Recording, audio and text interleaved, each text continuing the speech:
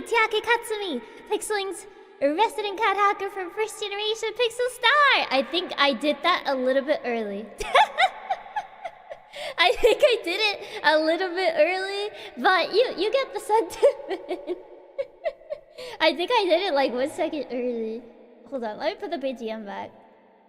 How do I stream? There. I think that's audible. Is it? Wait, do I still have my reverb? Oh, whoopsies. Hold on. Hold on. There you go. There you go. Your sound is a lot bigger than usual. Oh, that was my reverb. My bad. What's up, Blaze? Thank you so much for the tip. Thank you. Oh my god, my notifications are all over the place. Hold on. Oh, there, I see it. Happy 2025. Welcome back, Chiaki. There wasn't a single day we weren't thinking about you. We missed you every passing day. We're super happy our adorable and sweetest cat hackler is back. It's back, she's doing well, and then we get to revert memories. Love you. Thank you. Yes, I've returned after the 10 days. The reverb wasn't intentional? No, it was not. It was not intentional, but I guess it added effect. It added the dramatic effect. Room didn't change sides. Chiaki just I did not shrink. Also, D-Bobs, thank you so much for the tip. Thank you. Reverb made it more epic. As I said, it was all part of the plan, and it was not an accident. It was all part of the grand design. I totally accounted for that. Yeah. I totally did it on purpose, and it was not because I forgot to turn off my reverb.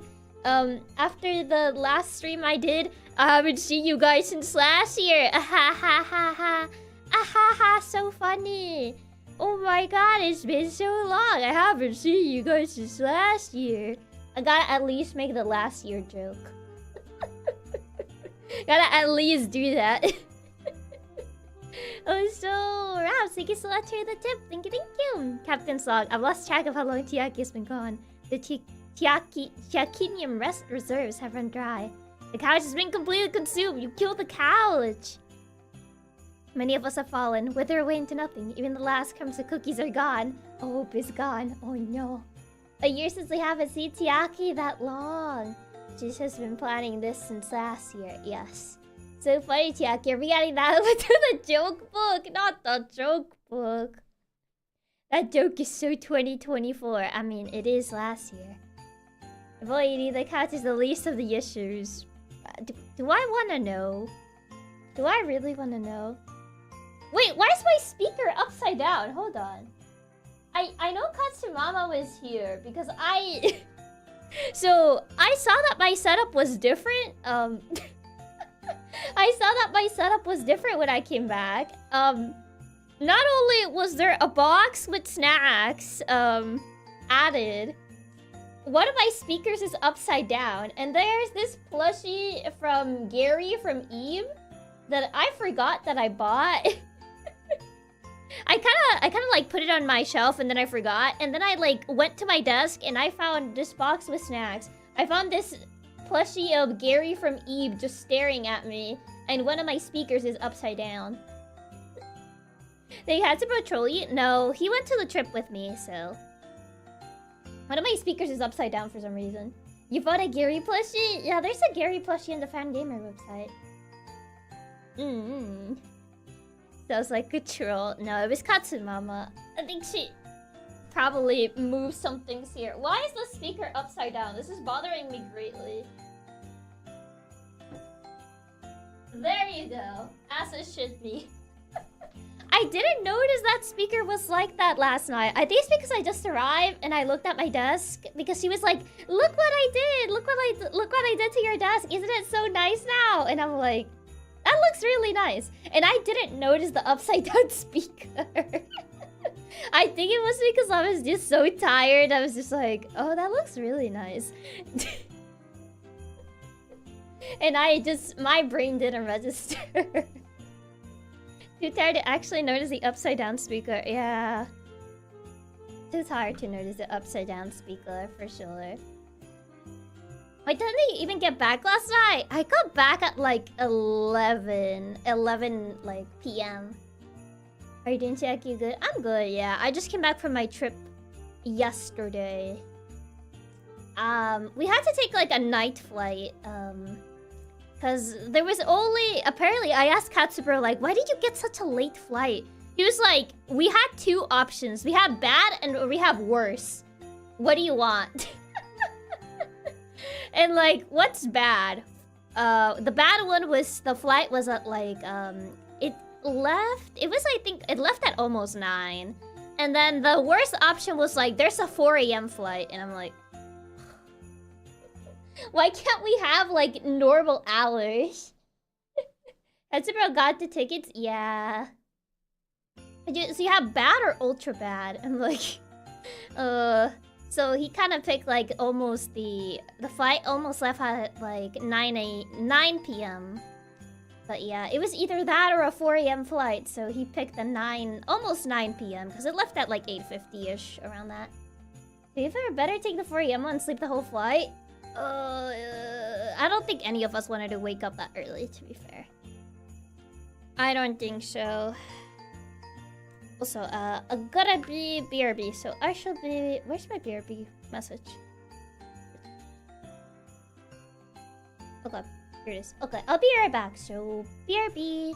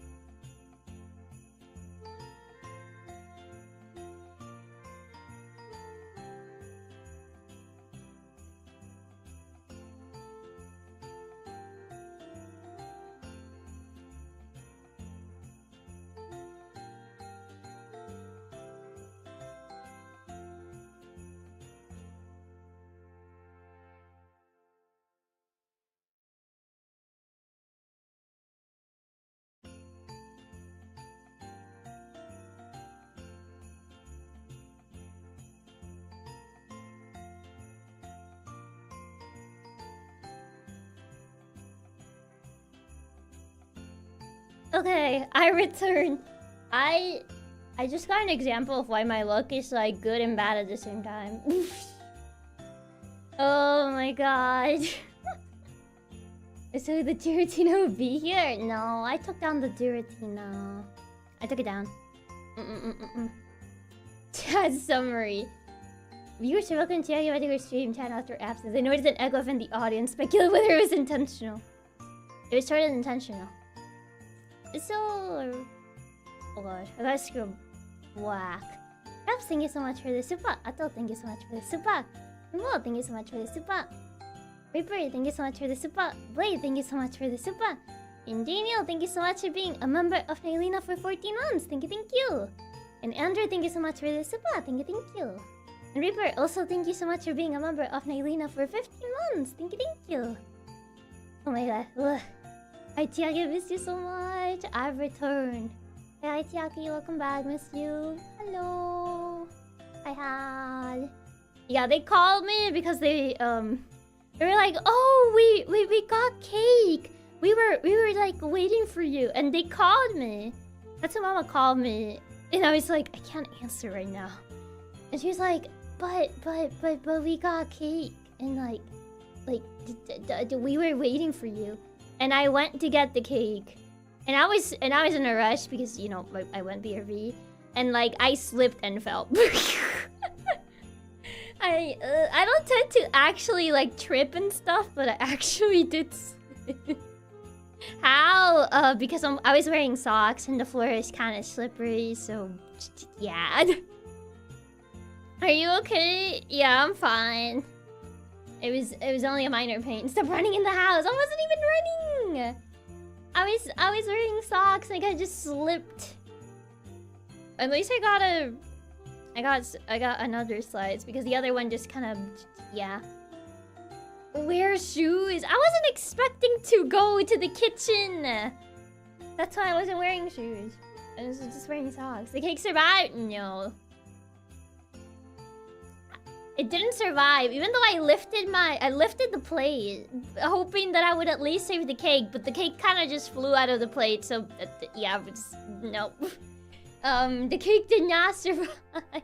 I raced it. Like usually, if I have food and like if I were to fall, I would raise the plate above me, so I would at least try to save it, but it didn't. I tried doing that, but it didn't work. Quite the welcome you got. I mean, I got good luck with the cake, and then that got cancelled out by slipping. But yeah, I didn't slip with the cake. Yeah, the cake. Alas, she's saying the cake is a lie. It was real for a second. Okay, just said it was going to go down with you. Not like this, man. Not like this. At least you got another slice and slice the rest too, right? I mean, I think there's enough cake for you guys as well. Hi, Chiaki. Happy New Year. Hi. Welcome, Daniel. Daniel Tiger. In the end, you always denutrate your luck bar. It cancels itself out. It's like you get something good, but then you get something bad. Welcome to 2025. We're a quarter of the way there. The way where? What flavor is the cake? It's like vanilla, but it has like these thingies on it. It's like red and green thingies on it. But I decided to get a slice that didn't have those. No, see, that slice is the one you dropped to the floor. No, it's not that one. And the little crunchy bits, they're not particularly crunchy though. Those are the tasty parts. I don't like those parts. Not a fan of those. I usually just don't like eat those.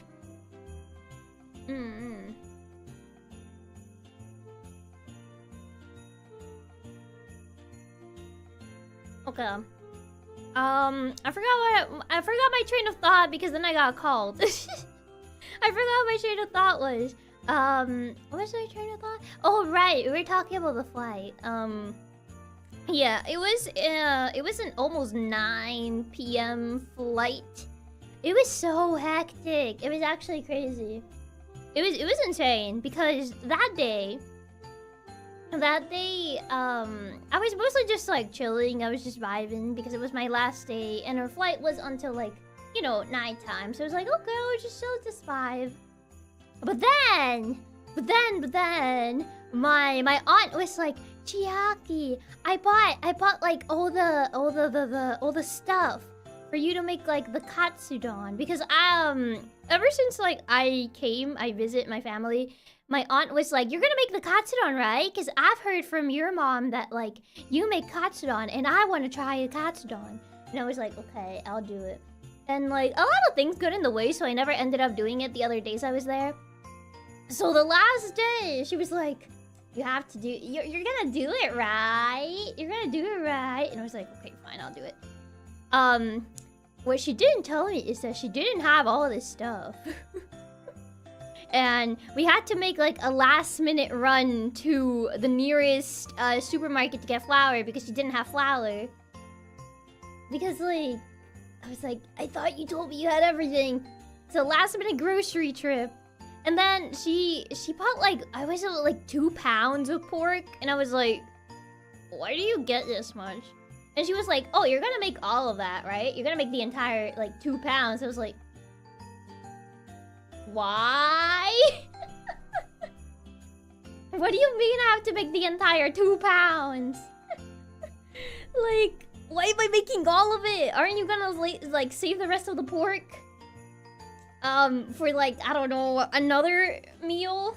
And she's like, no, you're gonna do all 2 pounds, right? And I was like, oh god.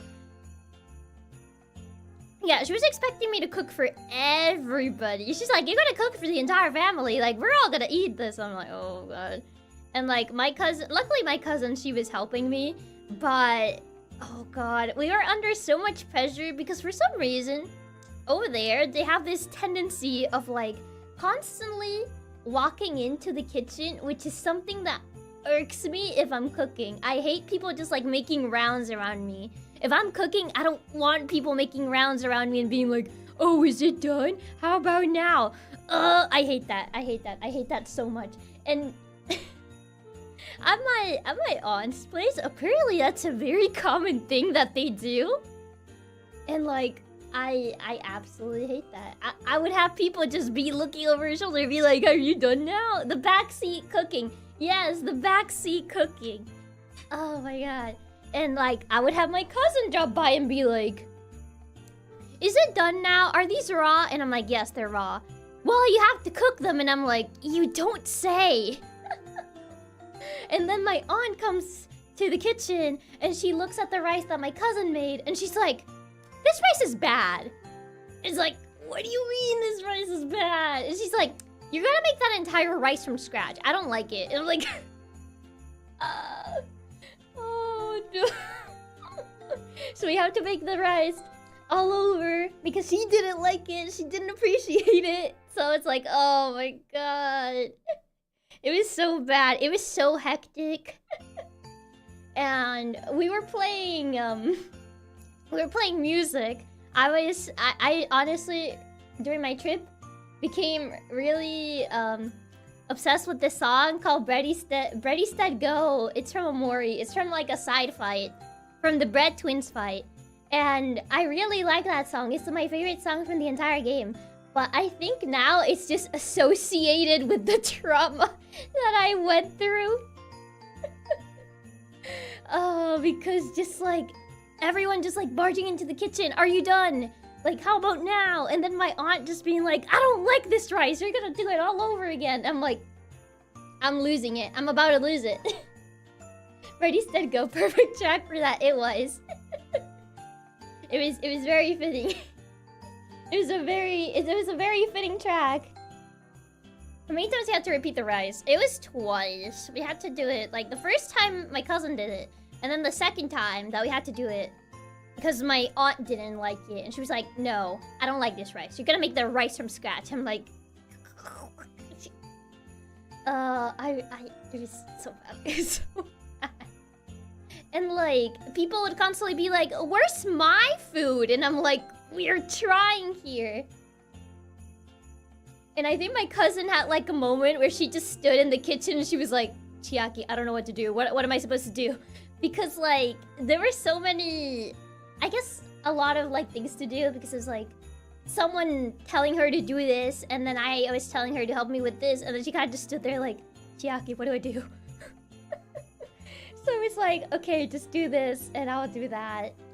And we had to like set up like two cooking pans just to cook things like way faster because like we were running out of time. I kind of had to be like at the airport, like preferably like around 6. Yeah, like around 6 I was because the flight was like around 8:50ish around that. And like, so we kind of had to like try to speed run. But yeah. On top of the flight time pressure, yeah. Yeah, I'm so paranoid about missing a flight service. Yeah. It was so bad. How to speedrun cookie, that's a very ton of fun. Yeah, Overcooked, but RL Family Edition. It was so, oh my god. It was bad. It was not great. It was not great. Speed cook. Yeah, it was speed cooking. People constantly barging into the kitchen and be like, "Where's my food? Are you almost done?" And then the backseat cooking. I was losing it. I was going through it. I went through all stages of cooking. There was like all that, and we finished. I think it was like 3 minutes before 6, and I just collapsed on the table. I just collapsed on my chair, and was like, "Oh my god, we did it. We barely did it." On my return flight last one, we were almost late because people kept waffling around while we had 30 minutes to get to the airport. Oh no, that's so bad. At least it's over. No more complaints to deal with anymore. Yeah, the backseat cooking is so bad. Chiaki is so hard. Look, you got on time for your flight. We barely got... We got there with a few minutes to spare. Like, we pretty much just sat to wait for our flight. And we had to rush because, Katsumi had a couple, issues in giving, like, the boarding passes and stuff. And he gave me the incorrect one, and he couldn't give me the correct one. And, like, people at the airport were just not cooperating. It was, oh god. It was not fun. It was not fun. Oh my god. It was very hectic. We pretty much were running. And like, one of the airport, like, people just saw us and they were like, "Oh, you guys are rushing?" And I'm like, "What do you think?" Airport stuff can be such a pain in the butt. Yeah, like, one of the people that, like, you know, checked our suitcases were like, "Oh, you guys look like you were rushing. Were you guys rushing?" And I'm like, very funny. I just saw in mystery flight passes. I guess it was because, like, his phone was having issues. And he kind of just sent me the first pass he got, and it was just like our first flight. Like the flight we took to get to our destination. Instead of the flight back home, and I was like, this is the wrong one.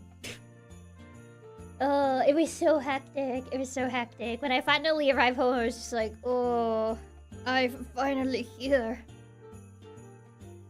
Flashback to me literally sprinting through the Seoul airport at full speed because they gave us the wrong terminal number. Oh no. Oh no. It was... The last day was the most hectic out of the entire trip. Especially because I had to do the cooking. That cooking for the entire family just kind of made it... gave me less time. Katsubura had pretty much had to pack most of my stuff.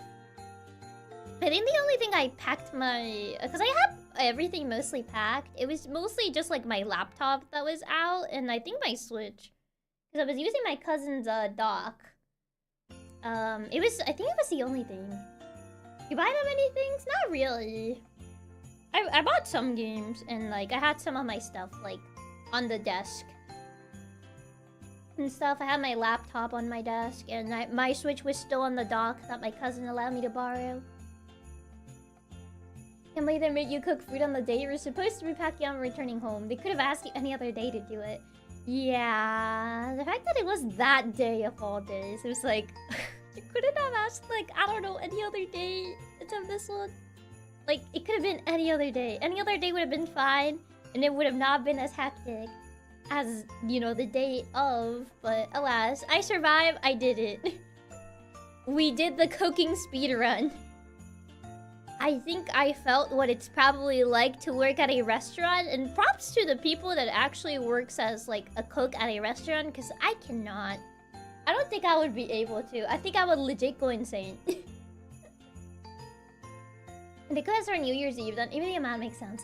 Yeah, but we ended up just buying food for New Year's Eve. We kind of just bought like fried chicken. Also, hi Candid, welcome. I'm doing good. And the fact it was also that close before you had to take your flight, yeah. If it was literally any other day, it would have been so much better, but nope, the worst possible one. Restaurants are probably more intensive too. Well, yeah, but like, probably the equivalent of like a small restaurant. Yeah, I could not be a cook. I do not do well under pressure. I do not do well under pressure, and I'm also a perfectionist, so I take even longer. I'm like, this doesn't look that good. It needs to look better. I went through my kitchen nightmares arc. She's ready for Gordon Ramsay. No. No. Working at a restaurant is probably even worse because the customer's always right. Yeah. I would say, like, probably working as a cook at a restaurant is probably very, very, very stressing. Especially because you have people that are like, I don't want to wait. Give me my food now. It's just like, oh. I mean, if I could make the appliances work faster, then maybe. But it's either that or your food gets, like, you know, burned to a charcoal. So take your poison. But yeah.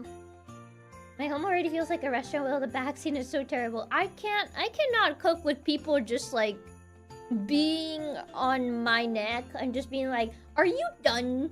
I cannot.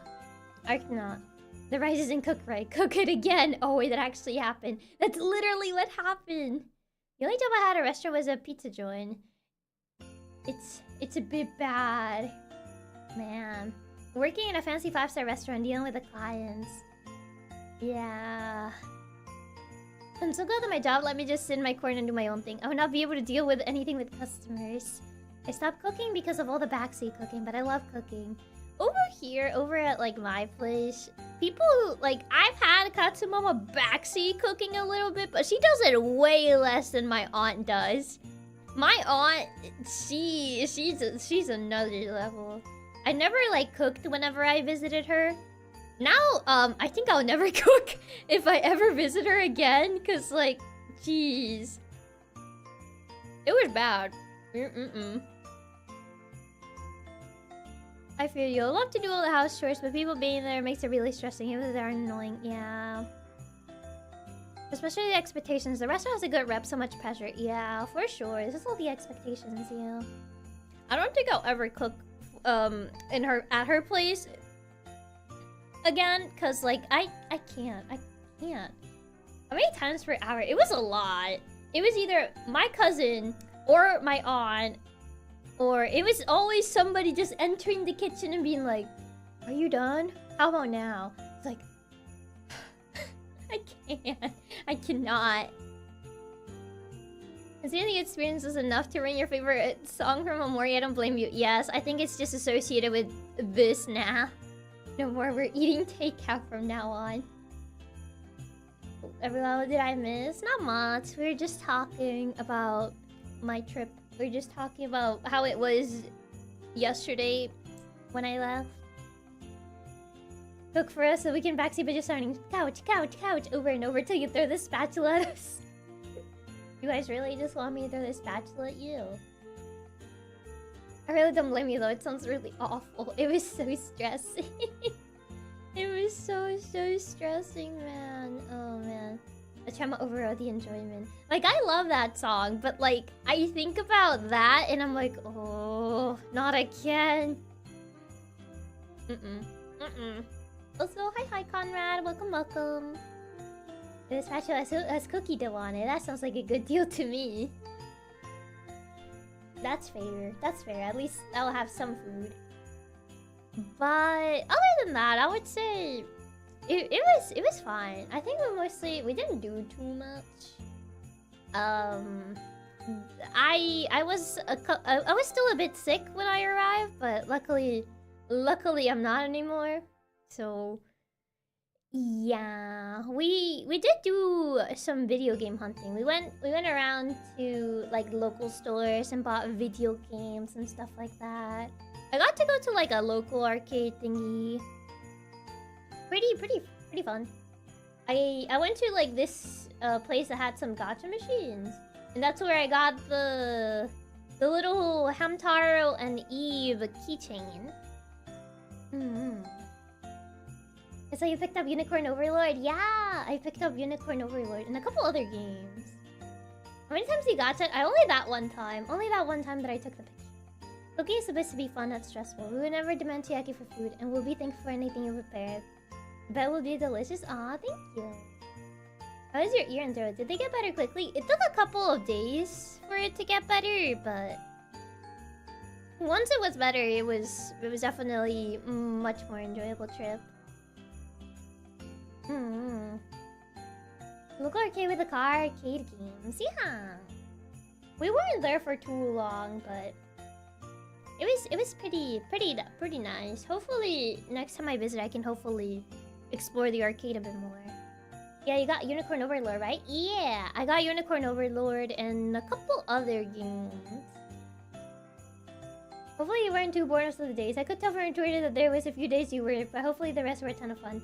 There were a couple of days where I was kind of bored because there wasn't anything to do. Like, it was either my cousins were out for work or they were like so tired from like work shift that they didn't want to go out, so I was just kind of there. I was just either playing Omori or just being on my laptop. But yeah. Really like Unicorn Overlord. I'm excited to try it. I've heard lots of good things about it, and I really enjoyed the demo. Which other games you got? I got the Tokyo Mirage Sessions FE. That game you guys really wanted me to play. I found it. It took quite a lot to find it, but I managed to find it at a singular location, but I found it. Couldn't even do a space because of the noise. Yeah, the walls were really, really thin, so I couldn't even do like a space or anything. And because people have the tendency to just barge in into the rooms instead of knocking for some reason. So yeah, couldn't really...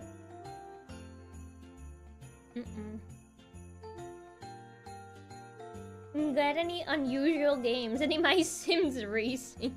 I don't think I got any unusual games. I think most of my trip I just played Omori. I just played the I just played the Kikikomori route. Also, that reminds me, I saw Matu Anomalies in the wild. That was pretty crazy. On one of the local game stores that I visited, I saw a copy of Matu Anomalies in the wild. I was like, and I pointed at it. And I made a reference that my brother didn't understand. I was like, look, there's the reason that the PS5 was made. You did? Omori's fun. Yeah, it's a pretty fun game. I like it. Yeah, I saw Matu Anomalies in the wild. I was like, look, it's the reason the PS5 was made. And he was like, what? You did? Do you make sure to buy the copy so you could burn it? No, I think the store kind of was like weirdly overpriced. So I didn't buy it. Okay, one copy was not enough. I don't want another one.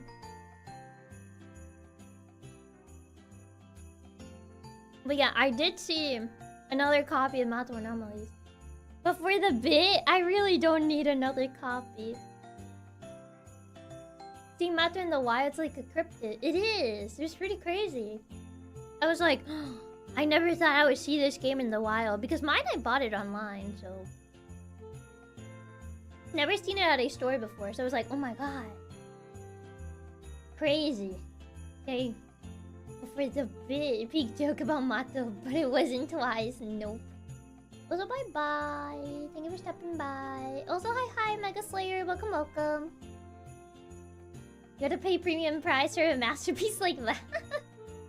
If this isn't your sign to return to play Mato, I don't know what it is. I don't think I'm strong enough. I've literally never seen a physical copy of Mato before. Me neither. That was the first time. Other than, like, the one I own. I've never seen it at, like, stores or anything. So I was like, oh my god. Someone actually traded this game in? That's crazy. To be fair, that would have been me if the prices for trading in games weren't so bad.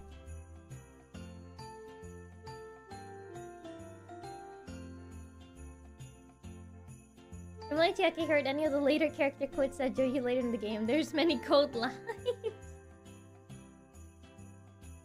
Because I tried to, like, trade in the, my other copy of Tokyo Dark, but it kind of, like, gave me very... They pretty much paid me, like, basically nothing for it.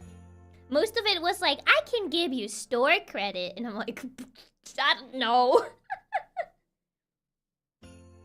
Store credit does nothing for me. No, thank you. Yeah, trade-ins really are awful. Yeah, it was... I couldn't really find any place to, like, trade it in. There was even a place that told me, yeah, we can't take in any sealed games. I was like, what? That's crazy. Like, sorry, we don't take in sealed games. I'm like, sorry, let me drop kick my box real quick. Maybe then you can take it. Until you make it a giveaway to Katsus, you might even get told what you pay. I don't know. Not sealed? I know, that was so weird. Yeah, store credit for the store that I can't visit after I go home. Exactly! Store credit is the usual. I mean, store credit doesn't really help if you don't live in the area, though. Also, hi, Suna. Welcome, welcome. Credit within stores is often really bad. Yeah. Mostly store credit is the only way to get a good amount, but it's not like you could use it. Yeah. It's... I can't really use store credit. Yeah, I should have opened the case in front of them. I literally said I could open it right now if you want me to. But yeah, they were just like, yeah, sorry, we don't take sealed games. I'm like, hold on, let me just drop kick my box real quick. It's because people reseal fake games and just take the money, and the store won't risk opening a new game. It's still kind of weird to just have a policy to just not take them, though. You can usually tell if something's resealed, rather than, like, it comes sealed. I heard there was a huge problem with Switch cartridges lately. People swapped out the cartridges for googly eyes. Googly eyes one, really? It's not weird, they can't tech the game. Yeah, if anything better tuned into a store in your town, but if that was an option, you would have already done it. Yeah. Local store credit paid. Yeah. We can't take sealed games. What kind of games do you take then? I mean, to be fair, considering I saw some stores that took in pretty badly damaged games. Like, I saw boxes that looked like they were straight up drop kick and then bit. And then just like, yeah, let me just trade in my game real quick. And I'm like, you think anyone's gonna buy that? They're already giving you less of a price. Sealed or not is the same. Yeah. Yeah, I should have just went outside, opened, and go back in. Yeah. I do the drop kick to prove your point. Yeah, just drop kick the box. But yeah, apparently googly eyes would mimic the cartridge shaking in the case. So it was easier to fool people. Interesting. But again, the monograph automatically increases the value. Yeah, they were selling... I saw some games that had, like, really bad boxes. And they were, like, still being sold at full price. I was like, no. That's the worst thing. They put those awful stickers on the cartridge that never come off clearly. I had cases where they'll put, like, double stickers on, like, the boxes. And I was just like, why do you do this? The classic bitten boxes, yeah. And someone bought that. Oh, God. It's just like... I mean, someone bought it back when it was not bit. And then drop kick. And then someone proceeded to both bite it and then drop kick it. And it was like, yeah, let me just trade that in. It's like, why?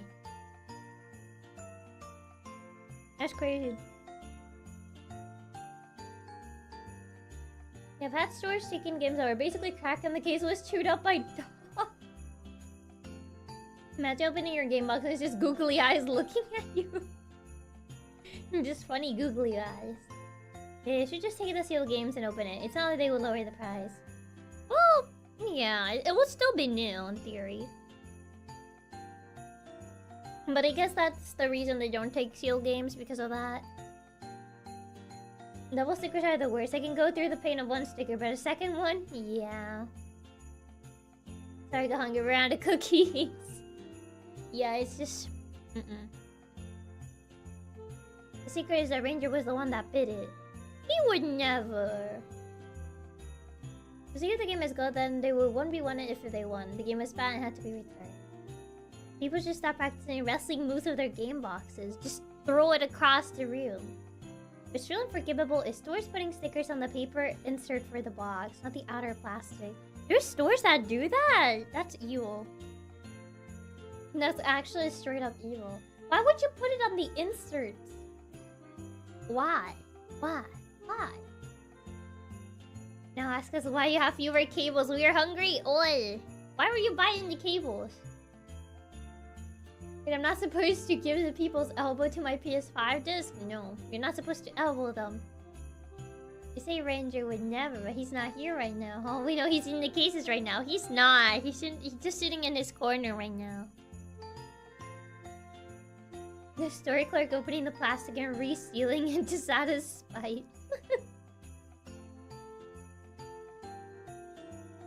But yeah, I did manage to get like some. I try to honestly look for cases that were not as bad. I think there were some games I just didn't buy because the cases were just like, they were not great.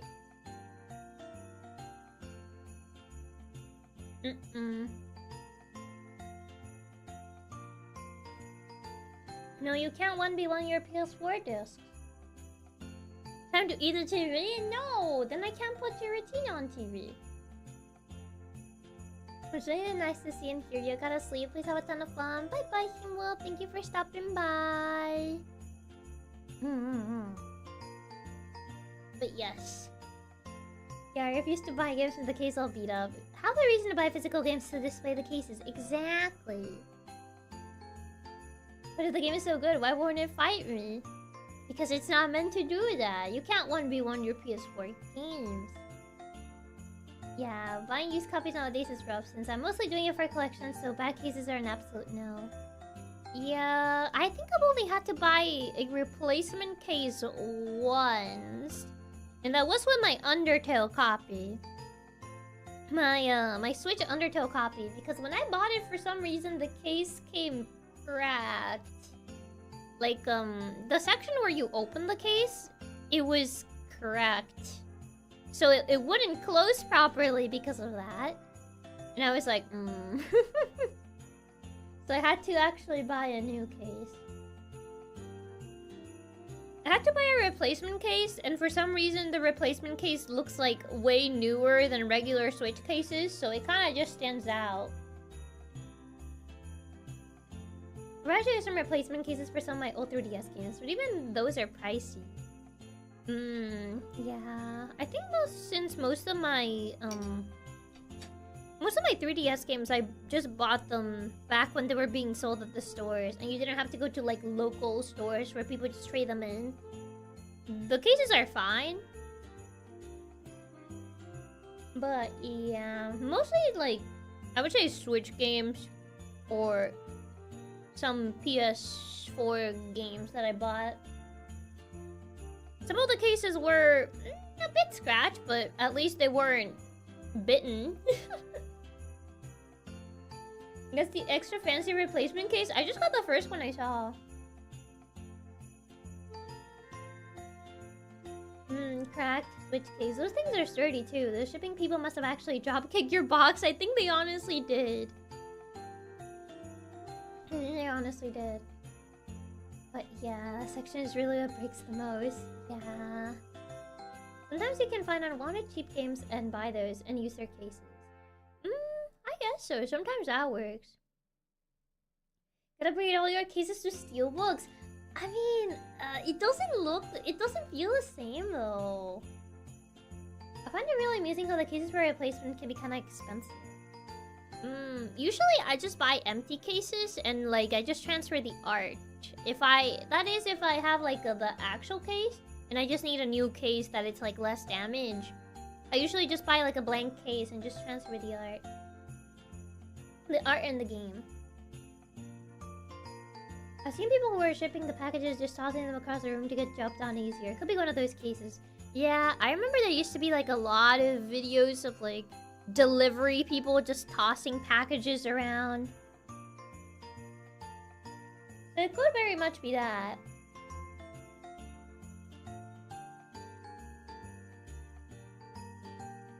Finally, a reason to buy my anomalies. Get the case and chuck the game. I mean, it's a free PS5 case.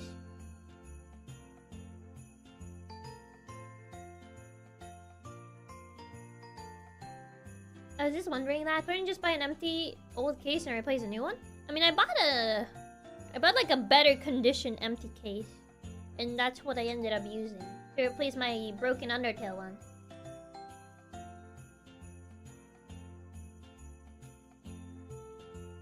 But yeah. I keep picturing a random dude finding a human-sized game pot. I can see that. At least it wasn't like in my case where the Diddy Kong Racing cartridge seemed like it was bitten by a baby or a dog. Jeez, that's crazy. I was just wondering. I recently learned most of the big shipping companies' workers treat fragile stickers as a challenge. Ugh.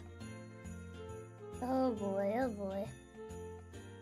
Get a free PS5 case for the low cost of one Mato copy. I don't know how much Mato is going on for right now.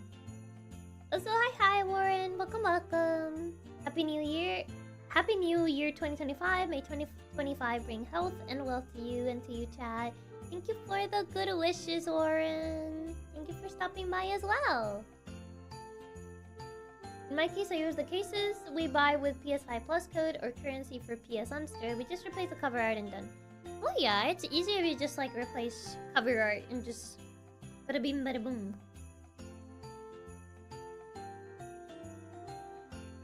You can tell when Chiaki's scrolling through the chat because the BGM randomly spikes. What does the BGM have to do with that though? What does that have to do with anything? I think that's just the loop of the BGM for some reason.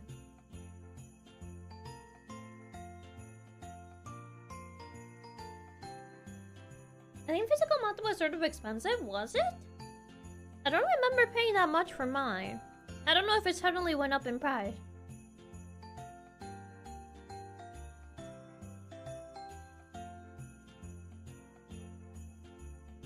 I like my damaged PS4 game cases. Is that story? Oh, this part broke because I'm an idiot.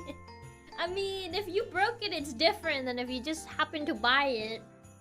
And then it just, you know, it was already broken by someone else. So, I think that's a little bit different. Oh, I thought it was you accidentally turning out the BGM with your chat wheel. No. It wasn't me. I think it's just the regular loop that it has. Also, hi, Satoshi. Welcome, welcome. Unless your volume is linked to your mouse wheel, but wouldn't make sense. No, I'm not even moving my mouse right now. But there's only 25 on Amazon right now. It's not that pricey. For a PS5 game? Actually, pretty cheap. Considering I paid like 64 bucks for Astrobot. And that reminds me, my entire journey just to look for Astrobot. Oh my god. I went to so many different stores to try and find Astrobot. You bought Astrobot? Yes, I bought Astrobot. I went through the entire Odyssey to find a copy of Astrobot. Because we visited like local stores. We visited Walmart. We visited like a bunch of places that sold games. No Astrobot. Like, I don't know what happened. I don't know if people just like bought all of the Astrobot copies. How many stores did it take? A lot of them. I think I lost track. And like, we were at this local game store and my cousin looked up like, okay, locations where Astrobot could be. It's like, oh yeah, 76 miles. I was like, I'm like, yeah, I don't know. I don't know about that.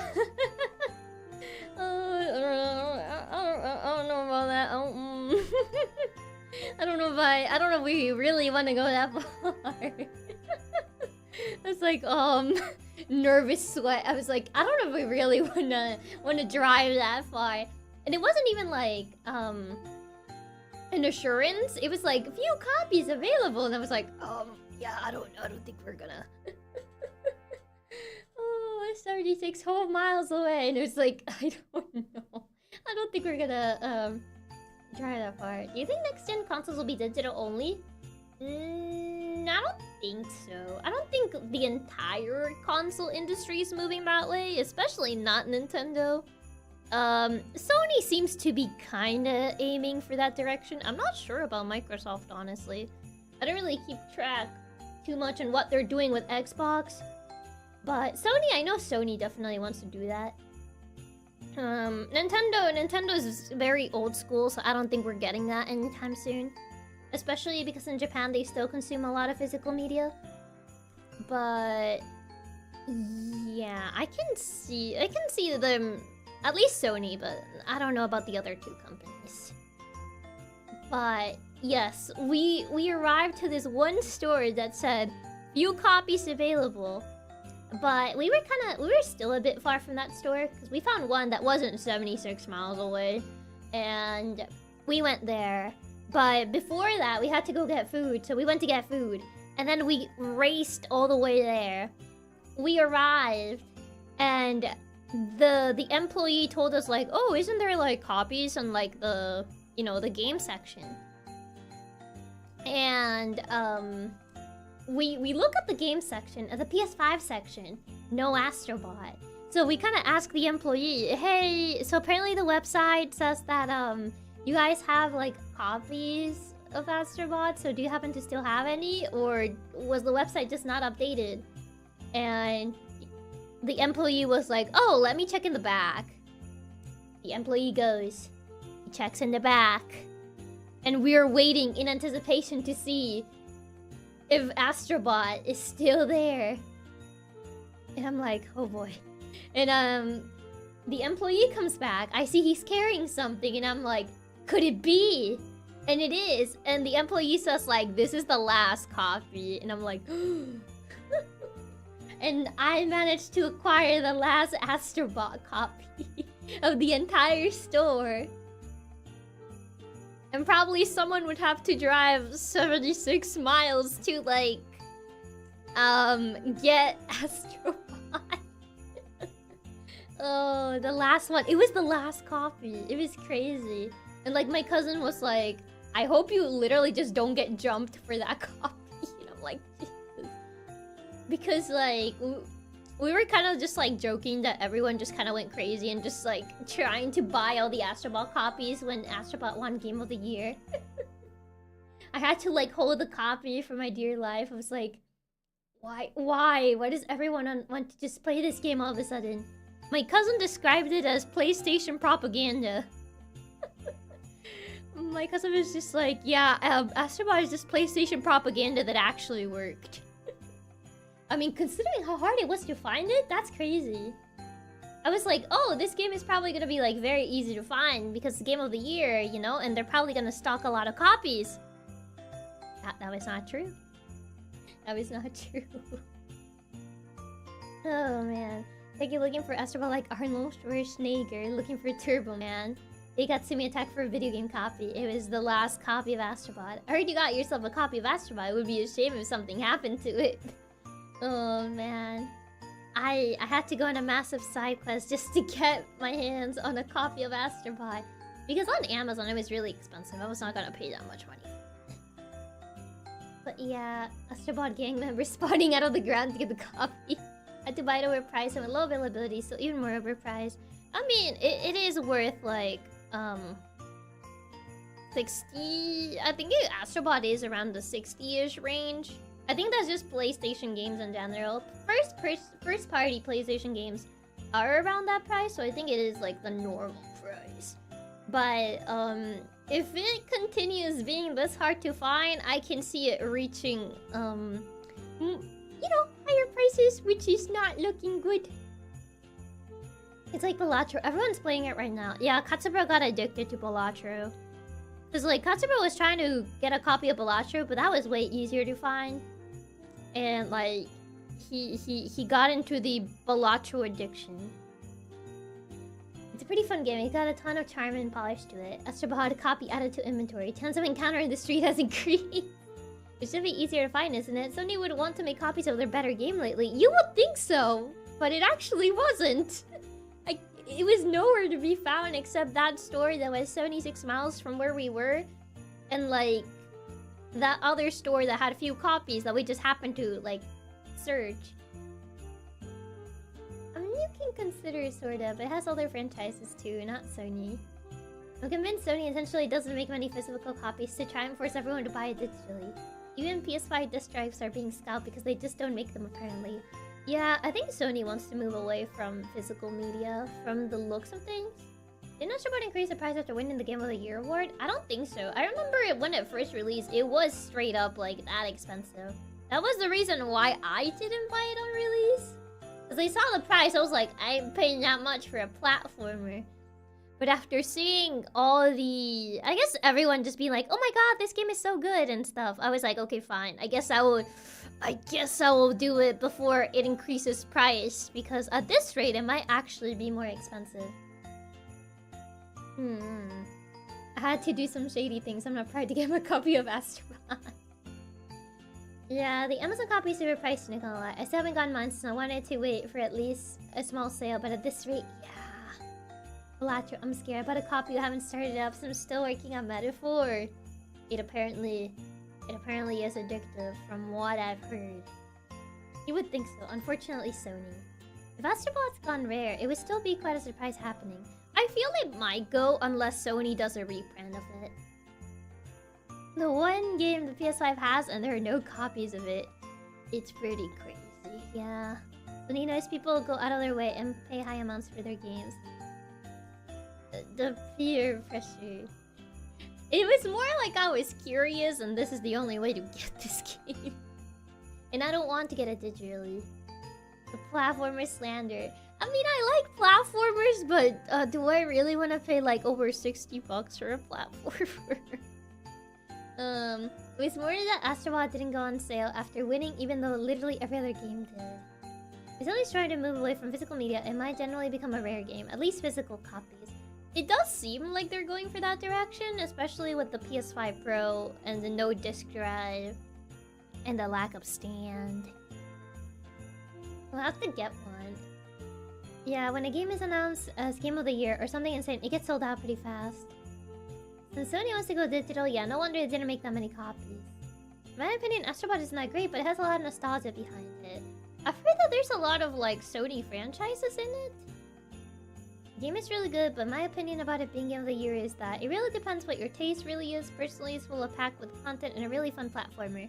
I mean, at the end of the day, if you think about it, Game of the Year is gonna come down to, like, your own perspective. Like, if you're not a fan of platformers, you're gonna be like, no, Astrobot shouldn't have won Game of the Year.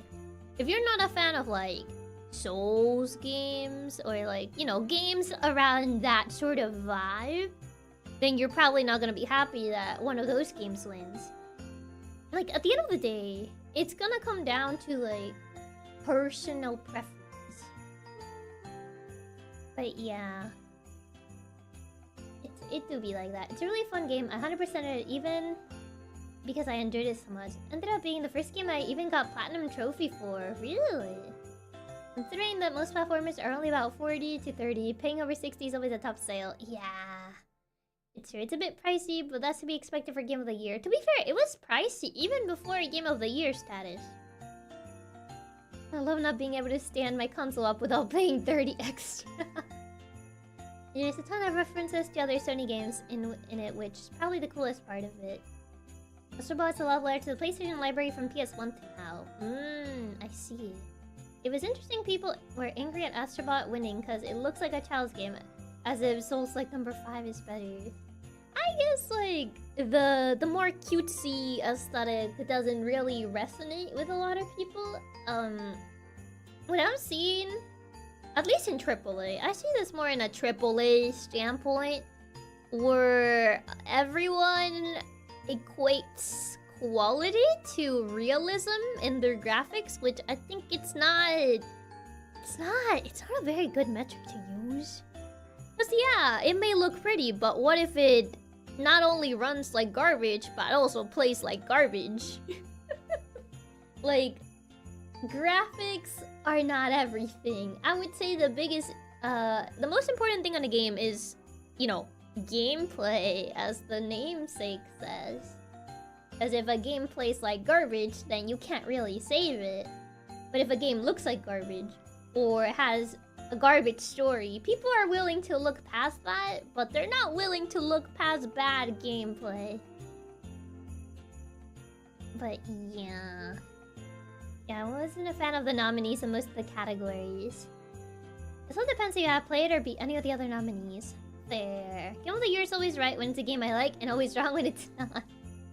Over here, Astrobot was about 70. 70? Jeez. I seem to keep the price up on that one. I missed the Game of the Year version release we used to get on sale with box art saying Game of the Year edition. Oh, that was nice. Yeah. On that note, I would point to Undertale and Minecraft. Anyone that voted for a game other than that one I voted for is wrong. If someone cares so much for visuals and not gameplay, they might as well watch a movie. It's low-key the same. But graphic, that's really what it's all about. Gameplay beats graphics any day of the week. 100% agree on that one. But the gameplay is really boring. Like, shouldn't be the most important factor at the end of the day. That's what I'm saying! The gameplay is the most important factor at the end of the day. That's the whole reason it's a game in the first place. Also, hi Click, welcome. Pretty game may not be good game. Honestly, I feel like hyperrealism is used too much to mask subpar gameplay. You say that, my most played game on Steam has nearly 0 graphics. I just kind of like see a lot of people like fuzz a lot about graphics. And like, they're like, oh yeah, this game looks so good. And then it like plays like garbage. And I'm like, I think you may have your priorities wrong. Yeah, that's what I remember. Astrobot went for 60 to 75 after winning. Yeah, that's kind of like why I saw it like more expensive on Amazon. I was like, ooh, I'm not paying that much. Astrobot deserved Game of the Year, but I still kind of feel like they were gonna have the Elden Ring DLC win, but backpedal when it getting nominated wrathfully got mocked. I mean, honestly, nominating a DLC for Game of the Year was a very dumb decision. But I guess they just couldn't think of anything, even though there's a lot of games that could have been nominated, but okay. 100% bought a lot of weird, cheap, and obscure games just for a single mechanic I like. Yeah. Yo, the Outdoors game has insane graphics. Just really hate the stamina system. You can't even re-roll your build. Estimates, unbelievable. How dare you have good gameplay on a video game? Yeah, a game could literally just be a couple of pixels on the screen. As long as it's fun to play, that's what I want. Yeah, exactly. It's all about the gameplay. It's about how much fun it is to play. Also, hi Peter. Welcome. But I guess good gameplay is harder to achieve than throwing more budget into the graphics. And the graphics can be shown off in ads. Well, yeah. I need to upgrade my PC, but I cannot afford to right now. PCs can be kind of pricey depending on what you want, honestly. It kind of depends what you want to use it for. Like, the intensity of the things that you want to do. Pretty much. The amount of games that were released last year and they still went for the DLC route. Exactly. It's like, there are other options. You complain about graphics and me here having a blast playing through Atari games. You haven't played everything there is unless you have tried the original Pong. Ah, yes, Pong.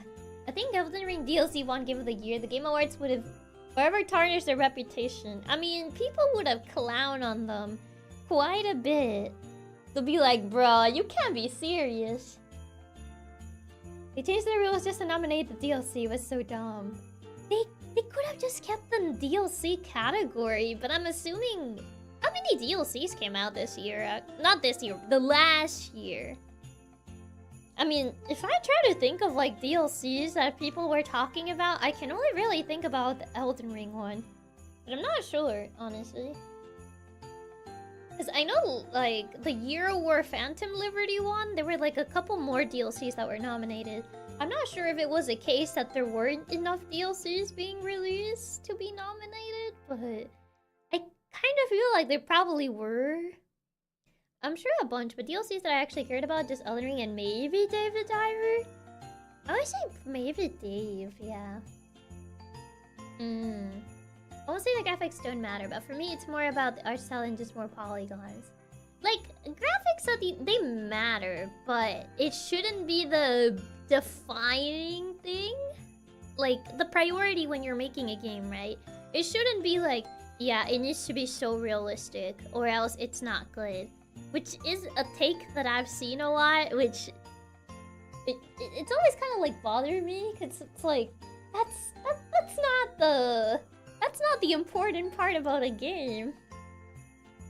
Like, I've seen people like, oh, if it's like not realistic, then why isn't it's not good? I'm like, what? What do you mean? But yeah, Pong is a lot of fun, believe it or not. I mean, I would say it can be entertaining. If you want high-end graphic games, they can be costly, but if you want more simple games, then honestly just get something like a cheap pre-built or a Steam Deck. Pretty much, yeah. I want to play most games at 1080, 60 FPS. I will say a lot of... That depends on the game. I would say some games are a little bit more demanding than others. So it very much depends on the game. But yeah. People complain about graphics, meanwhile here I am on chess, having the time of my life. I'm sure there was a ton of other DLCs that would have been big enough, but I honestly can't remember them. Personally, I'm happy anything other than Elden DLC winning. Like, Elden already won, they could have given other games the opportunity to also shine. Yeah. DLC should have been its own category. They made it one of the years, they did do it, but I'm assuming this year they just either didn't have enough DLCs for a category, or they just wanted to put Elden Ring as Game of the Year in some shape or form. I'm pretty sure every AAA has at least one DLC, so they'll never lack options. I guess so, yeah. When people unironically got excited about being able to see the force on the character's skin, I just laugh. It's just like, okay. Better still and good mechanics are better than a bad game with good graphics. Well, yeah. At the end of the day, good gameplay is gonna beat good graphics. Like, if it can look pretty but be bad when it comes to like the gameplay, or it cannot look like wow, amazing graphics but have really good gameplay. I can find that Alan Wake 2 and Final Fantasy had DLCs last year, so I'm sure they could have kept the category. Alan Wake 2 did have DLCs last year, true. Some games have hyper-realistic graphics and the AI still gets stuck behind boxes and can see where you are literally next to them. Yeah, the pathfinding. 2023 had a DLC category, really makes you wonder why they changed from one year to another. Really makes you wonder. Final Fantasy 16 had DLC, didn't it? But it also got overshadowed by Final Fantasy 7 Rebirth. Yeah, I do remember hearing more about Rebirth to be fair. I wonder if the reason the next game is not just DLC is so that they can try and win 2025? Maybe. Maybe. Cyberpunk 2077 on release? Oh boy. Cyberpunk 2077 on release was an experience. I remember seeing all the glitches people would keep finding and I was like, man, that's crazy. That's pretty crazy. And people getting like their PCs like actually like overheated and stuff, and I was like, wow. In my opinion, good art style beats really good graphics. Multi-pathfinding is so funny. It is. I watched my friend play Wukong and I love seeing him overcome bosses he was struggling with, and the animated cutscenes at the end of each area. They were really well drawn and the stories were great. I've only seen a little bit of gameplay of Wukong. I know Wukong won some awards. The glitches were so funny. Yeah, they're pretty funny. So unplayable they offered refunds. Yeah. Oh boy, Cyberpunk 2077 release was a masterpiece, but not in a good way. Not in a good way. It was crazy. That was the release of all times. Cyberpunk 2077 release was worse than No Man's Sky in release. I feel No Man's Sky had different issues than Cyberpunk. Agreed, art style is way more important to me. Like Zelda, Wind Waker has mediocre graphics but amazing art style, so it looks better to me. Yeah. I remember my friend showing me how when he equipped an outfit, it didn't even line up on the body right. Oh no. 1000% agree, Reaper. Wind Waker has aged so well because they focus on the art style over pursuing more graphics. Even if Cyberpunk had been released in a better state, I feel it wasn't the same game everyone expected. I remember Keanu Reeves was hyping up the game so much. Wasn't he like, guys, this is gonna be like the game of the year or something like that? Because when they got Keanu Reeves, he was like hyping up Cyberpunk so much. You would see like a lot of promo with Keanu Reeves. I remember. An absolute flop. Yeah, just flop. No Man's Sky was just overhyped. Cyberpunk was a whole other issue. There were different issues. But, yeah. It's impressive how far No Man's Sky came in actually fixing its terrible release. Yeah, I've heard that No Man's Sky has come a long way in, like, how they fixed it. If they release this next year, Cyberpunk 2078, I wonder if people will take off their job to play that one, like how they did for Cyberpunk 2077. I don't think there's a Cyberpunk sequel in the works. Not that I know of, at the very least. Yeah, the fact they got Hollywood actors for the game, not only overhyped, but also PC Destroyer release. Yeah, Cyberpunk overpromised so much that even if it wasn't glitchy, I feel it would have still flopped. Also, hi Yui, welcome. Hey, Cyberpunk is good now after they fixed the DLC. Yeah, after Phantom Liberty came. And Phantom Liberty was quite a while after Cyberpunk, so... The thing is, they cut so much in Cyberpunk 2077. They even cut the parkour mechanics because it was assumed they couldn't make it work. Man, that's kinda stinky. Studio Red was one of the OGs too. Whole Cyberpunk situation kinda made me lose faith on them. Man. Isn't the next thing they're working on a new Witcher game? Isn't it the new Witcher game that they're working on? I think so? Isn't that Witcher game that got announced on the Game Awards? I kinda wish they would expand on Cyberpunk. I mean, what can they even do at that point? I never played the other routes, so I don't remember if the other routes end the same way. I only played the Corpo one. I don't know. I know Cyberpunk will get something, considering they're working on The Witcher 4. Yeah. I fully believe that Edgerunners solely saved Cyberpunk's 2077's reputation. To be fair, I do feel Edgerunners revived a lot of interest on the series. Yeah, it even got a trailer in the Game Awards. Edgerunners what made me forgive Cyberpunk, to be honest. I think for a lot of people, it was what revived Cyberpunk. I did not know, but I tend to be out of the loop at game release news. To be fair, I only know because, like, I watched the Game Awards with Kana. I don't tend to keep track of AAA stuff. I don't keep track of the AAA industry as much as Kana does. I think it's mostly because I lost a lot of faith in the AAA industry.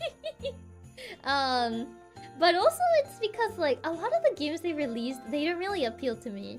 I think that's also a big one. I think that's also a big one. I did not know, but I tend to be out of the loop. They're fixing Cyberpunk. They're working with Witcher 4 in the remake master Witcher 4. And Cyberpunk is based off a TTRPG game. They might have plenty of material to work on. Maybe. But it kind of depends if they're actively working on it. I thought I would have known if it wasn't for the Game Awards. Really surprising how Edgerunners was actually so well received, and it sparked the interest of the game. It did. It definitely re-sparked the interest for a lot of people. It's pretty crazy.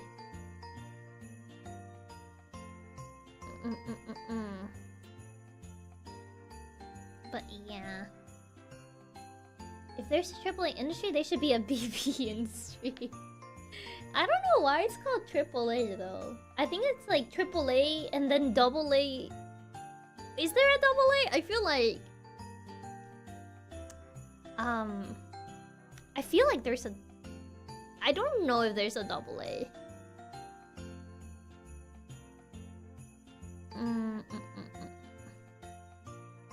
Yeah, because of the batteries, obviously.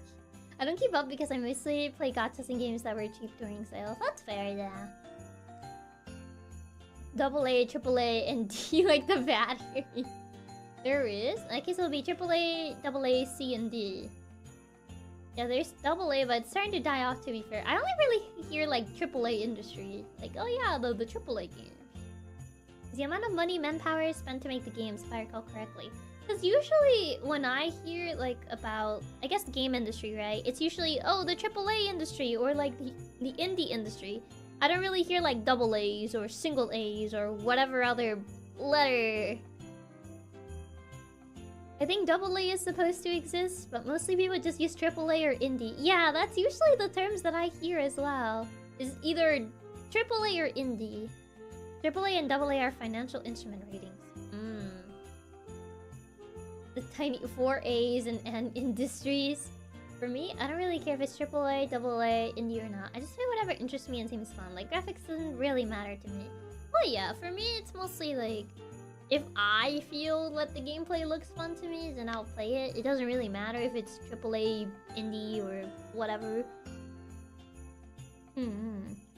Most double A says either started to get big enough to become triple A, or too poorly for it becomes A indie. The only double A I know is batteries. Ah, yes, the double A batteries. Any game should be named after those clock batteries, LR44. I don't think it'll be easier for people to remember just LR44. Has Chiaki heard about Ubisoft quadruple 4... Oh god, the 4 A's game. Ah, yes, quadruple A. Does that mean I'm like a 148 developer since I made that Chiaki game? The Ubisoft A game. Double A batteries that always required. What's the lore behind the A game? The 4 A's games. But yeah.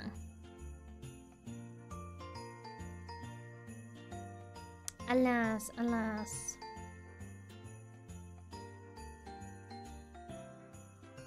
It be what it be. It be what it be. I think there was something about the games being a service and not a property you own or something. Is that where that comes from? It was the first quadruple A game, and that was a complete and utter flop. Hey guys, we have a quadruple A game. It's gonna revolutionize the industry. It was a pirate game, if I recall, that they call a 4A, a quadruple A.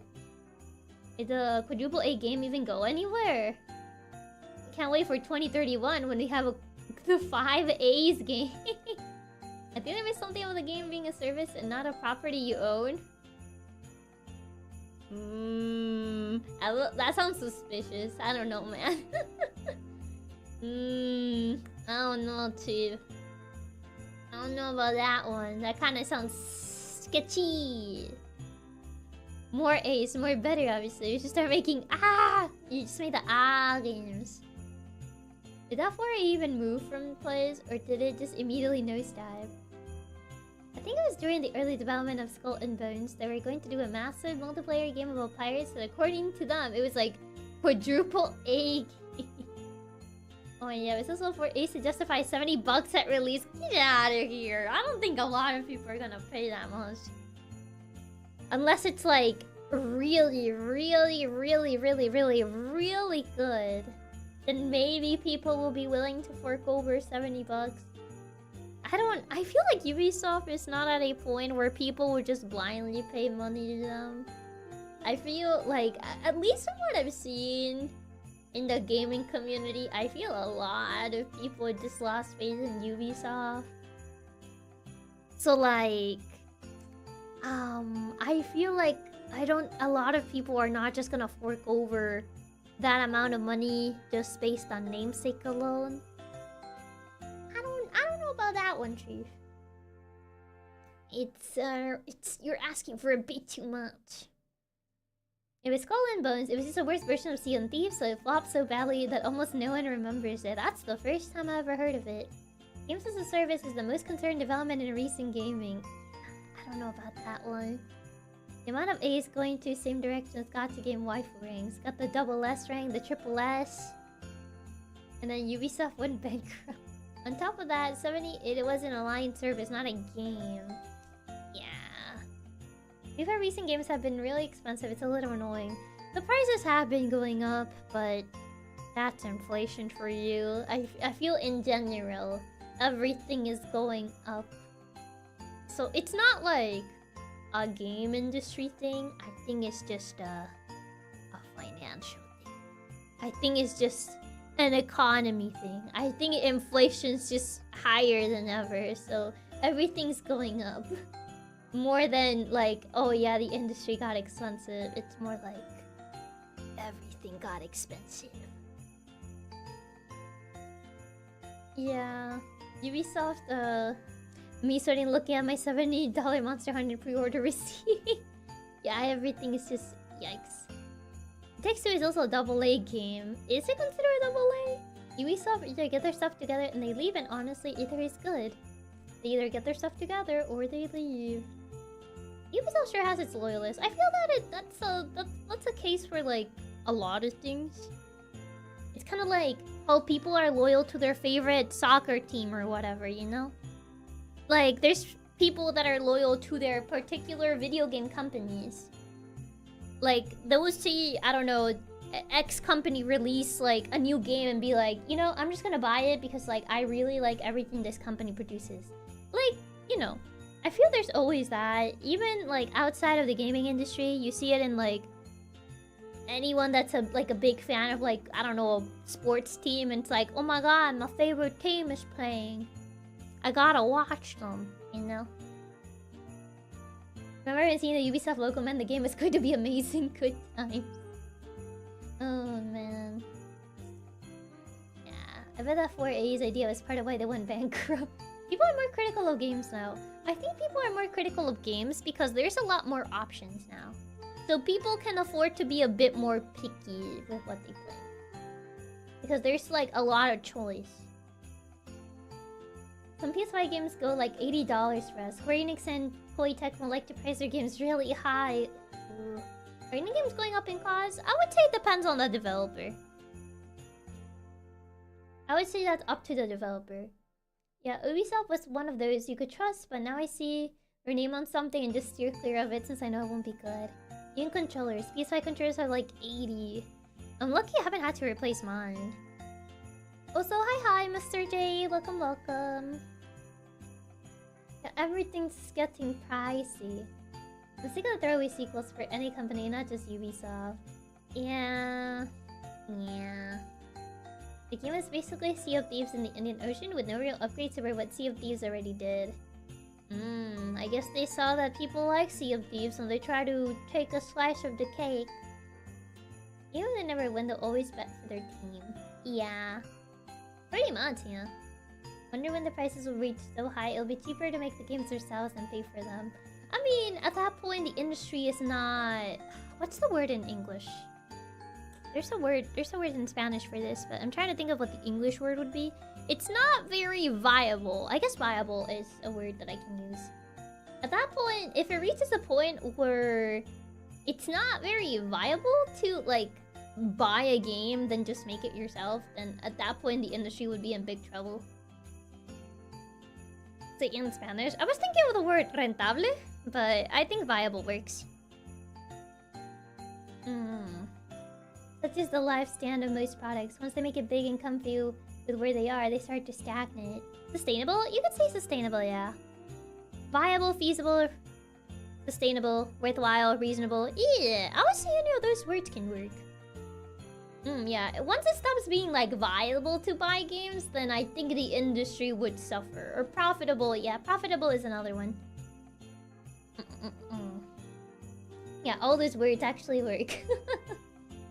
Yeah, if you collect the people, it's not enough to save a company, even if they believe in that. Oh yeah. Yeah, everything is going to have their dedicated fan base like me. I'm part of the cult of Chiaki. I'll follow her no matter what, even if I decide to go the full conquest route. Even if I went full conqueror. One of those people, I'm loyal to Yu-Gi-Oh! As the card game I play. Gee, like there's always people that are loyal to like certain things that they like. Whether it's a sports team or like movie series, or you know, there's always like something that people gravitate towards. When indie games are better than AAA games from big studios. I have to eat a piece of rosca. Fingers crossed I have a plastic baby in my piece. Best of luck for you, or else you're gonna have to make the food. Partially thankful, fighting game controllers are easily rebuildable and one can last a very long time. Best of luck with the rosca, turtle. If Chiaki chose the conquest path, I would still follow her because then I'll be spared. I see, only because of that, huh? But yeah.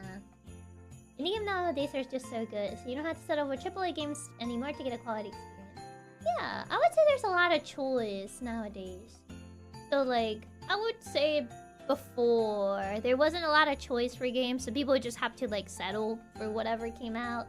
But nowadays, there's a lot of choice that if you don't like something, you can find another thing that you would like better. No te veías del año pasado. I haven't seen you since last year. Hi, Hacks. Welcome, welcome. Market would just self-correct. If no one's buying games because they're too expensive, then prices will have no choice but to go down. Pretty much, yeah. Like, if no one can afford it, then the market would just have to go down, or else no one wins. How to survive no matter what. Smaller games can still have great quality. Once we rule the world, everyone has to pay a tax and cookies to us. Imagine we'll have unlimited supply. That is true. We'll have an unlimited supply of cookies at that point. If it's not violent, it'll probably cause another video game industry crash. Do we really need another ET sort of situation? Do we really now? Do we really need another game to just cause the same damage that ET did? I don't think we do. Oh man. No. No. So hopefully we don't reach that point. Is ET the latest crash the game industry, I said? I think ET was the most memorable one. Would that even happen these days? I feel it'll be harder. Not ET, we don't need anything that bad. Gonna have to bury those copies of Mato anomalies in the desert.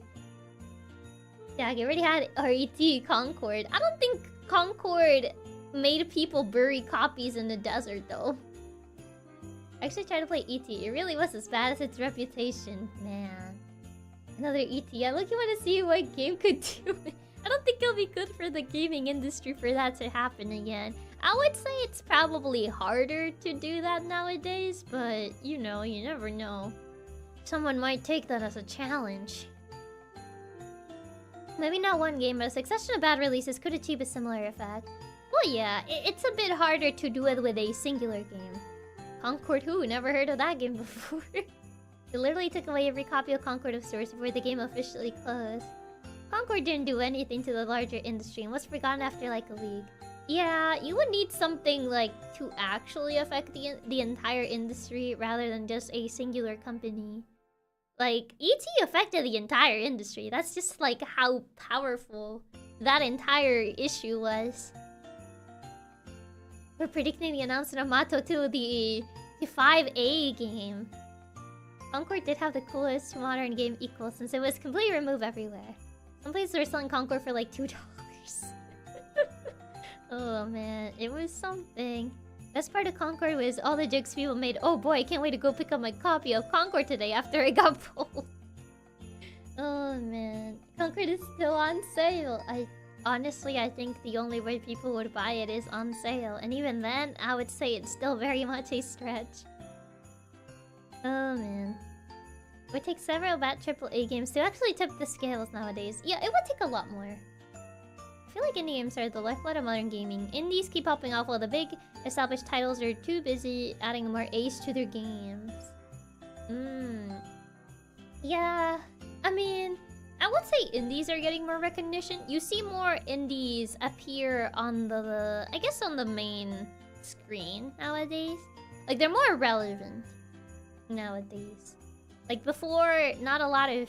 They would, like, have their, like, niche community, but they wouldn't be acknowledged as much as they are now. Like, there's still a lot of niche indies, don't get me wrong. But it's more common for at least some indies to enter the main sphere now than before. Why even buy it? It's just bad paperweight. I was willing to give Concord a try. Most likely is that one of the console makers having trouble with a full crash. Never heard about Concord until now. I don't even know what Concord is about. I just know it's bad. I just know it was a really bad game, but I never actually like looked into what the game is about. I would say no one would ever buy that game, but I have a copy of Sonic 06 and Mighty No. 9 on my shelf, so... I saw copies of Mighty No. 9. when I was video game hunting. Conquer was an Overwatch knockoff. Ah, it's one of those. My vote still went for Balatro for the Game Awards, so it's pretty much the underdog. Don't buy it, don't. Please don't. Yeah, it's not my type of game, so even I wouldn't buy that. I don't play games like Overwatch or stuff like that. Buy it? Nah. Even if I were to buy it, it's not my type of game. I wouldn't even play it. If you buy it, it's not like you can play anyways. I'll probably get sick. I just saw someone play through the entirety of Sonic 06. It was painful. I've heard the stories of Sonic 06. I remember seeing my cousin play a little bit of it. Are we talking about Mighty Number 9? Really? Is Mighty Number 9 that bad? What's wrong with Mighty Number 9? I thought it looked cool. At least looking at the back of the box, the images of the gameplay look good, but I never played it, so I can't say. Encore was a hype game by Sony that was in the making for like 5 years from a Sony studio, and it was a hero game like Overwatch. It was dead on release. Ooh. Ooh. Man. I forget to talk about my whole existence to make the situation worse. Isn't Amazon refunding Mighty Number 9 purchases? Is it? It's not good, and this is someone who kickstarted it? Oh, man. Ooh, that's not good. That's not reassuring. Mighty Number 9 was indeed that bad. Like an anime fan of prom night. This was legit their trailer? Wait, that's a quote from which game? Like an anime fan of prom night? What does that even mean? Also, the issue with DLC and expansion packs is that they often contain stuff that should be in the base game. It kind of depends, honestly. It depends. That is a quote. That is a quote. Mighty Number 9 is that bad? They're refunding everything. I haven't played Mighty Number 9 myself yet. My bro played it and said it was bare bones. That bad, huh? Mighty Number 9. People just like the trailer because of that quote. What even with that quote? Like an anime fan on prom night. What does that even mean? Hello, Jebs, you're cool what that even means. Like anime fans on prom night? What does that even mean? I don't get it. What do they mean by that? The prom night Mighty Number 9 trailer is a classic. It's so bad. Now I'm kind of curious. I might look up the trailer to see that phrase. Maybe that'll give some context. Question mark? I don't think it will. The worst part is that I can imagine what that means. I don't get what that means. So hiding in my room while I ignore prom completely? Is that what it's supposed to mean? You get a laugh out of me. You get better playing the bad Mega Man games than Mighty Number 9? Jeez. That bad, huh? Is that bad? Any anime you're watching? I haven't watched anime for a while, honestly.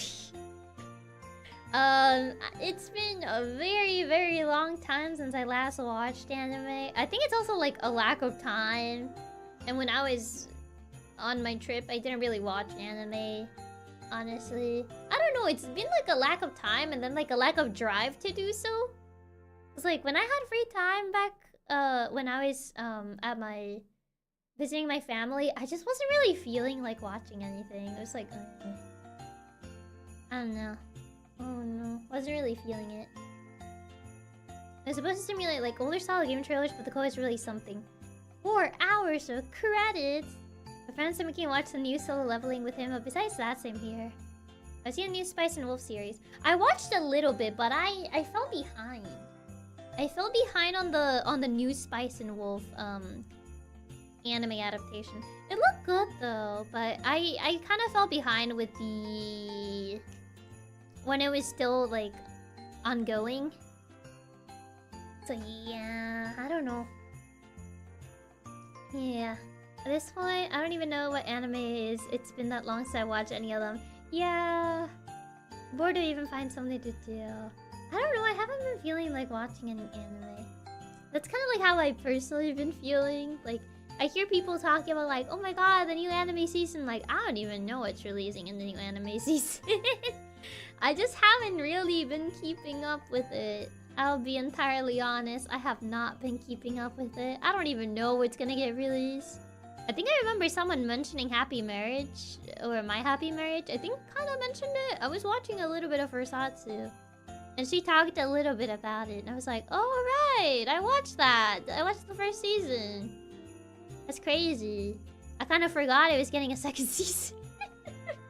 I feel that. Too busy with projects or gaming, Chiaki streams to watch any anime. It will be like that. It does get pretty busy. Life does get pretty busy.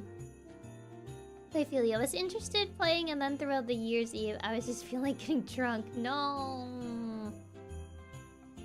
I think the only anime movies I have watched lately are the ones we have done some watch-alongs. I think literally that's about the same for me. Even when I get that bored, I just choose to watch YouTube or play games instead. So I literally zero cool any anime going on right now. You're an anime girl. Do your stream count as anime? Yes. We'll just put it that way. You can always watch Yasahime. I would rather not. I would rather not. I'm not that desperate to put myself through that pain. I would say I don't hate myself that much. The only ones I watched was a Spanish movie of Santa Claus versus the Three Wise Men. I don't think I watched that movie. I'd much rather just read manga than watch anime since it's faster. Yeah, I've been meaning to watch Korean anime, but I'm working on 2 projects. Have work, have VTubers to watch. A lot of things to do. It'd be like that. Well, then I watch anime all the time, so I watch Chiaki constantly. We'll just use that the little loophole. The Sonic count as anime? Oh god, we really are getting that discussion, huh? Oh god. It kind of reminds me of like that entire discussion that I would see like, is Avatar anime? And like a lot of people would kind of like argue whether Avatar was anime or not.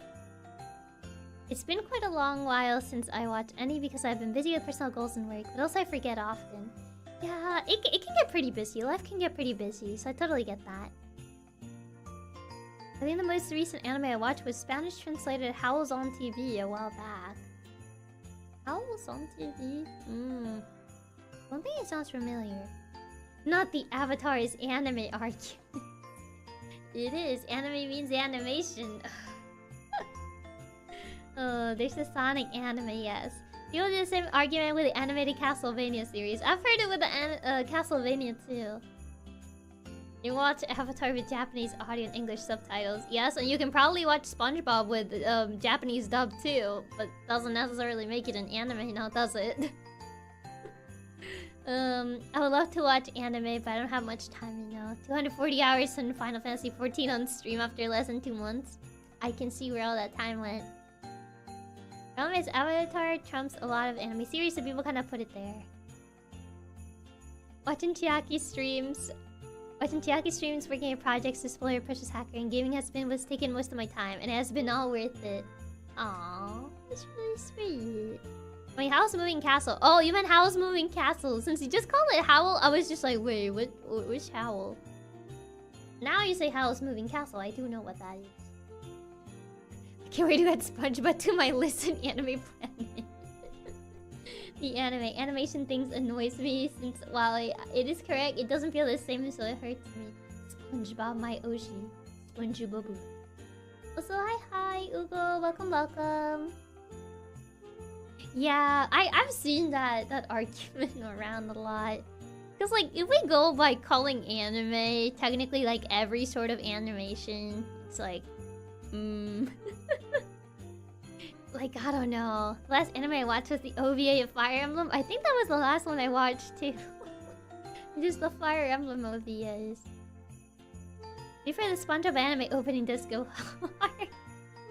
Oh, right. I love it. Just use anime cartoon indiscriminately. Life's so easy now. You probably just earn a couple enemies with that one, too. Oh, SpongeBob. I have to add the neat SpongeBob anime and delve into it. Also, hi, Cold. Welcome. Have you seen The Boy in the Heron? No. I never watched it. Never watched the movie. I've heard about it, but never watched it. I think it was in theaters over here, but I never went. And now it's not there anymore. Frozen movie is animation. But you wouldn't call it anime, so there's a line. I mean, if we're going by is it dubbed in Japanese, then yeah, at that point, Frozen is animation and also dubbed in Japanese. Therefore,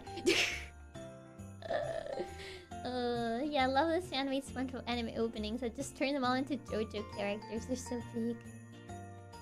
I do other things that don't let me focus on anime, but I've been taking time to just focus on anime. Finally finished Yu-Gi-Oh! 5DS last week, and I'm excited for Sakamoto Days and Apothecary Diaries. That's really neat. I think people used to confuse the meaning of anime and animation a lot in the past. Man, Disney anime movies are my favorite. Mulan is my wife. I even told myself I'll get to it too. Then I just never bothered to actually go. It does happen. Does Wallace and Gromit count as anime?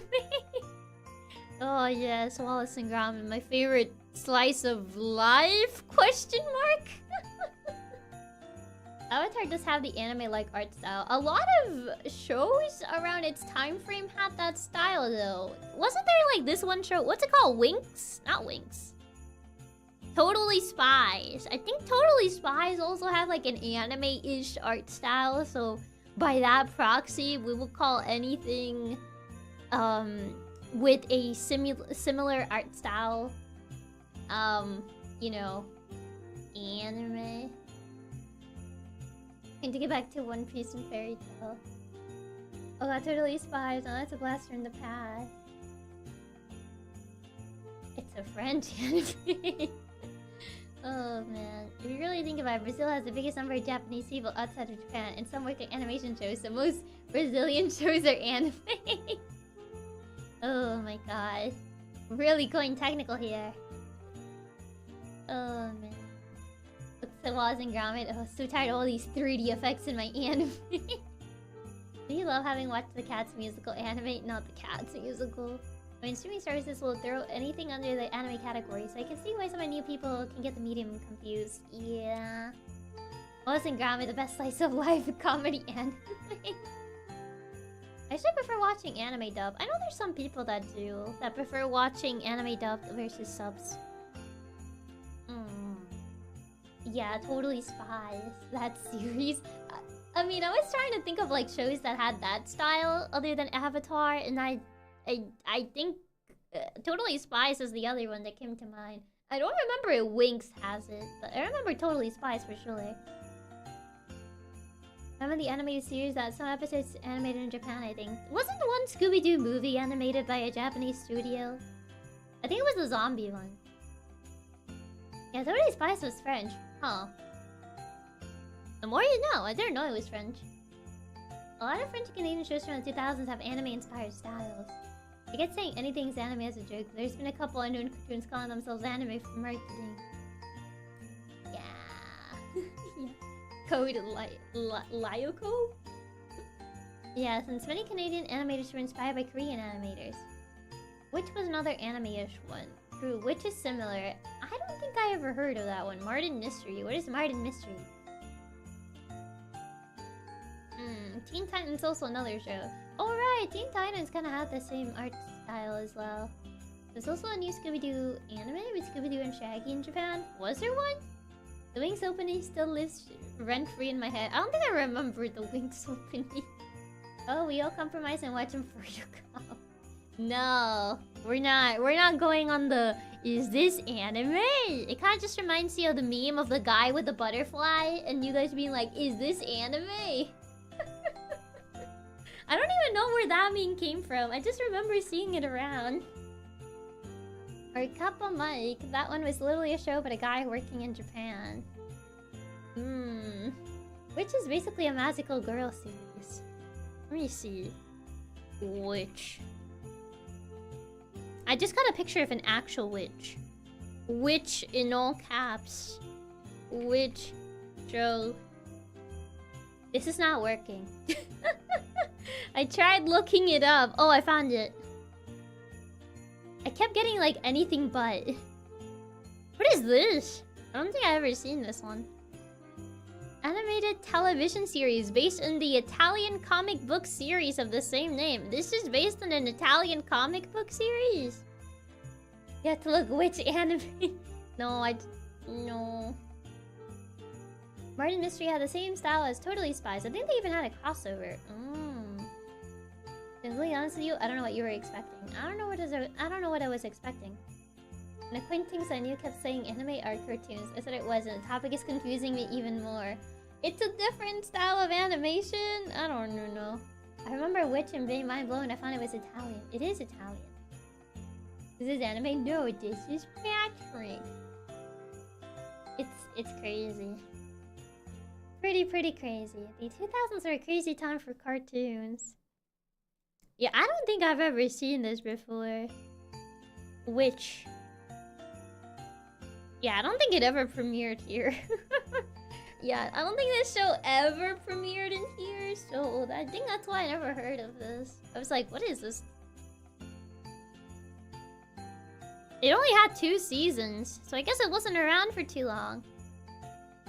Yeah, 2 seasons... Yeah, 2 seasons. 52 episodes, 2 seasons. It kind of reminds me a little bit of Winx for some reason. Like a funkier version of Winx. This is... I don't know. I don't know what to think of this show. Which was on Jetix or Nickelodeon? Are VTubers anime? In a way, we are indeed anime. I mean, Winx had the same idea. Maho Shoto anime. Top on Mikey was so good. Mikey was the only character drawn with thick lines, American style, while everyone else is drawn with thin lines like an anime. Winx definitely beats Lich. I can see the Winx comparison. I don't know, just looking at it, it was just like, it kind of reminds me of Winx. Shaolin Showdown was another one of those. It's an anime once that I can remember. Shaolin Showdown. Oh wait, I've seen this guy, the yellow guy. I have a vague memory of seeing this. I thought it was just a fever dream. I thought it was a fever dream. I remember seeing this little guy, this little bald guy. Shaolin Showdown was also a good show. Oh, that was so fun. Core memory unlocked. Summer season to remind me of the Jackie Chan anime series. Yeah, Winx, do you know I got a live action adaptation? I'm scared. Winx certainly succeeded better and achieved a lot more mass appeal. Yeah. Let's turn up. Happy New Year, Chiaki. Hi, Rule Warrior. Happy New Year. Yeah, it felt like a fever dream. I thought my mind just collectively imagined the show existing. What about Code Lyoko? A friend of mine thought it was a fever dream. In Japanese, anime is pretty much just the word for cartoon. In English, it refers to Japanese animation. Yeah, in Japan, it's just a different definition than over here. I've never seen this, but why do they have billboard foreheads? Why does Code Lyoko everyone just have like Jimmy Neutron heads? Ooh, they have the billboard forehead. You can play tic-tac-toe on that forehead. You actually looked it up? Yes, I guess you guys keep mentioning Code Lyoko, so I was like, what is this? Man, look at that forehead. Hold on. Let me get the picture. What is this? No, I want to keep that one. Okay, let's replace this. The big head. Yeah, they have like billboard foreheads. Where did this save? Oh right, I think I have to put it all files. Where are you? Where did you? Oh, there it is. Oh, it's just minuscule. They have the forehead, and afterhead. Look at that size of that forehead. That's crazy. You can play tic-tac-toe on that. Oh, this about World Tour girl that hides her forehead. What do you mean? Huh? What do you mean? Big. First was the worst one. It's massive. It's massive. Look at that. The fact that it's 3D makes it look even bigger. It gives her like Jimmy Neutron head. The 5 head. Yes, I can actually play tic-tac-toe on this. Pretty crazy. It's just like, what does her head look like that? Why did they make her forehead so big? Could stab people with that chin and cheeks. Very pointy. Actually, called Lyoko combines both 2D and 3D when they enter the virtual-like world. They have 3D models. It's a pretty fun show despite the massive foreheads. I remember the show ending in a cliffhanger that got resolved in an obscure French-only novel. That's crazy. That's not a 5-head, that's a 6-head. She's smart, she needs all that space for her brain. Man. Big brain. I mean, I guess so. I mean, is she even the smart one in the group? Yumi Ishiyama. What does it say about her? Oh, I got the Spanish wiki for some reason.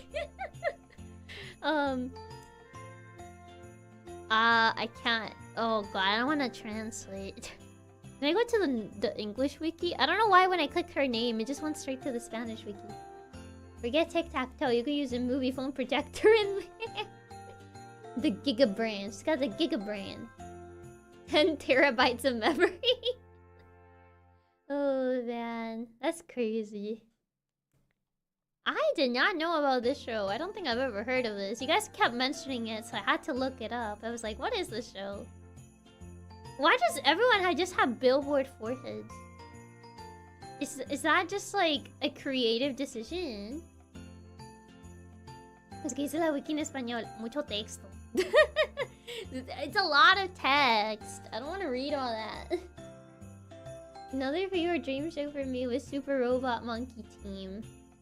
Monkey Team Hyperforce Skill, which I now realize has a light novel length title. That's a pretty long title. I remember watching on Jetix. Is the style. You ain't smart if no big head. Is that how it is? It just looks kinda... I don't know. I keep staring at the forehead. Like, I keep looking at pictures and everyone just... their heads just seem like... I don't know. I think it's the billboard forehead. It makes it hard to notice anything else. It's like... that's crazy. I remember this one. It was on TV back in the day at the same time as Yu-Gi-Oh! And Dragon Ball. This one, Code Lyoko. The foreheads really are distracting. Wait, there was an episode where I don't know who this is, but one of them has cat ears. They became... is this a cowboy? Oh my god. Like, what is this? What even is this show? One of them became a cat boy. What else is there to look at? To be fair, it's kind of hard to not stare at the forehead. It's almost the whole screen. Cat ears. So yeah, there was an anime. No. Yeah, the blonde one became a cat boy. This girl became a... I don't know what she's supposed to be. Takisu's cat, neurons activated. I was just like, they actually added the cats. I guess it is an anime. No, I don't want to watch it. But yeah, it's very interesting shows. Very interesting. The more you know. Okay. Well, goodbye. Sorry, cat boys. No, it just caught my attention. It just caught my attention that they made one of the characters a cat boy. Because usually that's more like an anime thing rather than a Western show thing. What's the name of the show? Code Lyoko. You spell it like this. Code Lyoko. That's how you spell it. Speaking of cartoons, I used to watch Penguins of Madagascar so much. I used to really like Penguins of Madagascar. I remember when we still had cable, I would watch Penguins of Madagascar. I really liked the Penguins of Madagascar show. It was really fun show. I really liked it. It is an anime. It's not. Oh, it's not an anime. It was fun to watch. Yeah, it's a pretty fun show. Kind of crazy how like Penguins of Madagascar, the penguins became so popular that they kind of just got their own like little spin-off. Who would have thunk? Honestly, the Penguins show is surprisingly good since a lot of times Those ones based on movies weren't the best. I don't remember the movies too much. I remember there was one where the dolphin was evil or something. But I don't remember if the movie was any good. And they got 2 movies. They got the one with the dolphin guy. And then they had one where they had this dog guy that was helping them or something. I don't remember too much.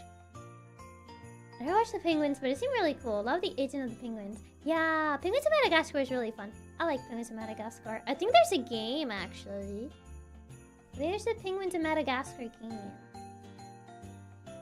It's made in Hong Kong, so it's already 50% anime.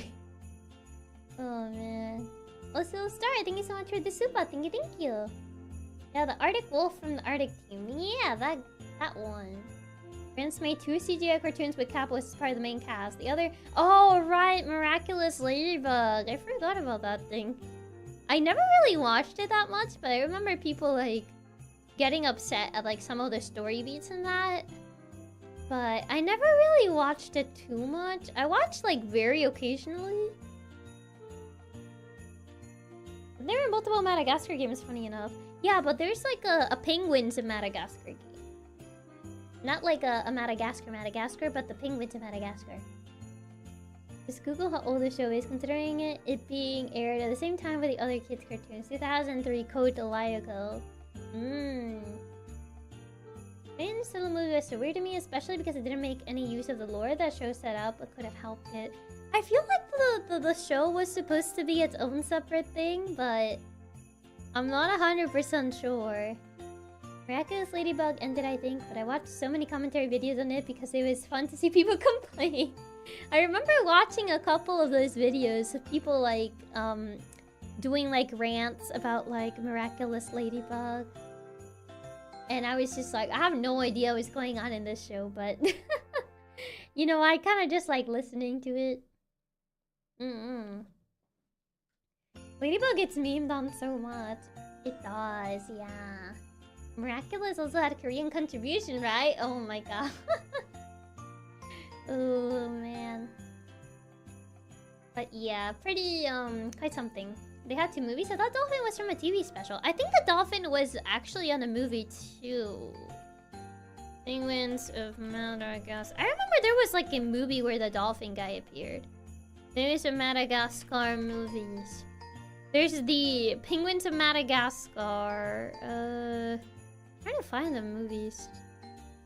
There's the one from 2014.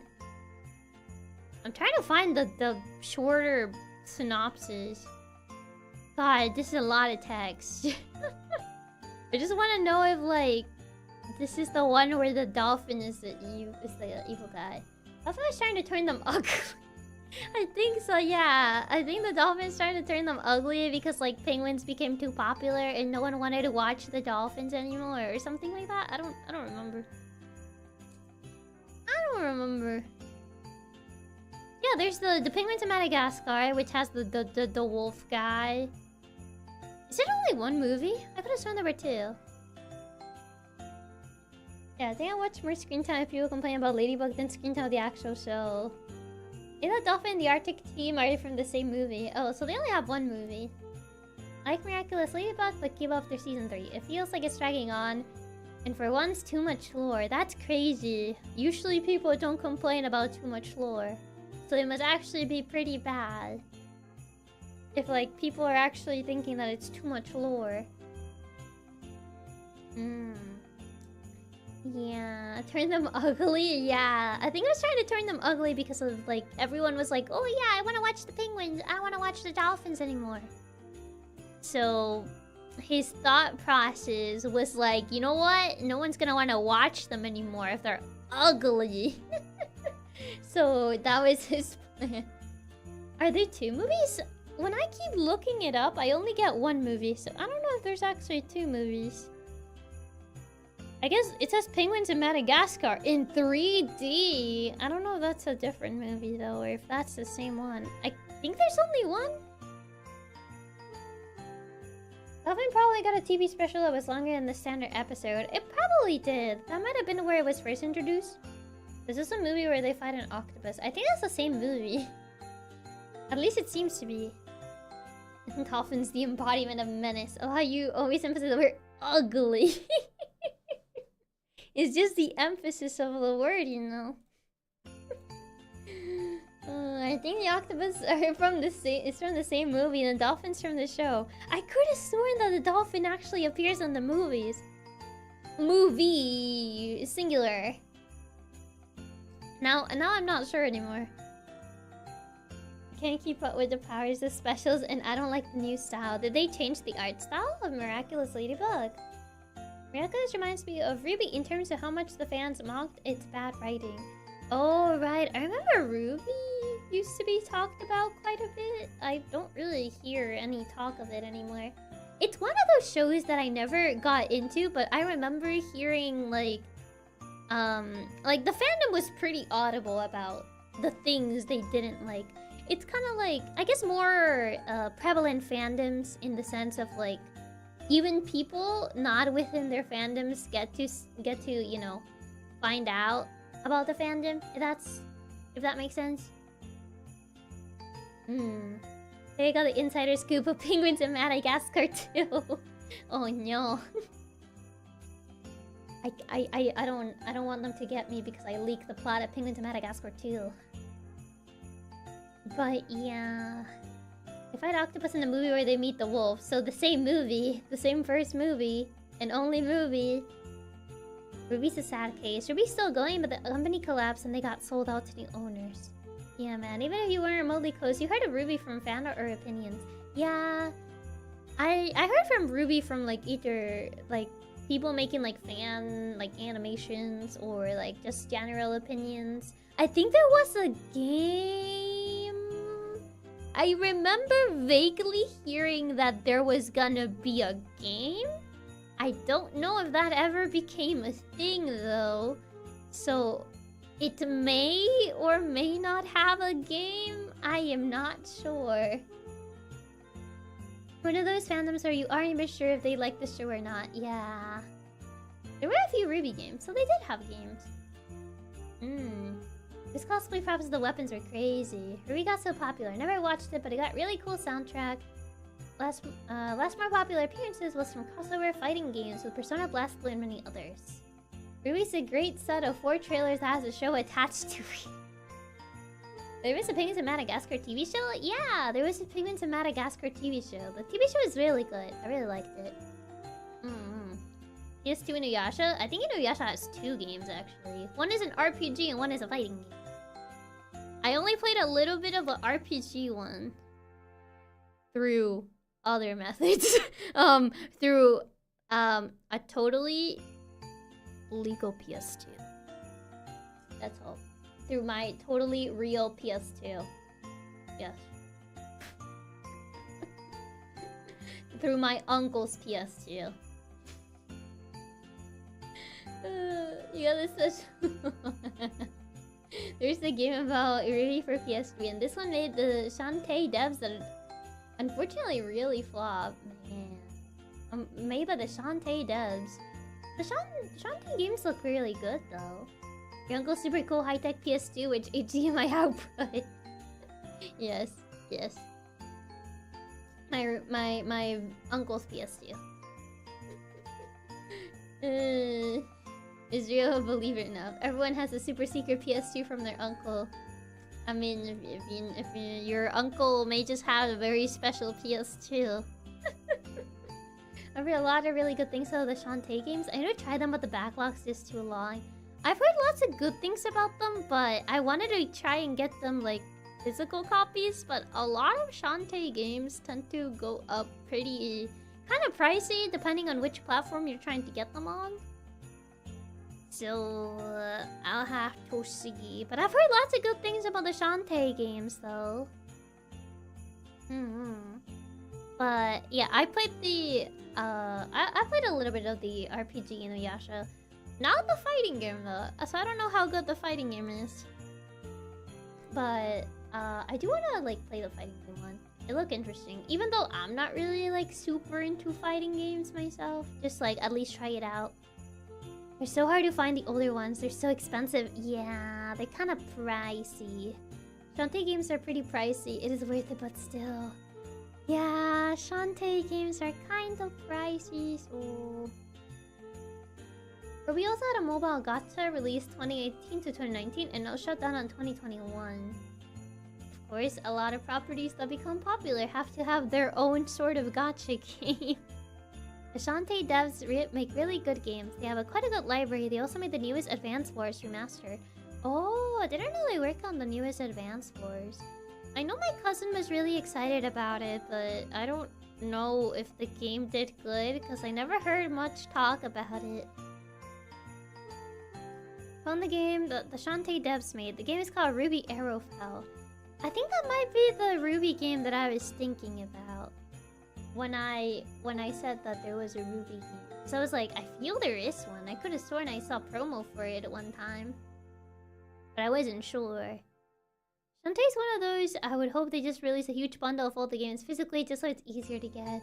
One can dream. Good luck in searching for cheap Shantae games. Yeah, Shantae is one of those series that's kind of pricey. Also, hi Birch. Welcome, welcome. Oh yeah, the Advance Wars reboot. That was a very unfortunate game. Did it not do well? What happened to it? I remember that people were hyped for it. They were like, oh my god, Advance Wars is getting a new game. And then it got delayed a bunch. And then it released. And it was like, eh. And then I just heard nothing about it. I can tell you with certainty that the fighting game was incredibly imbalanced. Source, a broken controller from my friend after I beat him with spamming Windfang. Or with his colony. Ah yes, very imbalanced. Just spamming Windfang. The new Advance Wars game is pretty good, but the series is still niche, so it didn't really get talked about a lot. It got delayed several times and it didn't sell that well. I do remember seeing it got delayed quite a bit, which was really unfortunate for Advance Wars fans, because they had been waiting for so long for a new game. And then it's like, sorry guys, we gotta delay it. And then it was, sorry guys, we gotta delay it again. It's like, I think it got good reviews, but the solid game is not the most popular. Yeah. I mean, I feel strategy in general is still kind of niche. Strategy and tactics in general. It did have one really cool feature that you could make maps for other players to play, so Chiaki should get it so we can troll maps for her. Wasn't there also the spiritual successor to Advance Wars with anthropomorphic animals? Fuga? Is that the one you're talking about? Look at Wikipedia. Ruby had a few other games. Grim Eclipse, Crystal Match, and the very creatively named Ruby Deck Building Game. I wonder if it's a deck building game. Oh, man. Oh, the Advance Wars reboot had two big issues. One, as the AI was really atrocious. Secondly, the change in art style and less animated 3D models for the units was less memorable. I see. On top, turn-based strategy. Real-time strategy is way more popular, but still not that much. That is true. You do see people talk about real-time strategy a bit more than turn-based. Which is a shame, because I really like turn-based, like, both turn-based RPGs, or I guess more turn-based strategy. I kind of prefer it, but I guess it's not that popular. But yeah. Yeah, Fuga. Oh, yeah. I've vaguely heard about it. I think I added it on my wishlist because I thought the gameplay looked interesting, but I never really ended up getting it. It's kind of one of those games that I just put on my wishlist like, yeah, I'll check it out eventually. And then I just didn't. And then I just didn't because too many games and yeah. Limited Run published the physical edition of the Shantae games, which is why those copies are often expensive. A lot of things that get published by Limited Run tend to reach outrageous prices. Oh man, can't wait to download Ruby Deck Building Game. I wonder what that's about. Yes, I bet it's a visual novel. Well, that seems really neat. I'm gonna try them out, but I really don't have time. Yeah, I kind of just like pause games that I'm interested on my wishlist, and then I'm like, I'll play it eventually, and I just, yeah. Yeah. Turn-based is peak. You can take your time to talk to people like with a board game. Yeah, I kind of just like turn-based combat in general. You can kind of like think it through and stuff.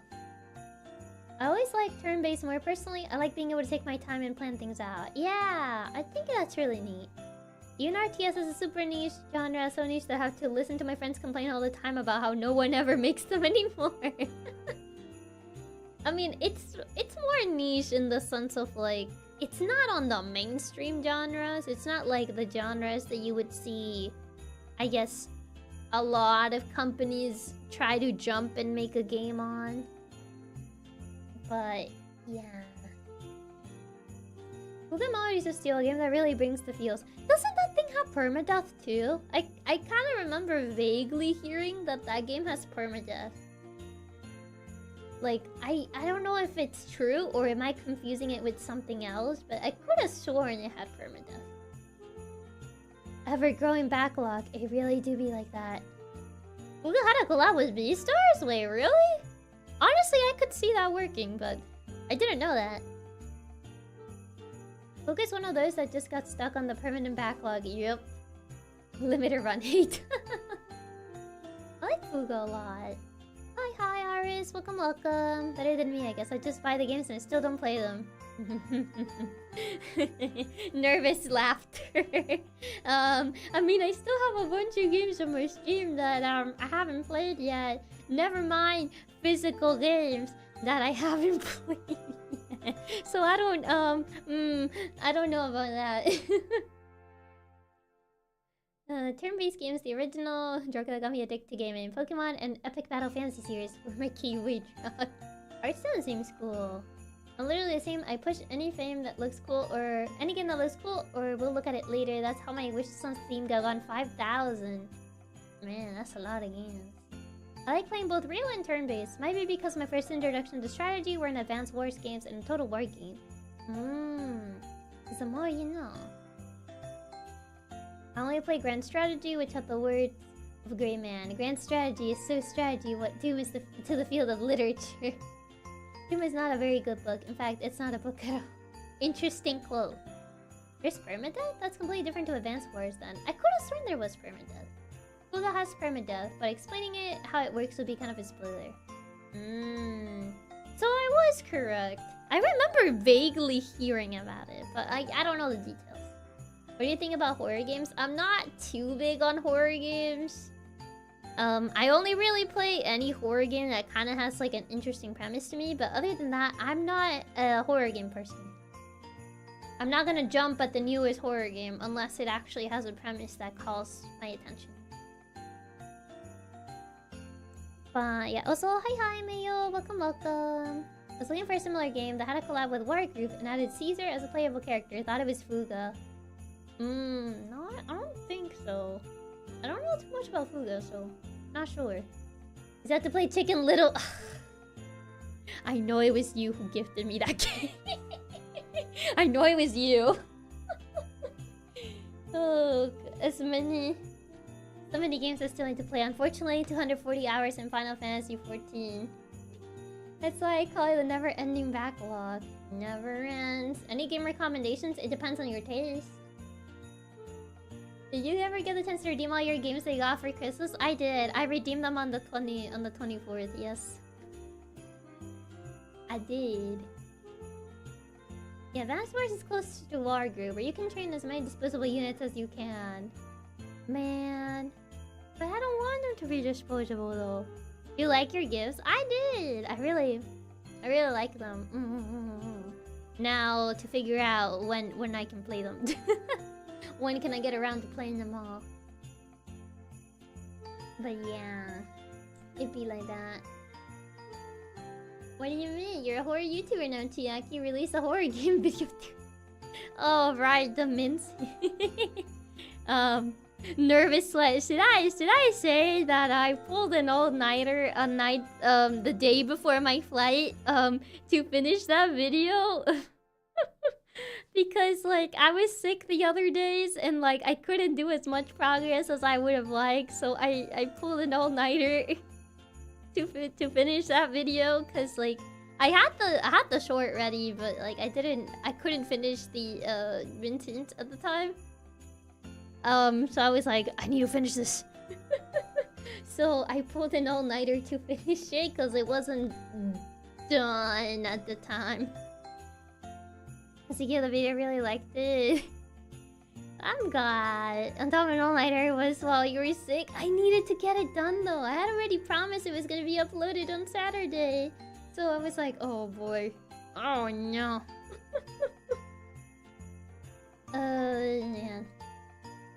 What I love my most played game on Steam is optionally turn-based. I knew real-time how you wanna see it.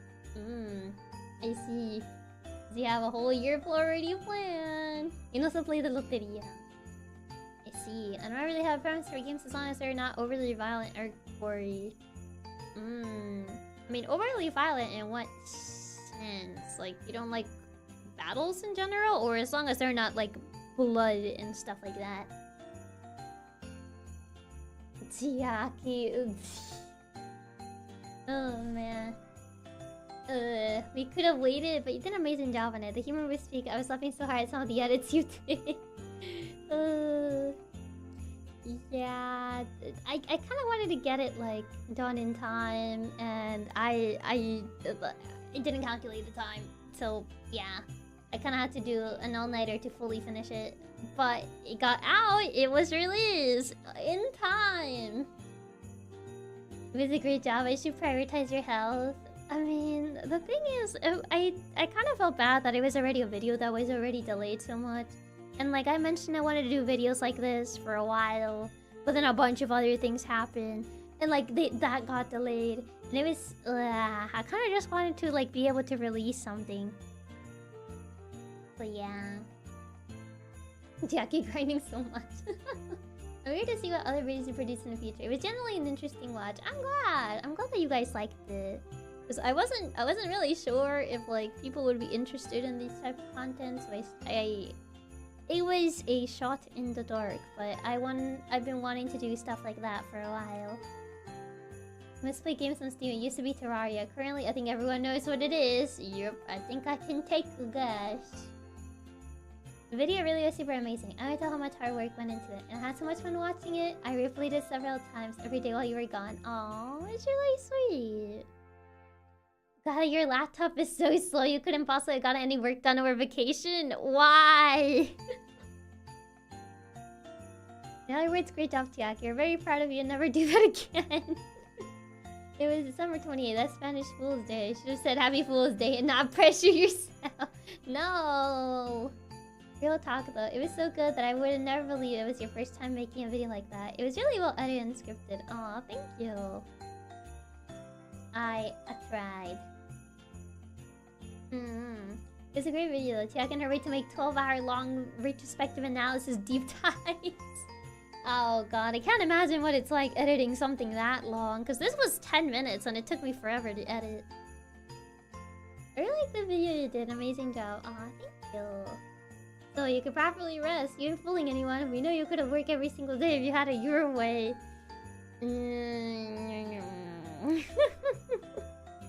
But I didn't though. I actually rested because I didn't have a choice. I mean, because, you know, I was on my trip. So, you know, it was fine. Rested. I rested so much you got bored of resting. Exactly. I rested so much that I got bored of resting. I love the video and it got me into checking the game out. I'm makes me happy that you guys enjoy the video. I actually feel editing those deep dives might be easier since at that point you just throw giant chunks of rambling together. I guess so. That's true. Doesn't matter if it's delayed or not. You being healthy and being happy will always be the most important thing to us. That said, the video was amazing and did help while we missed you. But you know you wouldn't have otherwise. I know some content creator it takes like 6 months to make a 2-hour long video. It can definitely take a while depending on like, I guess also what you're doing. For sure. 2 hours is a lot to edit and also all the content to like compile.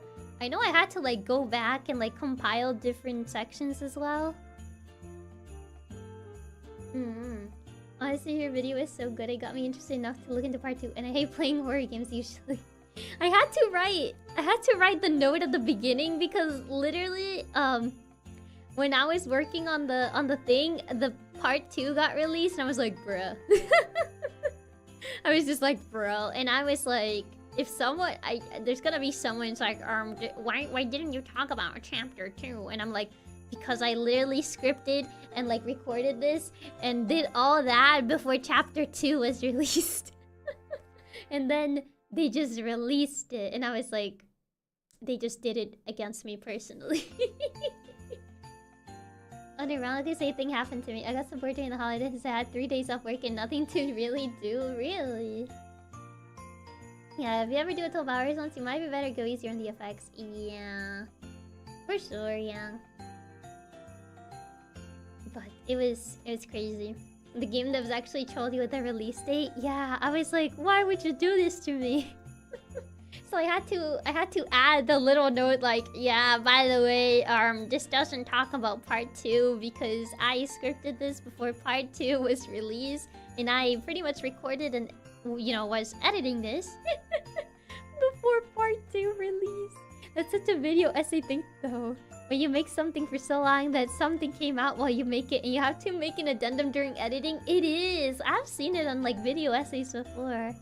I think I saw it on like a video essay that I watched about Corpse Party. They kind of had to mention like, yeah, I did this, I kind of like recorded and scripted this before like this other thing came out, so yeah.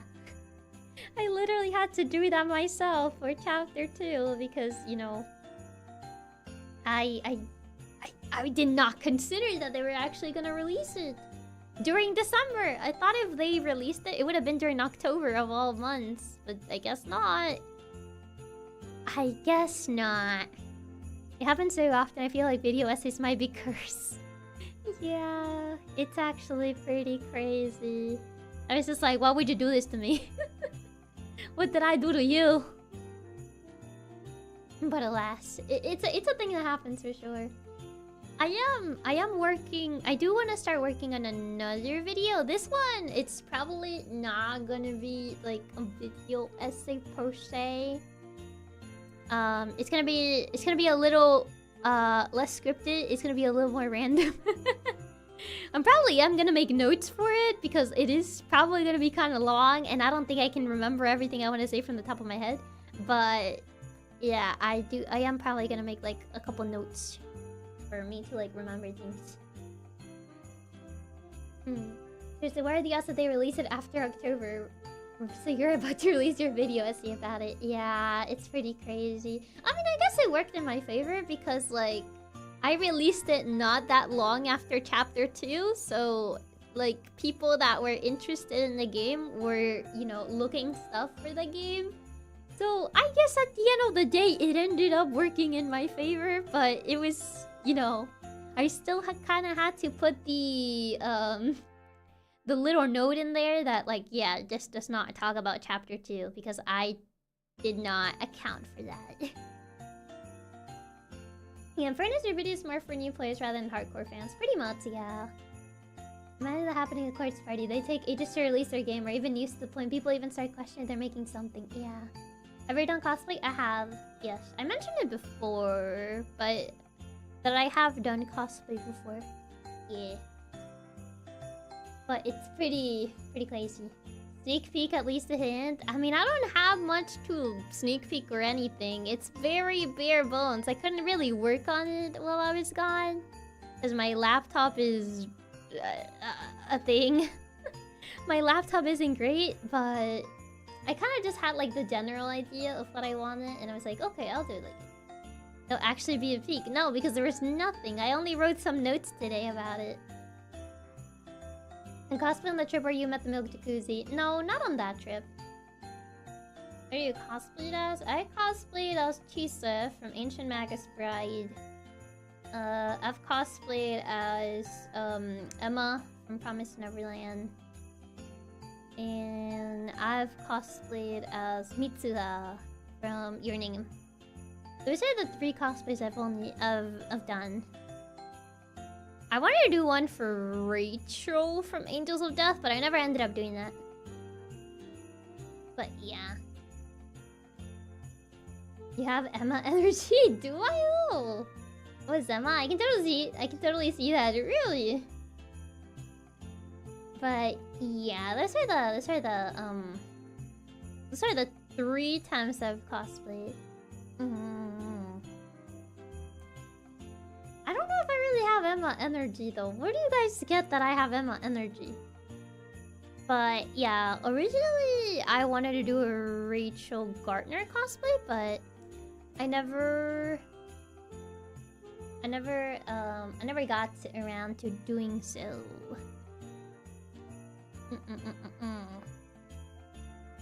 Alas. The one time I've done cosplay, it was Yukine from Noragami, and I would just rock the fit everywhere, including school. Ooh, that's a nice fit. I'm trying to remember. Oh, yeah, the jacket. Wait, do you do the jacket one, or do you do the blue sweater where he has his little hat? Because I remember technically this guy had 2 fits. He had like the green open jacket with like the white shirt, or he had like the blue sweater with like the hat. Every time I say it last, I look at the stream time because I think it's near the end. Why? Do I just usually say it last when I'm gonna end or something? I don't know if that's just a habit that I just happen to say. No hints to the time, like it being about mascots. I mean, if I say any hint, it's pretty much gonna give it away. Angels of Death, the most anime RPG Maker horror game. I mean, I would say there's other RPG Maker horror games that kind of have like the anime feel. Always happy, always determined, cares about her friends and family. You're Emma. But she's too Genki. I don't know if I'm that Genki. Oh yeah, you totally do have Emma energy. Really kind of like Emma intelligent and with lots of wisdom. Being able to analyze the situation. Yeah, the jacket is nice. I still have it somewhere. Actually, I like the green jacket with the fur a lot more. Yeah, I kind of like the green jacket fit more. Like, the blue jacket looks comfy, but I kind of thought the green jacket fit looked better. Oh no, that's just me. One's cosplay as Inuyasha. Ooh. But even by going barefooted, or do you actually get shoes for that? I know some people actually go, like, full and beyond. Like, if a character is barefooted, they'll actually walk around barefooted. Which I'm like, I admire the dedication, but I can only imagine your poor feet. You would say alas before end screen. You do say alas a lot. I didn't know I said that a lot. You do say alas a lot. It is true. But alas, it's getting late. I didn't know that I said that a lot. You do excuse, it's a nice way to end stream. This is lots after a trip. We'll be here for at least 5 hours. You're pretty Genki. In fact, you care to cheer us up before your trip. You do appear Genki. I mean, I didn't want you guys to be sad though. So, I try to think of like ways I guess I could cheer you guys up. Inuyasha with sneakers. I don't know why the mental image of that is so funny to me. Just see like I guess the more traditional Japanese outfit and then just wearing sneakers. Barefooted, 4 feet. Yeah, I went barefooted and had the fake nail claws. I admire the dedication. Imagine the calluses. Yeah. Not if it was in the middle of a really hot summer. I mean, I would say most conventions tend to be like inside, but still, it's a lot of walking to be barefooted for. But alas, it's getting late and I need to eat dinner. One of Chiaki's most spoken phrases. Why is that like one of the phrases you guys quote me for? Clearly, I have better phrases than that. Or at least I would hope I do. You're incredibly Genki. Interesting. I don't know. I usually wouldn't see myself as like super Genki or something.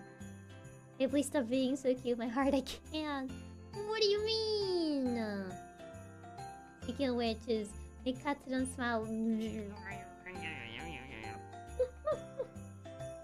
I was only a little sad since Chiaki did so much to cheer us up so much. I only ended up crying a total of 17.5. Why do you count them though? Once saw a person wearing a convincing muscle suit at a con. Thought he was actually shirtless. Aren't those like usual outfits very easy to tell that they're fake? Unless they're just make like very realistic looking ones now. Not too bad though.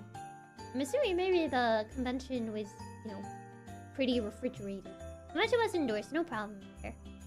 I guess so. I guess it's just like usually in conventions you do a lot of walking, so being barefooted is usually not like the best. You also have the unbelievable. I just remember that one of my friends, she quotes me like, I think she one time she just started saying like every quote that I say, like unbelievable. That's like one of the things I usually say a lot apparently. Or is that so? And I'm like, stop it. I don't appreciate this very much. Also, bye-bye, Aris. Thank you for stopping by. I don't think I've ever said that phrase before. I had to instantly tear Katsu's up after looking at your cute tweet. Like the voice tweet immediately made us tear up. It was so adorable. Aww. Thank you. I'm glad you guys like the little voice tweet. It's very cute and kind of genki. Yeah, really. There's the message, Chiaki. You got it. You guys get the sentiment. You don't need me to say it. You don't need me to say it. If the makeup is well done, it's hard to differentiate the muscles unless you touch them directly. I mean, do people usually do makeup on their abdomens to kind of like simulate the muscles? Do they? I thought more people just like wear like the muscular suit. I guess the type of person always hug and pick up when saying hi. Oh no.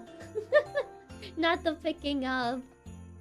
Some of the fake muscle suits are hilariously bad, but silicone ones can be pretty convincing from a distance. Katina's varios latiguillos? What does that mean? Latiguillos? Is that so? Such a Chiaki face. We always got that one friend that repeats her vocal tics back to us and it always hurts to hear. Yes. Yes, she has repeated my vocal tics a lot and I'm like, I don't appreciate you very much. I love the Chiaki gifts a lot, especially the oh my god one with the cute little dance. What, with the one with my eyes go wide? I think that was like the first gift that was ever made of me. Say what? We might actually need you to say it. Actually, both of those. I started saying it in my day-to-day life because of you. Unbelievable, and is that so? So thank you for that. Oh no, it's spreading. Palabra frase que se repite al final. Oh, I see. So that's where that is. That's the first time I ever heard that word. No importa. Very accurate. Is that so? I don't know, Chief. I forget I say that a lot. I kind of, cause I know when I was like cooking with my cousin, I said like I don't know, Chief, or okay, boss. I say I don't know, Chief, like a lot. Even like outside the stream, I just say it a lot. I'm like I don't know, Chief. I don't even know where I got it from. I think I just in general have always said that for some reason. People do contour the muscles. More you know. Yes, they even add fake shading and everything. Ew, that's crazy. We need to say it though, Chiaki. Remember you said that, so we'll forget if you don't. One of my friend went as Kagome, another one as Sango. You missed the Miroku. And the little fox creature, sheeple. It is what it is. Unbelievable. Is that so? I don't know, Chief. And of course, never forgetting your best cool little boo baby man. Oh no. This is my legacy, huh? But alas, I don't know, Chief. I don't know, Chief is the one that you caused me to say a lot too. I don't think I ever said it before watching it, but now I catch myself saying it pretty often. It's spreading. The I don't know, Chief is my favorite one of your phrases. Nah, I didn't miss Miroku. They left that man behind on purpose. But that's Sangos's man. You know, questionable choice. But still, that's Sangos man. Even if it's a questionable choice altogether. If for that many of them, you could build a whole dictionary. Oh man. Might as well add the more you know. But also, alas, it's a very good way to reset my brain because it makes me stop focusing on stream and look at the times to use it wisely. Oh man. I see. So hi, MIT. Welcome. Good morning. Yeah, we were with 3 people. Could not get anyone to come as Midoku and Shippo. Oh, that's fair. No, Chiaki's phrases is really stuck with me. Sometimes I need to be careful to not use it with my family. To be fair, I just say them like even outside of stream. Oh man. That's why I have friends that just mock me because I just say them so much. Like, is that so? I don't know, Chief. Like, and I'm just like, I don't appreciate you repeating my own phrases at me. You're making me self-aware. Time to start trolling the cutscenes the same, but alas, 2 hours in to give us panic attacks. No. And just give up and say it sometimes. Straight out my mom's face. Unbelievable. I can see it. Speaking in Spanish with the family and suddenly an I don't know, Chief. I think usually I say it more with friends or just like, I don't know, Chief. I just kind of like say it. It's just so ingrained in my brain. I don't know. I had to stop myself. I was like, I noticed it. It was happening. I felt it. I actually felt it happening. I was like, wait. Now I'm being so self-aware. I was about to say it. I was about to say it again. What's up, Chiaki? Hi, Savage. Welcome. Time to get more. That would actually be surprising. Oh no. My friends are keenly aware that every time I say unbelievable, they have you to blame. Oh no. I guess my influence is that strong. Having to prevent herself from saying them now. It's so ingrained in my vocabulary that it's really hard to just not say it. Do you say no lo sé, jefe when speaking Spanish?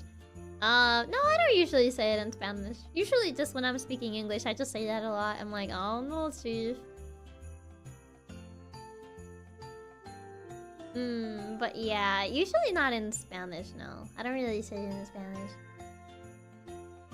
But yeah. I think I do say an equivalent in Spanish of like, is that so? But not the other phrase. Being aware of your lines for repeating them is just a signal we're really used to you. To be honest, it's really endearing. We Katus also have phrases we say often. Don't worry. Happy New Year. Happy 2025. And sibling ingrained into my vocabulary. Can't see it as being easy to drop. It's just so ingrained into my vocabulary. And I don't even know where I got it from. It just one day, it just happened. I just started saying it. And it just became so ingrained into my brain that I just can't go back.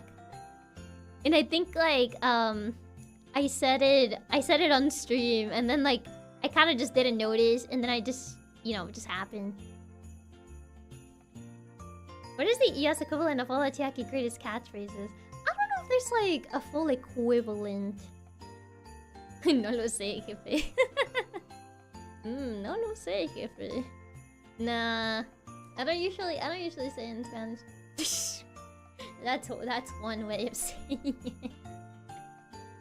I don't know. It kind of depends. Do I have a catchphrase? I don't know. Do you have a catchphrase? I mean, more than a catchphrase, it's like a verbal tick, I guess. What's the ES? Is that so?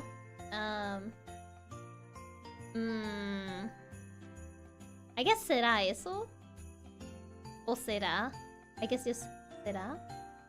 I don't know, it kind of depends on the situation. Spanish is a very, like, situational language. So it's kind of hard to get, like, an equivalent because, like, Spanish is very situational. It very much depends on what you're talking about. And the word can make sense or not. So it's very hard to kind of like find a proper translation for things because of that. Yeah, it's less a catchphrase and more of something like a verbal tick. Yeah, we live in a society. Bottom text. Yeah, I had a teacher who used to say, as far as that's concerned, constantly. He said it 60 times in 40 minutes. You counted? I think he does have a catchphrase. Though, since she hasn't, you've been hacked reading. That is true.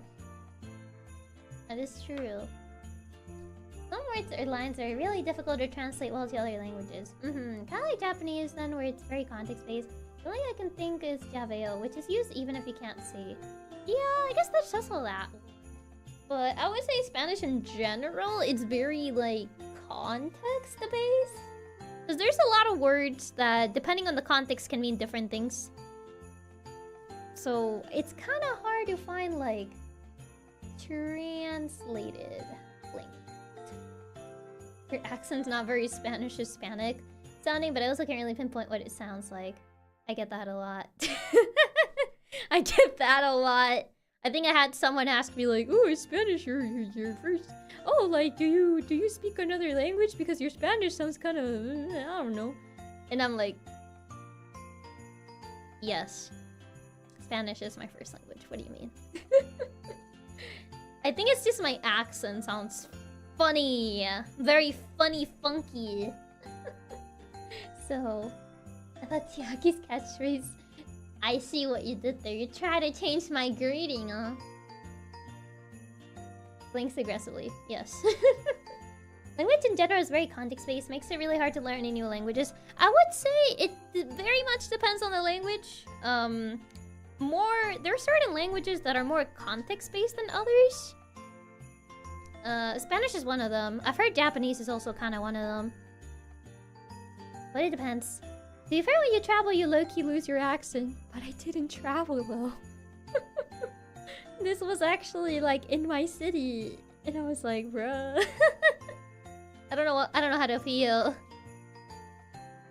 Having no identifiable accent in either language, making people think it's not your mother tongue. Yeah. Yeah. Pretty much. It reminds me of this British YouTuber I watch. His accent has slowly become more and more American the more he streams. I feel like I've heard of that happening. Like, people that have, like, accents in English, for example, like, they get Americanized. They took a trip last 2 weeks. I mean, I did, yes, but I don't think my accent just kind of changed because of that. It's always just kind of been like that. People are like, "Oh, your accent sounds kind of funny." And I'm like, what do you mean by that? Oh, your Spanish accent is beautiful. It doesn't sound weird. To the contrary, it's really cute and girly. I do speak Spanish, so I have heard many accents. I was about to ask, why do you sound more American so suddenly today? What do you mean? I sound the same as I've always sounded. And when you speak with people that speak other languages or from different, you mix your accent with theirs. I speak German. People think I'm British, even though I'm Dutch. Aw, that's interesting. Also, hi, Curb. Welcome. Imagine hearing, where are you from in your hometown? I'm just like, okay. I mean, your Spanish right now is pretty American? What do you mean? What do you mean? I would say my Spanish would sound more Americanized if, like, I had more of an American accent. I don't think I have an American accent when I speak Spanish. I think it's also that I'm a little bit more self-aware when I'm speaking Spanish. So I tend to speak slower because I get afraid of people not understanding what I'm saying. As if I spoke how I usually speak, like, outside, I feel people would be like, huh, what? And I'm like, I usually try to speak slower, whenever I do speak a little bit of Spanish on stream. So, yeah, I think there's also that. I get that though. I have a slight southern accent since my mom is from Texas, so people ask me where I'm from all the time. I guess, like, it can also be, like, from parents' side. I don't see the American accent with your Spanish. Clearly, Chiaki has a southern accent. She's my favorite southern streamer, after all. Right now, I mean, I don't know what I would even say. I get it a lot. Speaking Portuguese, people always ask me to slow down. I feel like with your first language, it's very common that you would start to speak faster. Which is kind of like why I try to slow down a lot when I speak Spanish. Because like, I can speak kind of fast when I'm speaking Spanish. But I usually slow myself down. So, yeah. I don't know. Why did I have to say that? Call yourself cute in Spanish instead of standard.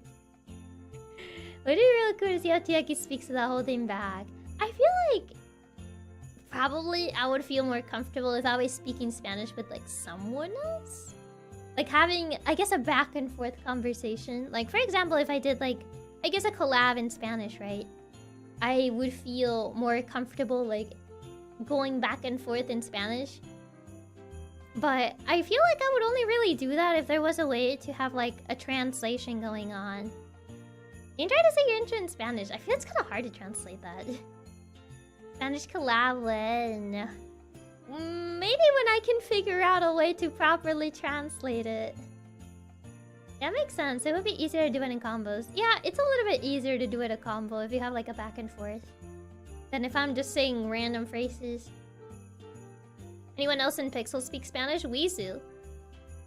Weezu speaks Spanish too. But I'm not sure about like how much Spanish she speaks. I know she has sung in Spanish too, but I think she had a Spanish collab with IU? I think so. I'm not 100% sure. I have heard her sing in Spanish quite a couple times. But I think singing is a little bit different though than like actually, I guess, having a conversation. Because when you're singing, outside of rapping, right? You are going a little bit slower than in comparison to speaking. So it's a bit different. So I'm not 100% sure like how much Spanish she tends to speak. A Spanish collab with IU rings a bell. Yeah, I could have sworn I saw she had a Spanish collab with someone. I think IU, but I'm not sure. I'm actually new to these contents. I'm sorry from English, by the way. A little hi from France. Hi, Curve. Welcome, welcome. And no worries. Thank you for stopping by. Yeah. I think Spanish is also her first, but I'm not sure. I think so. I just haven't heard her talk too much in Spanish outside of, like, singing. The Spanish karaoke she did recently was also spoken in Spanish. I see. Her makeup stream had a Spanish-only bot, so if I recall correctly. Oh.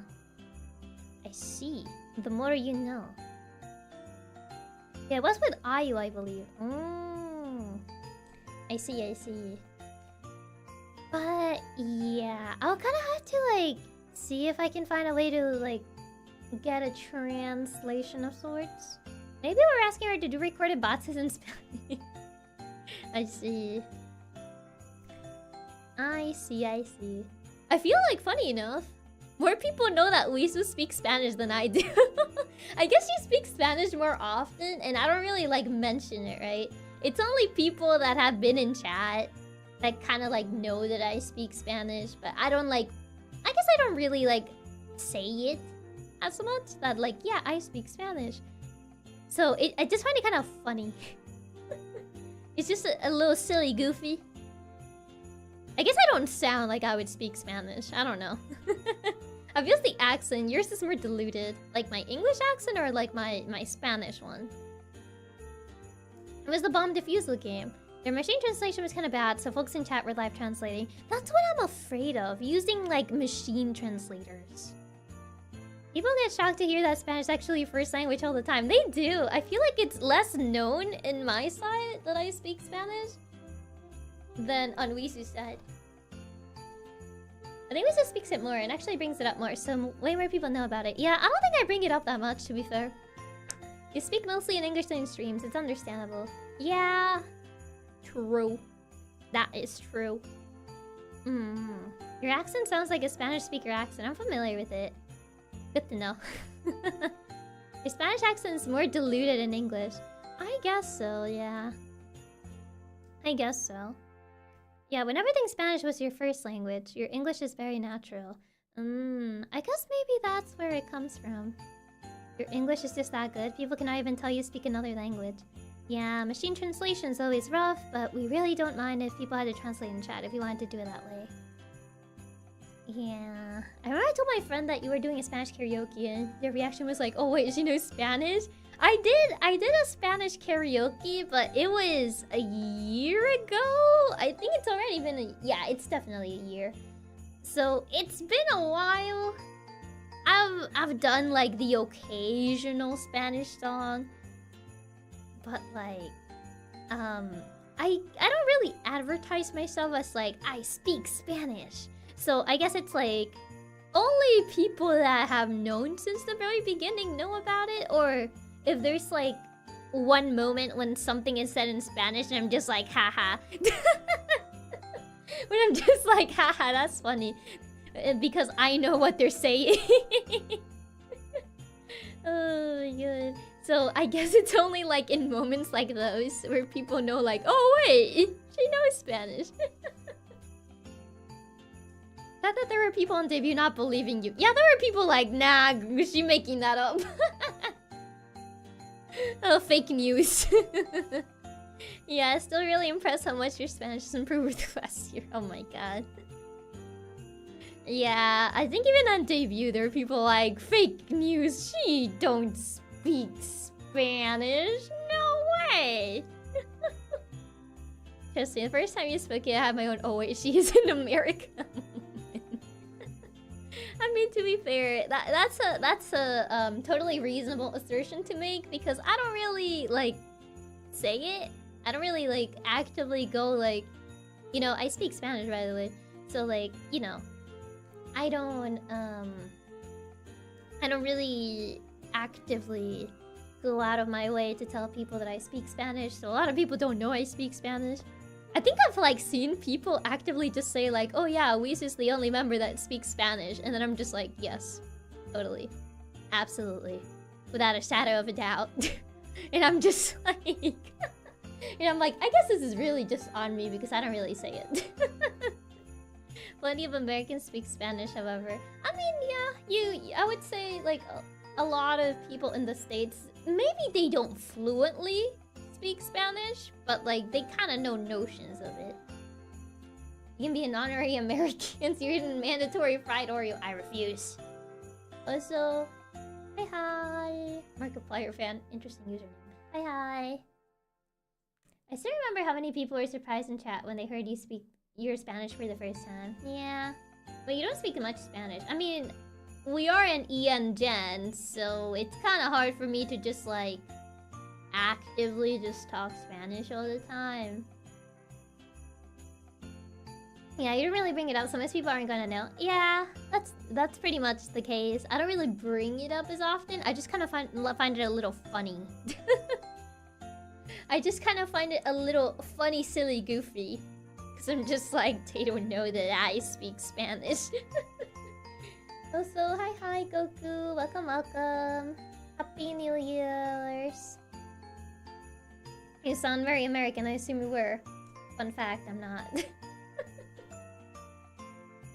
I hear Christmas music? Yes, I didn't change my BGM. I just came back from my trip and I didn't want to look for my old BGM. So we're just gonna have the Christmas BGM. It's Christmas even in January. EN Gen implies the existence of a non-EN Gen in the future.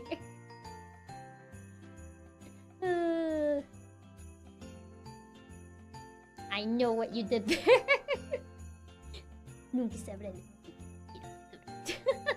I see what you did there. I see the text. And I understand what you just said. It's in fact not American. Just leave it. It'll be relevant again in 11 months. It's gonna be Christmas forever. I decide when Christmas ends. And it's not gonna end. Not today. But maybe tomorrow I'll change the BGM. It's Christmas all year round. But if it was Christmas all year, then it wouldn't be the same. But Chiaki, they just won't know where to leave her gifts. Well, sorry, I had to take down the tree while I was gone. For Santa, I gotta work overtime now. No literally works one day in the entire year. Come on. It literally works a singular day the entire year. Pixel girls are English only except for Wizu, Chiaki, and then Kanna cry in the corner. I feel like more people know that, for example, like Miuna and Kana, like, you know, speak other languages besides, you know, English. But I don't know why, like, it just, well, I do know why. Scratch that. I do know why. It's because I don't actively say it. But, like, I just find it funny. It's just like, yeah, she totally only speaks English. I'm like, sure. Not to influence anyone or any Pixel VR would be fire. Just say, I see what you're doing there. Does that mean if I say Chiaki super dulce y alguien bastante amigable y la queremos mucho, she wouldn't understand what I'm saying? Totally not. I think most people know Kana and Miuna speak other languages. It really is only you that people don't know about. Yeah! I mean, I guess it's because I just don't say it. It's just because I don't say it, you know? I don't actively go out of my way to, I don't know, say it? I don't know, it's just... I don't know, it's kind of weird for me to just mention, like, by the way, I speak Spanish. Like, I don't know, like, in what situation, in what realistic situation would I just go out of my way to just be like, I speak Spanish too? Like, you know. If Pixeling VR actually did happen one day, it would be so funny. Oh, Chiaki, you read so fast. You read that so fast considering you didn't understand what it said. Yeah, am I right? It's crazy. Yeah, it's crazy. Don't say it and don't really speak it often, so it just doesn't get talked about as much. Pretty much, yeah. Yeah. I mean, it's not... Is it not impressive to say you're bilingual in a place like streaming? I mean, I guess so, but like... A lot of people don't think I am, though. Yeah. I would say it is impressive, I guess. Just change every 5th sentence to Spanish so that people get reminded about it. An example, when you don't remember a word in English. Yeah, there is that. There is those times, but like... I guess it doesn't happen as often for people to just know. For someone like Kana, the time zone also makes it more obvious. Well, yeah. Yeah, the difference in time zone makes it more obvious. Well, Miuna and Kana have like very distinctive time zones in general, so... Yeah, I don't normally start conversations with like, hey guys, by the way, I also speak Spanish. Unless the game has someone speaking it, there really isn't much reason for you to be fair. Yeah. Relearn French? Oh, no, I don't think I can. Like, it's super impressive. Not only do you speak Spanish, you speak English better than most Americans do, too. Oh, man. I just thought it's kind of silly. Kind of silly goofy. But, it be what it be. I forgot I left my water all the way over there.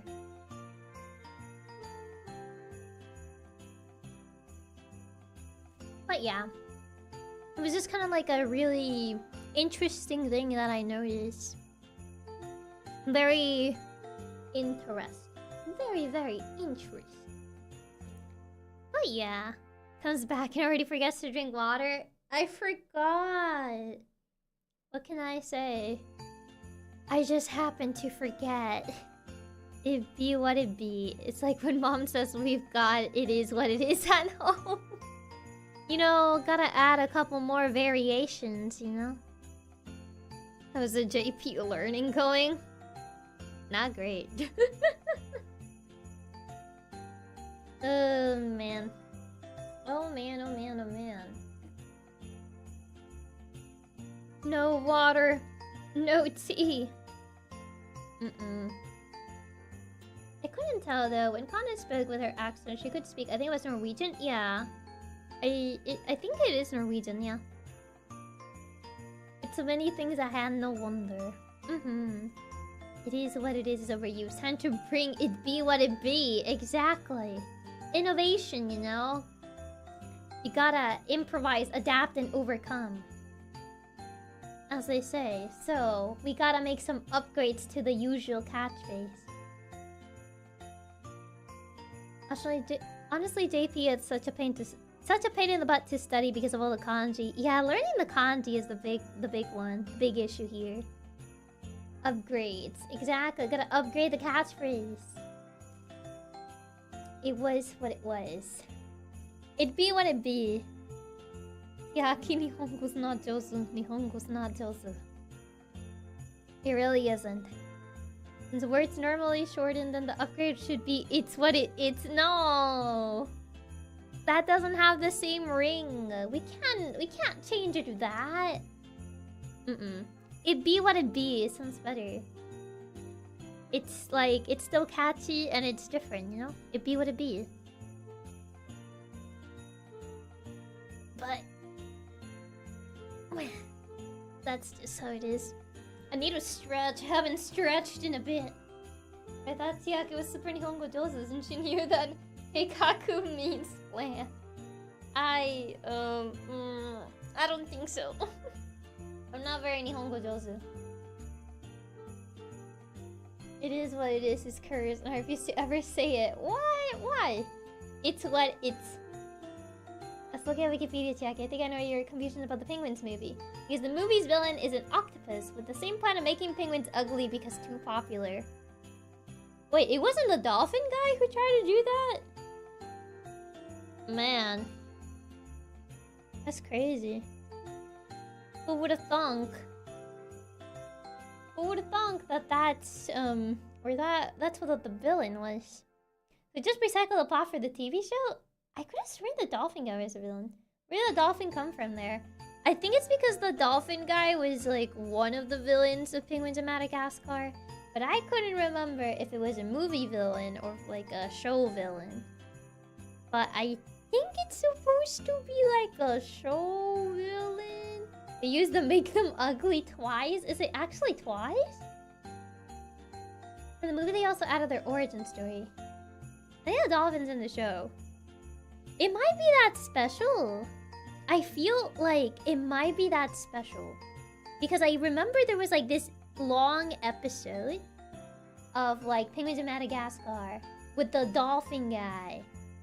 And like he had the whole like the laugh, the dolphin laugh.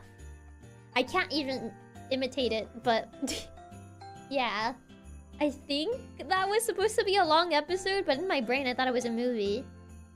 Now I'm not so sure anymore. Now I'm not so sure. Then who was the villain in the movie? Apparently an octopus. Apparently the dolphin's called Dr. Blowhole. Oh, because of the dolphins? Like, blowhole? Give me Chiaki, but I opened your debut stream, check language part, and I got a whiplash from the voice difference then and now. I mean, I also was like very nervous that day, to be fair. The whiplash! Is it really that different? Is the whiplash really that bad? I'm getting scared. What do you mean, Chiaki? You have the dolphin laugh. You can clearly do it. I don't laugh like a dolphin. Thank you very much. I don't think I laugh like that. I'm trying to like... I mean, I can't really like visualize my laugh, but like, I don't think I laugh like that. I checked an older stream recently, and yes, you sound so much different now. Now I'm kinda, I feel like now I have to go back. Didn't we already do a comparison of you now and to be improved they were different? I mean, I remember sounding nervous, like I heard my voice shake, but I don't remember it like being different, as in like, tone? At least not from what I remember. I sound more confident when talking now compared to back then. Yeah, I think back then I was very scared. I was like... So I think it was also that... I was very... You know, nervous about things back then. So I think it's also a combination of that. But I don't know. I have to check. Dun dun dun dun dun dun. Dun, dun, dun, dun, dun, dun. Holy true, you sound way more fluent now. Wait, what do you mean? The nerves do that. Do I really sound that different? Now I'm just like, So you were a boo-boo baby back then. Yes, I was indeed a boo-boo baby. Readily and effortlessly. Yeah, you sound way less nervous now, plus I feel like your mic settings are way different now since the quality's way higher too. I could have sworn I used the same mic though. Funny enough. Remember you said you were nervous about talking for too long, now look at us.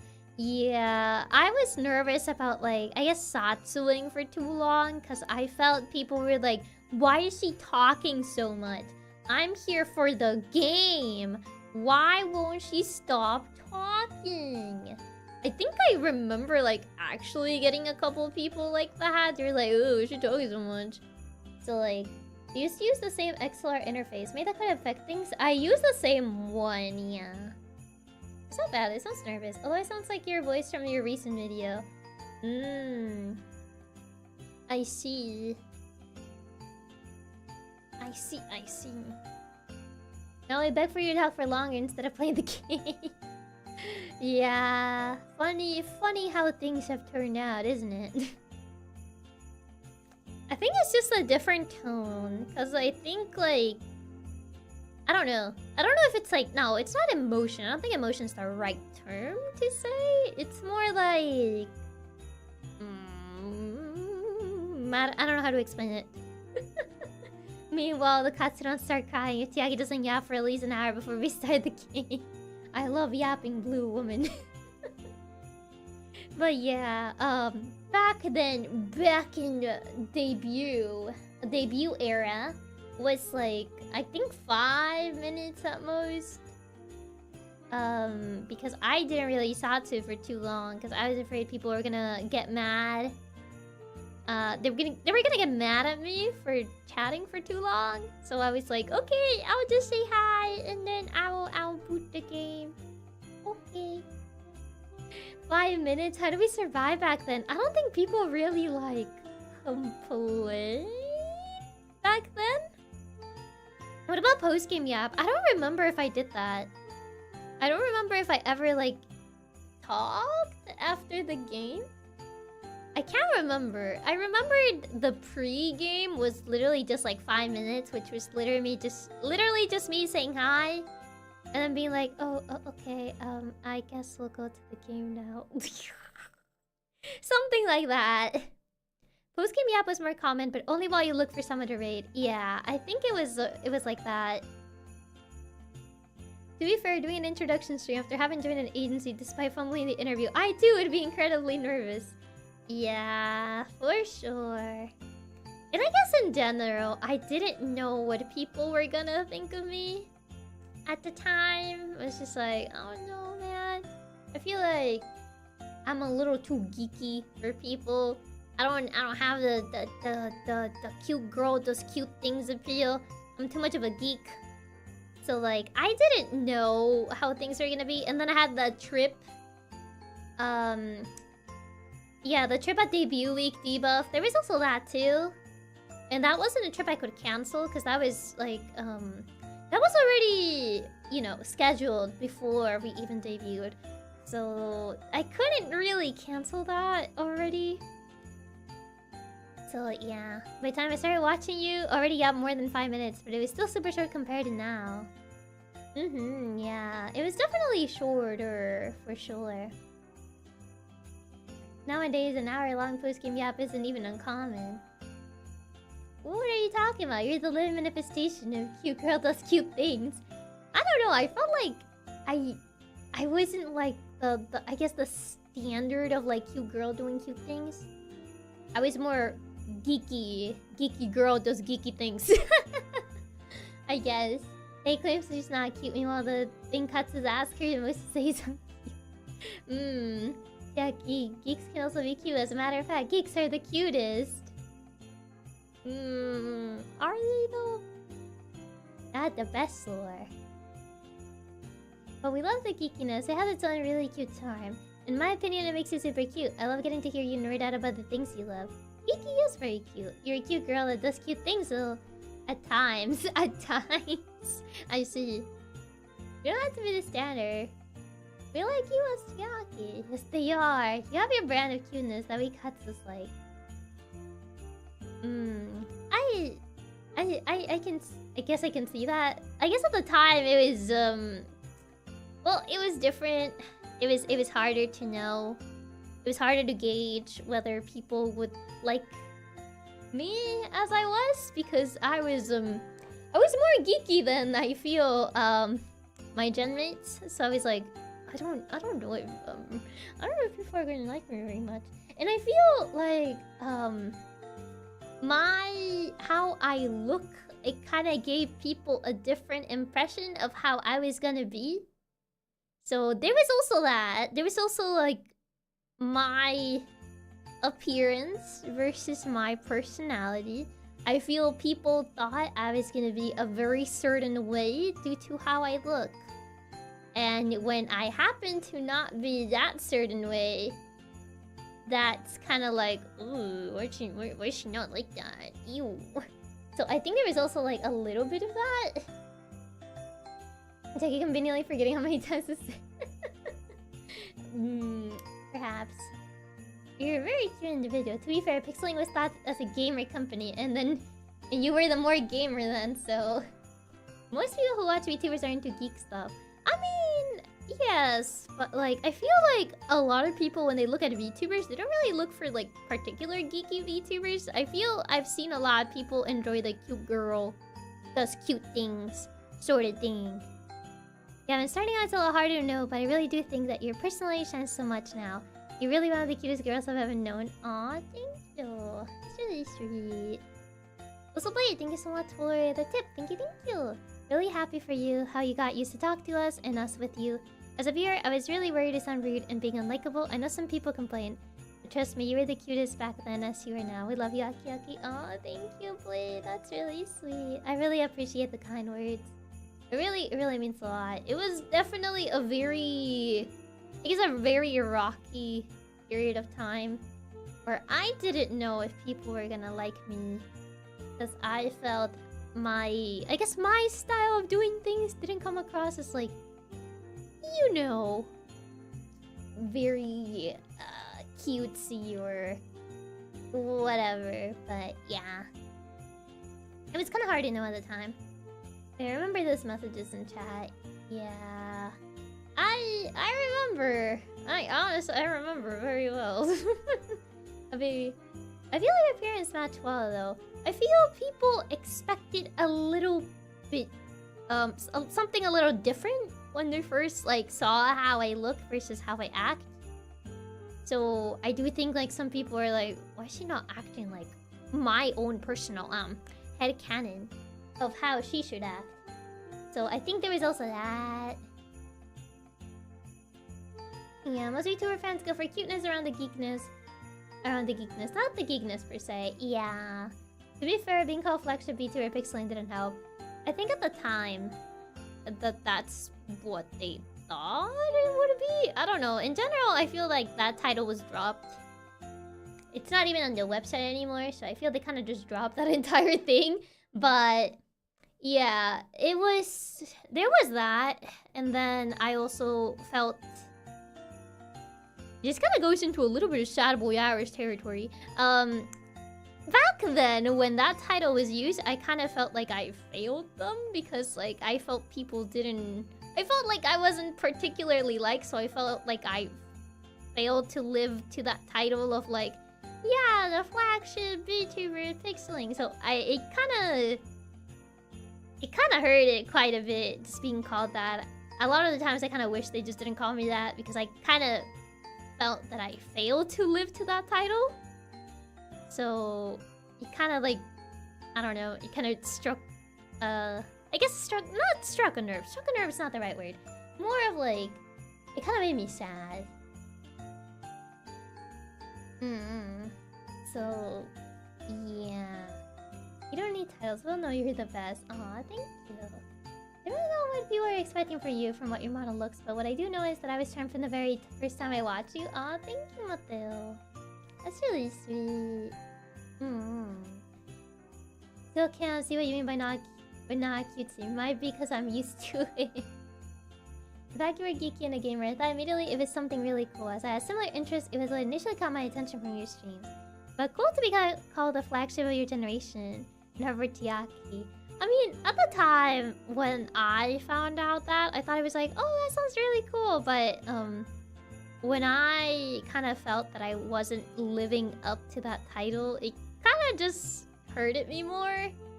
Every time like people would say that, because it's like, yeah, I don't feel like I'm living up to that. So it's like, I kind of like secretly always hoped that that title would be dropped, because I never felt that I lived up to it. I never felt like that's what people saw me as. So I felt like I pretty much disappointed people for that. That I kind of disappointed, I guess, the company for that. Because they were like, oh yeah, you were supposed to be the flagship. And I'm like, well, yeah. So it was... I guess it was always something that kind of just like... It was in the back of my mind. Eventually, they kind of just removed that from the website. So it's kind of like... It was better for me that it was removed, honestly. But... It was always something that, in the back of my head, it did kind of like... hurt to know about. So if anything, I actually feel better that that got dropped. Even for whatever reason that was for, but... Yeah. If Chiaki isn't cute, then nothing in the world can be considered cute because you're the cutest thing in the entire world. What do you mean? It's hard to other VTubers too, and they don't fit the stereotypes of their looks. Yeah, it happens. Like, people look at a design and in their head, they kind of have like a personality in mind. They're like, oh yeah, they're gonna act like this, this, and that. And if they don't act like this, and that, then like, you know, people get disappointed. Your Lucky got dropped, and you could get a more comfortable model. Yeah, I mean the 2.0, hopefully. I acted exactly like my own personal headcanon. Look at it right now. I just finished your design. I have no idea what your personality would be like. I guess more people expected like more teaseful. I guess like or like ha ha ha ha ha. I'm gonna hack your computers, chat. Or something like that. I don't know. I don't know, something like that. Or bratty? I guess. You don't be teaseful though, but I guess people expect the other kind of teasing. I guess so. I guess more like more on the face type of teasing, I guess. I feel like that's what people expected. Like people expected me to be more on the nose with like, you know, the teasing. So, but you're groundling, but probably not in the way people expected. Wait, that's not your content? No. Or tell me you're not already like that. Not to that level, I would say. Basically, Nagatoro was hacker. I would say people, like, looking for my design, I feel I expected something more like Nagatoro, maybe? It takes like a cheeky personality. It's not too far off, though. They seem more of a gaki personality type. Maybe more like a gaki. Something like Nagatoro, I feel people, like, thought that I was gonna be based on my design. Yeah, teasing borderline bullying. Yeah, something like that. Like, I feel like maybe I might be a tiny little bit. Just a little bit of mischief. A tiny little bit. But I'm not, like, very in the face. Like, I guess what other people expected. I don't remember what I may have expected, but I recall the first time I watched it was an Atelier Rorona stream, and I think I got a pretty accurate first impression. Tiny? What do you mean tiny? I don't know anime stereotypes, so I didn't have any expectations. I guess like it's more, well, usually, I'll say usually, emphasis on usually, there are always exceptions to the rule. Usually people that consume VTubers consume a lot of anime, so usually they would have, I guess, like a particular type in mind when it comes to a certain design. My design has like the very mischievous brat. I feel like brat is the only word I can think of. Cheeky, sorta, Nagatoro vibes. So I feel a lot of people expected that. It's like, yeah, she's gonna like bully me to like cry. And then it's like, it's not that. I feel like for some people that might have been the idea that they thought I would be like, and then they kind of just watch me and I'm not that. Just a tiny bit of mischievous. You kill a boyfriend, what are you gonna... Yeah, I kill your boyfriend, what are you gonna do about it? To be completely frank with you, when I saw you, first thought was, I can bully her, bruh. What do you mean? The first watch you coming in from a raid, I expected you to be distant and quiet. I'm glad curiosity got the better of me because I got to meet you and be part of the community. Aw, thank you. That's really sweet.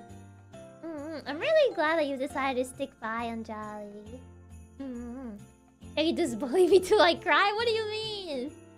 Regardless of titles, nothing would change that you're an amazing girl. Really love Boyas, and from my perspective, the most adorable, cutest, and nicest Oshi I chose to support and love. Aw, thank you. Yeah, I didn't come in with any expectations, just went, oh, this could be interesting on one stream, and now here I still am. I see. I see. More you know.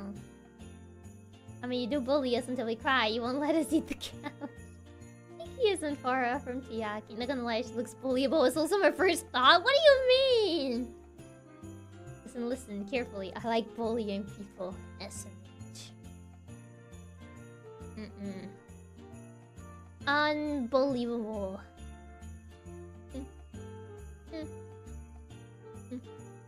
Can't believe this. Always be here, and you can never get rid of us like your hood. We are parasites. Interesting comparison. But yeah, I kind of feel like that was a lot of people's first impression based on my design, because my design was revealed before like everyone else's.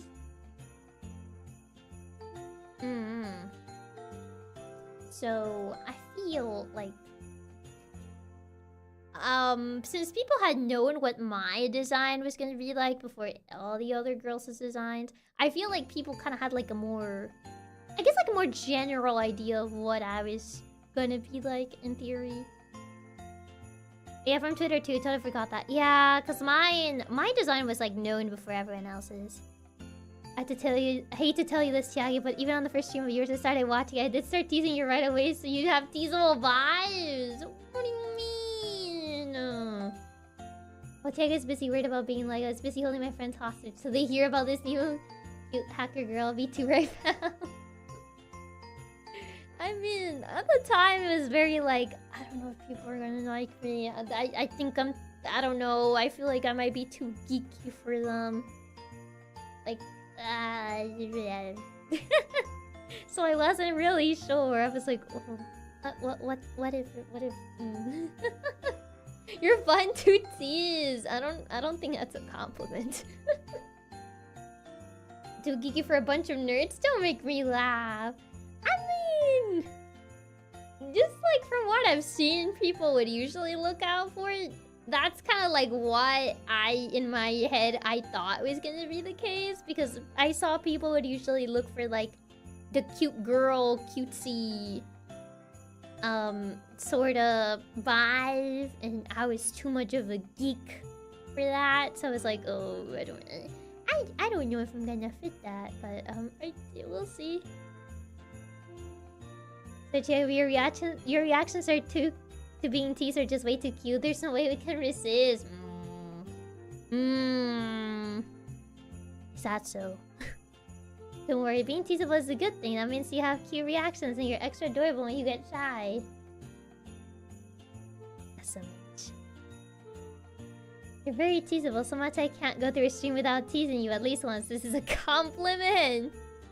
Is it? I don't know if it is. Wait, Chiaki isn't cute. Let me take my poll. Not gonna lie, you're non-stop talking about games in general, and sometimes commenting technical stuff in Reciteer convinced me to stay. Really? I feel like that would have like, I don't know. I guess under normal circumstances, people would have been like, "Why is she talking about that?" Why is she going into like the technical aspect? She should be talking about like, I don't know, something cuter. So it's kind of like interesting that was the thing that convinced you to stay. Stop thinking there's a norm. I don't know. It's just like at the time. I'm saying my thought process at the time from what I previously observed. Hey, we're geeks too. Nerdy, geeky girls like you are literally what we like and find the cutest. Taking a peek at the of their website, Proto Rocky, what it seems to be Proto Rocky silhouette is so different from the final result. Being geeky adds to the charm. That's funny because what you find too geeky, I find it really cool and tubular. Not everyone is so knowledgeable and fun to talk about games like Chiaki is. Aww, thank you. Honestly, you being a geeky gamer is one of the main reasons since I started watching you in the first place. One of the best things a geek can do is go on long hours rants about why they love hate their favorite series. That is true. We're here for you, and you need to understand that. I'm sorry to inform you, Chiaki, but I just did a... Your next line will be, is that so, seconds before you said it. So yes, it's something you say a lot. It's ingrained into my vocabulary. I can't just delete it. It's too rooted in. Chiaki, you're underestimating Katsu's. We're also gamers, geeky gamers. This girl VTuber's talking about technical games and not being girly cutesy. Anger, grumble, grumble. And ironically, yeah, you're talking so passionately about video games and being nerdy was what got me to keep watching. The geek aspect is what enhances the cuteness. Is that so? Oh no, it's spreading! Is that so? Virus is spreading. I cannot believe the sweet, cute, witty, talented VTuber isn't acting the same as my headcanon from her model's look. I can't believe this. Unbelievable. I want a refund. Unsubbed, unliked, unmembered, blocked? I don't know what else you can do. Unsubbed, unmember, dislike, something else. Unbelievable count. No, I feel someone's gonna start actually doing that. You guys are gonna actually start counting how many times I say that. And someone's gonna be like, on the comment section, guys, she said like 90 times unbelievable. Unsubs from internet provider.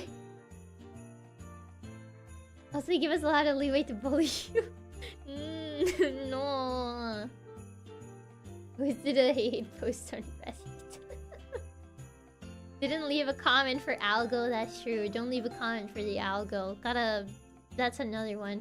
No comment, disliked, unmember, unsubscribe, unsub, membrane so that I can cancel, dislike, angry comment, making a rage post on Reddit. I mean, if you member, even if you cancel, you already kind of like gave the money. Isn't that how it works on YouTube? Like, the moment, or I guess if you got gifted, right? But like, if you got gifted, but if you member like yourself, you already kind of like paid for it. It's just gonna cancel like your renewable, but it's not gonna cancel your current one. Yes, we gotta prove a point. Promise teasable is a good time. Is there where your cuteness and geekiness? Yeah, you can't refund supers nor memberships. I was watching Chiaki mostly for gaming content at first. As you were one of my first experiences with VTubing. The noticed really could play some streams after how adorable and cute this cat hacker was. Aww, thank you. They always charge back at the bank though. I don't think YouTube gives it back though. Unsub, cancel membership, dislike, not leaving a comment, not leaving a comment, not adding to the algo, unfollowed and block on Twitter. I mean, I guess that works. The unfollowed, block on Twitter. That's pretty much about it. But yeah. I need to stretch. People forgetting the rant cancel on Twitter before blocking. I mean, I guess that's also a thing, huh?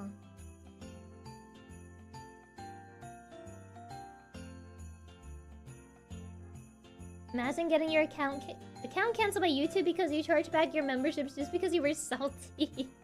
I don't think you can charge back memberships. I think you can cancel, so like you don't auto-renew, because I think otherwise it auto-renews. But if you cancel, I think it just doesn't auto-renew. Also, the do not recommend, not interested. Oh, right. Because I think YouTube asks you, like, oh, yeah, or do you want to keep watching this content? And you're like, no, not interested. So I guess there's also that. Do not recommend, not interested. That is true. Dislike, I do not recommend, unsub, unmembered. Would blogging on YouTube would be enough to not be recommended? I'm not sure actually. Maybe?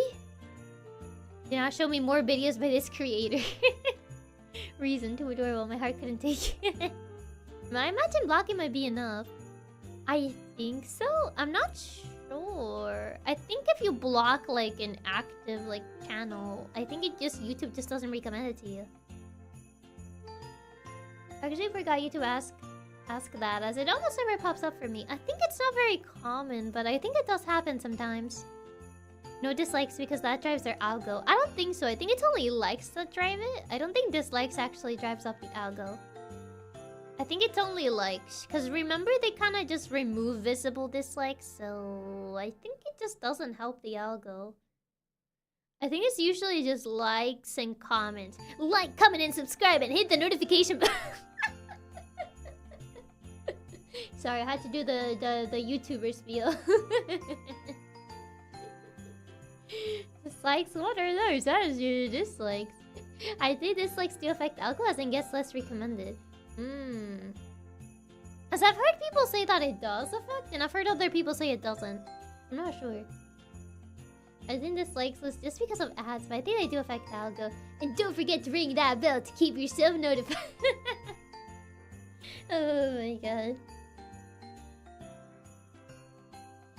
The whole YouTube spiel. Gotta use that one now. I think it has the Christmas music, so I don't know if I'll be very effective. Remember to join membership for super cool benefits and keep yourself notified or something like that. I don't know. As far as I know, YouTube doesn't really care whether you like or dislike. It probably just counts as you interacted with it equal popular. VPN. Oh yeah, NordVPN. I don't know if NordVPN still sponsors people, but I know it used to be a popular sponsor for a lot of YouTubers. I think the whole spiel is like, don't forget to like, comment, and subscribe, and hit the notification bell to keep yourself notified of my newest content or something like that. I forget how it exactly goes. I think people do some variations of it. Oh man. I need support in my stream. Super chat, super stickers, tips, or give this up to get some support to keep playing this game. I think they usually... I don't know if they usually say that one. I know they usually say like comment, like, and subscribe. And ring the bell for notification codes. I don't know if they usually say the whole like super chat, super sticker, tips, or gifted subs. Because like... YouTube streaming is not like fully the meta just yet. I don't know if a lot of people still use... A lot of people use that one. I've seen Surfshark more than Nord now. Install Honey for free promo codes. I think I remember seeing a few people being sponsored by Honey before. I don't know if Honey is still sponsoring people, but before in the past I did see a couple. That reminds me of this kid that used to say, remember to like as a goodbye because YouTubers say. Yeah. A streamer I'm familiar with does that. He's a bit of a dick for a good reason. That makes sense, yeah. Spiel can also include stuff about social media like follow us on other platforms. Yeah, that's true. And not in the likable kind. Honey is in trouble. Honey got exposed recently for being a scam. Oh. Yikes. Honey's being called out for scamming people right now, so no, not really. Ooh. Yeah, then probably not. Some say don't forget to like, comment, and subscribe to push us out in the YouTube algorithm. I guess, yeah, true. Wasn't even Honey a mobile game? It was like this, add-on you could install that would give you like coupons to websites. It would give you like discounts. Like you would go on like a website to like buy something and they'll give you like... They will find coupons for you or something like that. I think that's what it did. It's been a while since I've heard of Honey, so I'm not entirely sure. It was like a shopping add-on extension of sorts. It was a shopping extension that promised to save you money on online shopping. Yeah, kind of like a coupon finder. Yeah, something along those lines. I used to get ads for Honey all the time. I used to only see people get sponsored by Honey, but I never, like... Other than that, I never saw anything about Honey. It was their coupons and deals, but it always sounded too good to be true, too. Which turns out I was right. Yeah, I always thought it kind of sounded... I don't know. I don't think that's true. I remember watching videos with people sponsored by them, and I was like, I don't know if this is like... I don't know if it's like actually true. And YouTubers say a personalized catchphrase at the end of the video, something like, and remember to stay cool. Well, yeah, you gotta have your cool catchphrase. And then turned out they were stealing affiliate kickbacks and stuff like that. Oh, yikes. Man. I remember to stay tubular. You gotta stay tubular. Exactly. And remember, stay tubular. Bye-bye. I don't have a YouTuber catchphrase. Norwegian Markiplier once said they were too good to be true. Every catchphrase is personalized. I mean, yeah. The Chiki's goodbye should be in last. Time to eat. Time to eat. Yes, I'm always gonna eat by the end of every video. Don't forget to like and subscribe. I didn't say that. I didn't say that on the video essay because I've seen so many people and people usually clown on those and I'm like, I'm not gonna say it. I don't think it even works, does it? Ending catchphrases are kind of similar to how VTubers have their greetings and goodbyes. Like Hotiaki always says bye-bye, bye-bye, ciao. That's true. I definitely have an ending catchphrase, trust me. I had to research it for our reasons. Reasons, huh? I thought your catchphrase for ending was bye-bye. Yeah, it's like bye-bye, bye-bye, ciao. And then I just end. You do get remembered to stop because it's dinner time. I mean, true, because I usually end at nighttime when it is dinner time. Don't forget to drink your tea before it turns out cold. It actually does work, which is why people still do it even if it does annoy people. Does it actually? Has someone ever done like a study if that actually works? I have to imagine it works, or else YouTubers would have stopped saying it by now. Saying to subscribe actually makes the subscribe button briefly get a rainbow outline. Is that true, or are you making that up? For the final goodbye.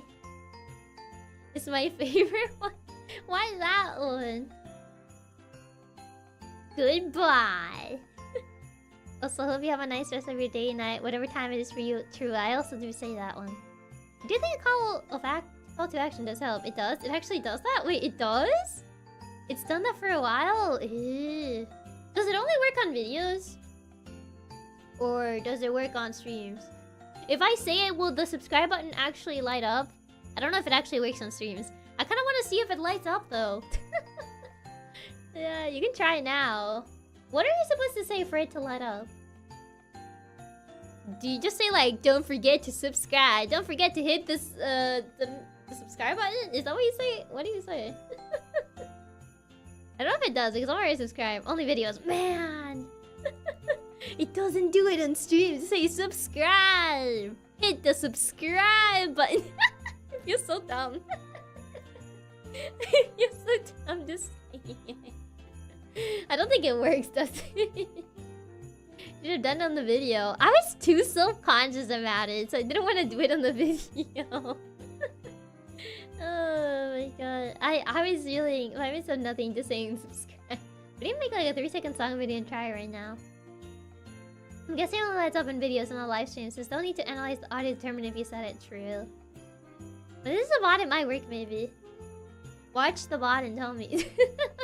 I think it only does if you're not subscribed. Man! Gotta... How do I unsubscribe to myself? How do I unsubscribe to myself so I can see it? Too self-conscious to show herself. He tells you're not adorable. I don't know. I feel like I was too self-conscious, so I didn't want to do it. Do I have to unsubscribe? No, thank you.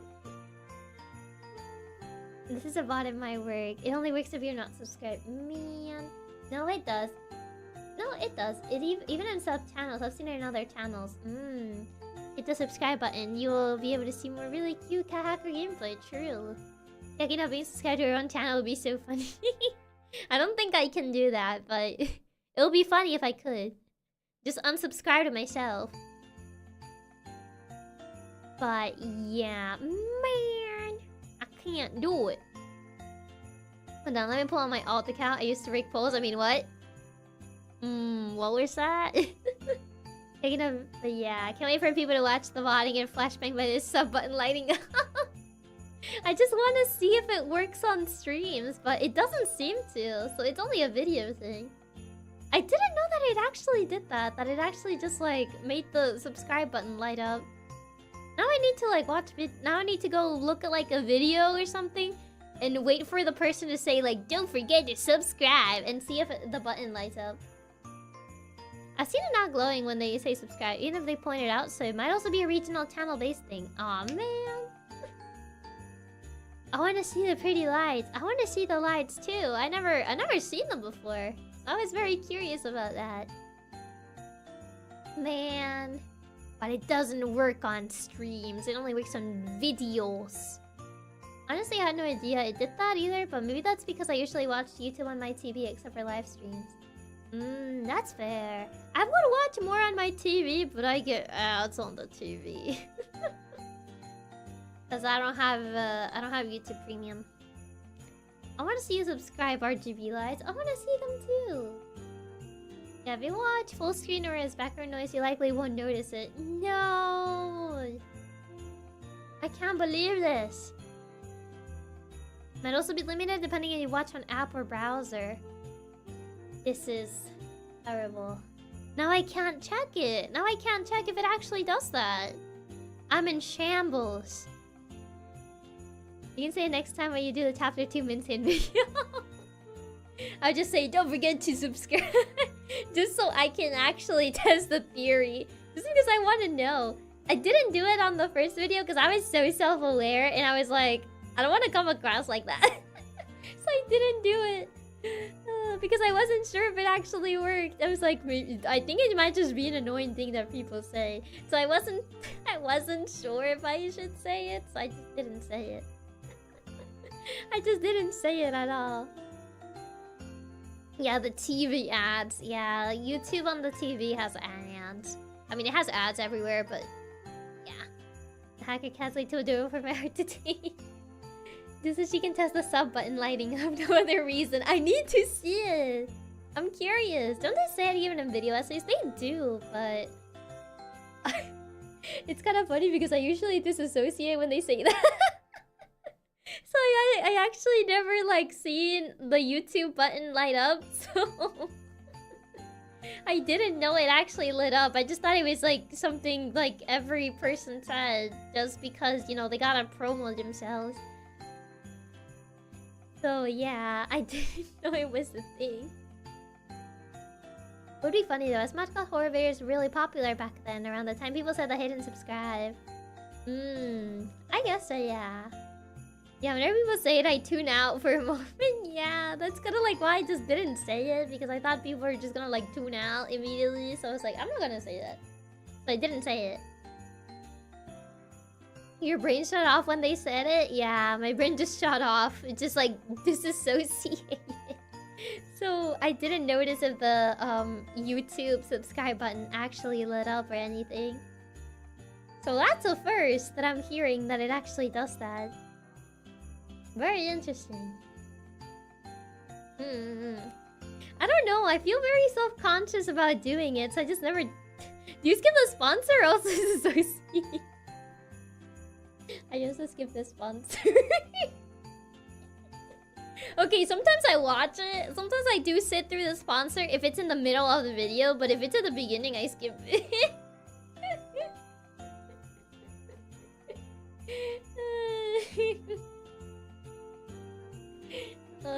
Yeah, I mean, usually their sponsors don't even apply to my country, so even if I wanted to, it's like, yeah, I'm not gonna get them, so...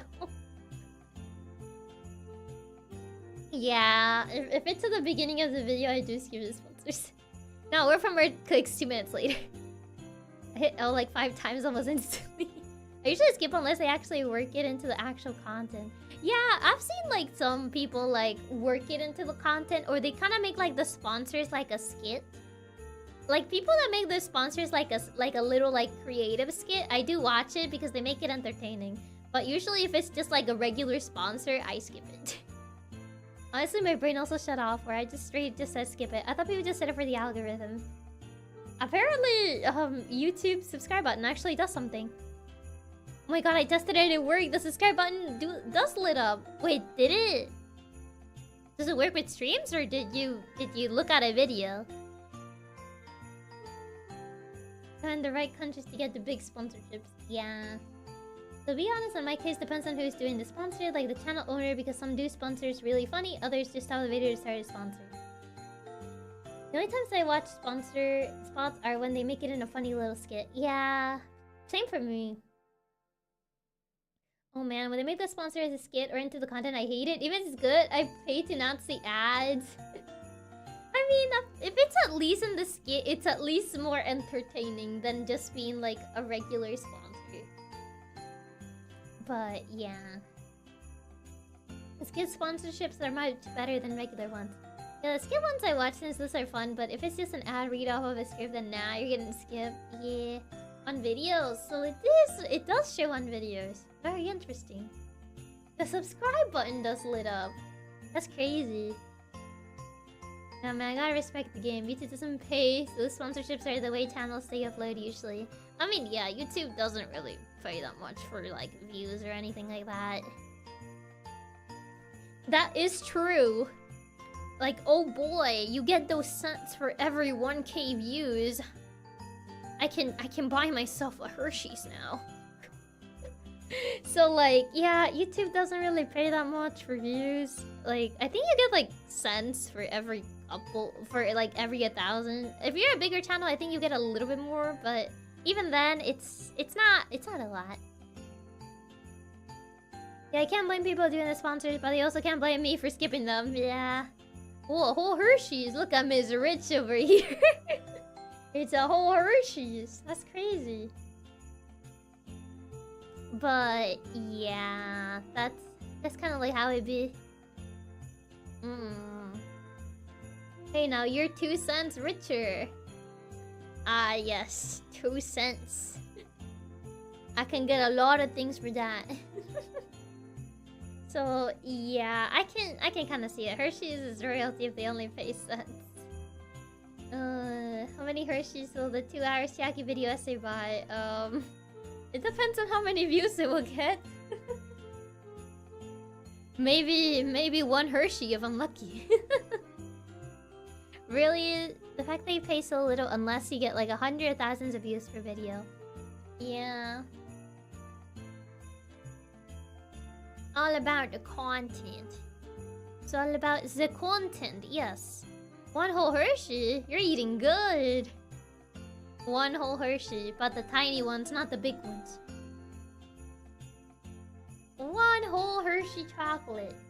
If she gets enough for 1 Hershey, she knows that video made it. It totally... I mean, I know it made it if I can buy an entire Hershey bar. Even if it's just normal size. It doesn't have to be the big ones. That's how you know it made it. That's how you know it made it into the algo, and the algorithm actually liked it very much. Can you even finish a big Hershey bar in a couple of days? But I can finish a big Hershey bar. Gonna have it last 2 weeks. The big Hershey bars take a few days for me. Yeah, same here. Probably like a couple days. For a couple of days, I can finish it. But other than that, probably not.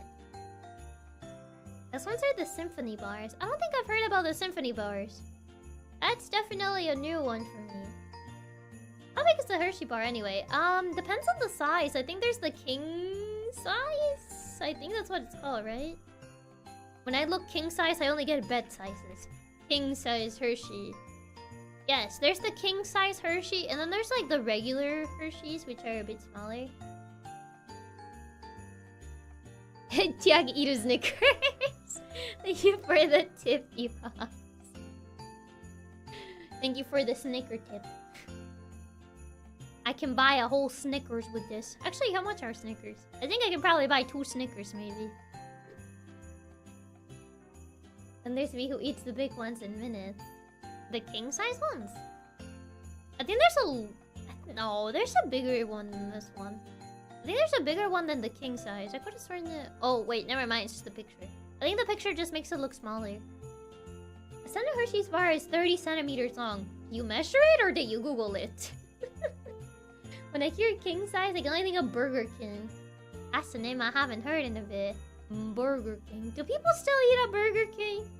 I literally hear no one mention Burger King. It's like, I can't believe that... I don't even know if Burger King is still relevant.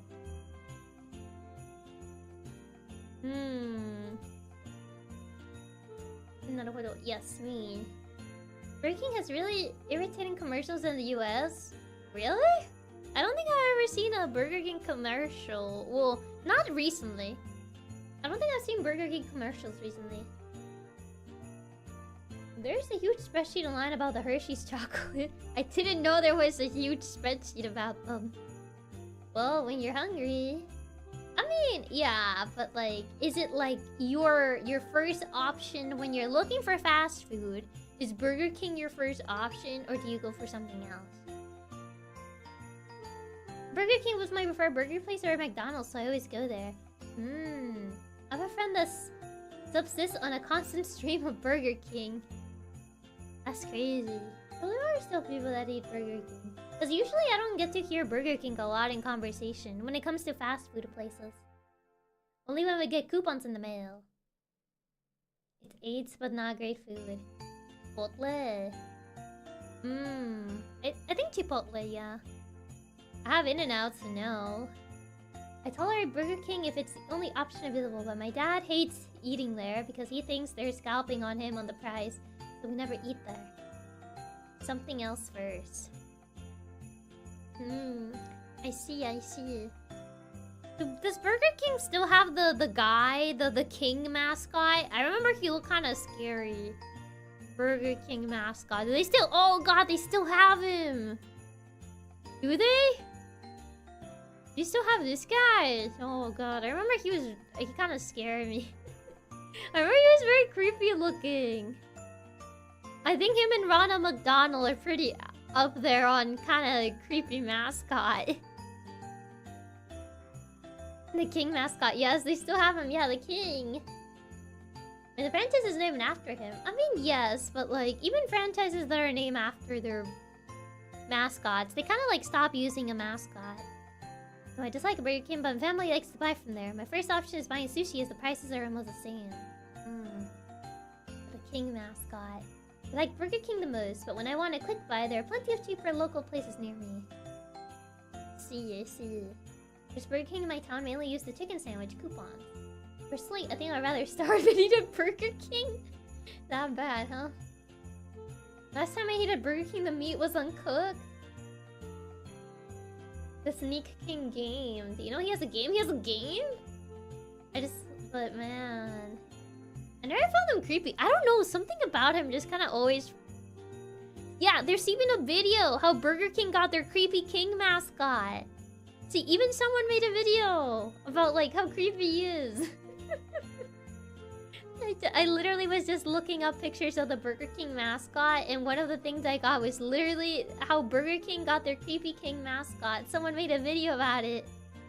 It's too human-like, but not enough. It's kind of like a weird middle ground of like human-like, but also not human-like. So it's kind of like Uncanny Valley. Ronald at least has a cool Unowen remix. Right, remember the Xbox thing they tried to give away? Yes, yeah, I could see the Burger King mascot video games. Nope. I don't use him in commercials anymore for whatever reason. He was too creepy. I still have a couple of the Burger King video games. Friend told me about the Burger King game. Didn't believe him until he showed it to me. I mean, if the purple guy from McDonald's could have one, Grimace, what says that the king can? He's a king after all. 3 games? Jeez. Too many games. Yeah, it's called Sneak King. It makes him even creepier since It's about going around stalking people to give them burgers, bro. What even? Burger King meat has turned so bad. I prefer making them myself. It's too human-like. Yeah, humanoid body but a huge cartoony head. Yeah, he doesn't look too bad. It's something about his expression. It's kind of uncanny. The uncanny valley, yes. Game was super creepy. I had to sneak into people's houses and leave them Whoppers. Bro. Imagine you're just like asleep in your house. You wake up, there's just a Whopper in your kitchen table and you're just like... Who left that there? Like, it's kind of scary. Where did that Whopper come from? He had the permanent, almost mask-like smile. I mean, he is wearing, like, a mask. Like, a mask head thing.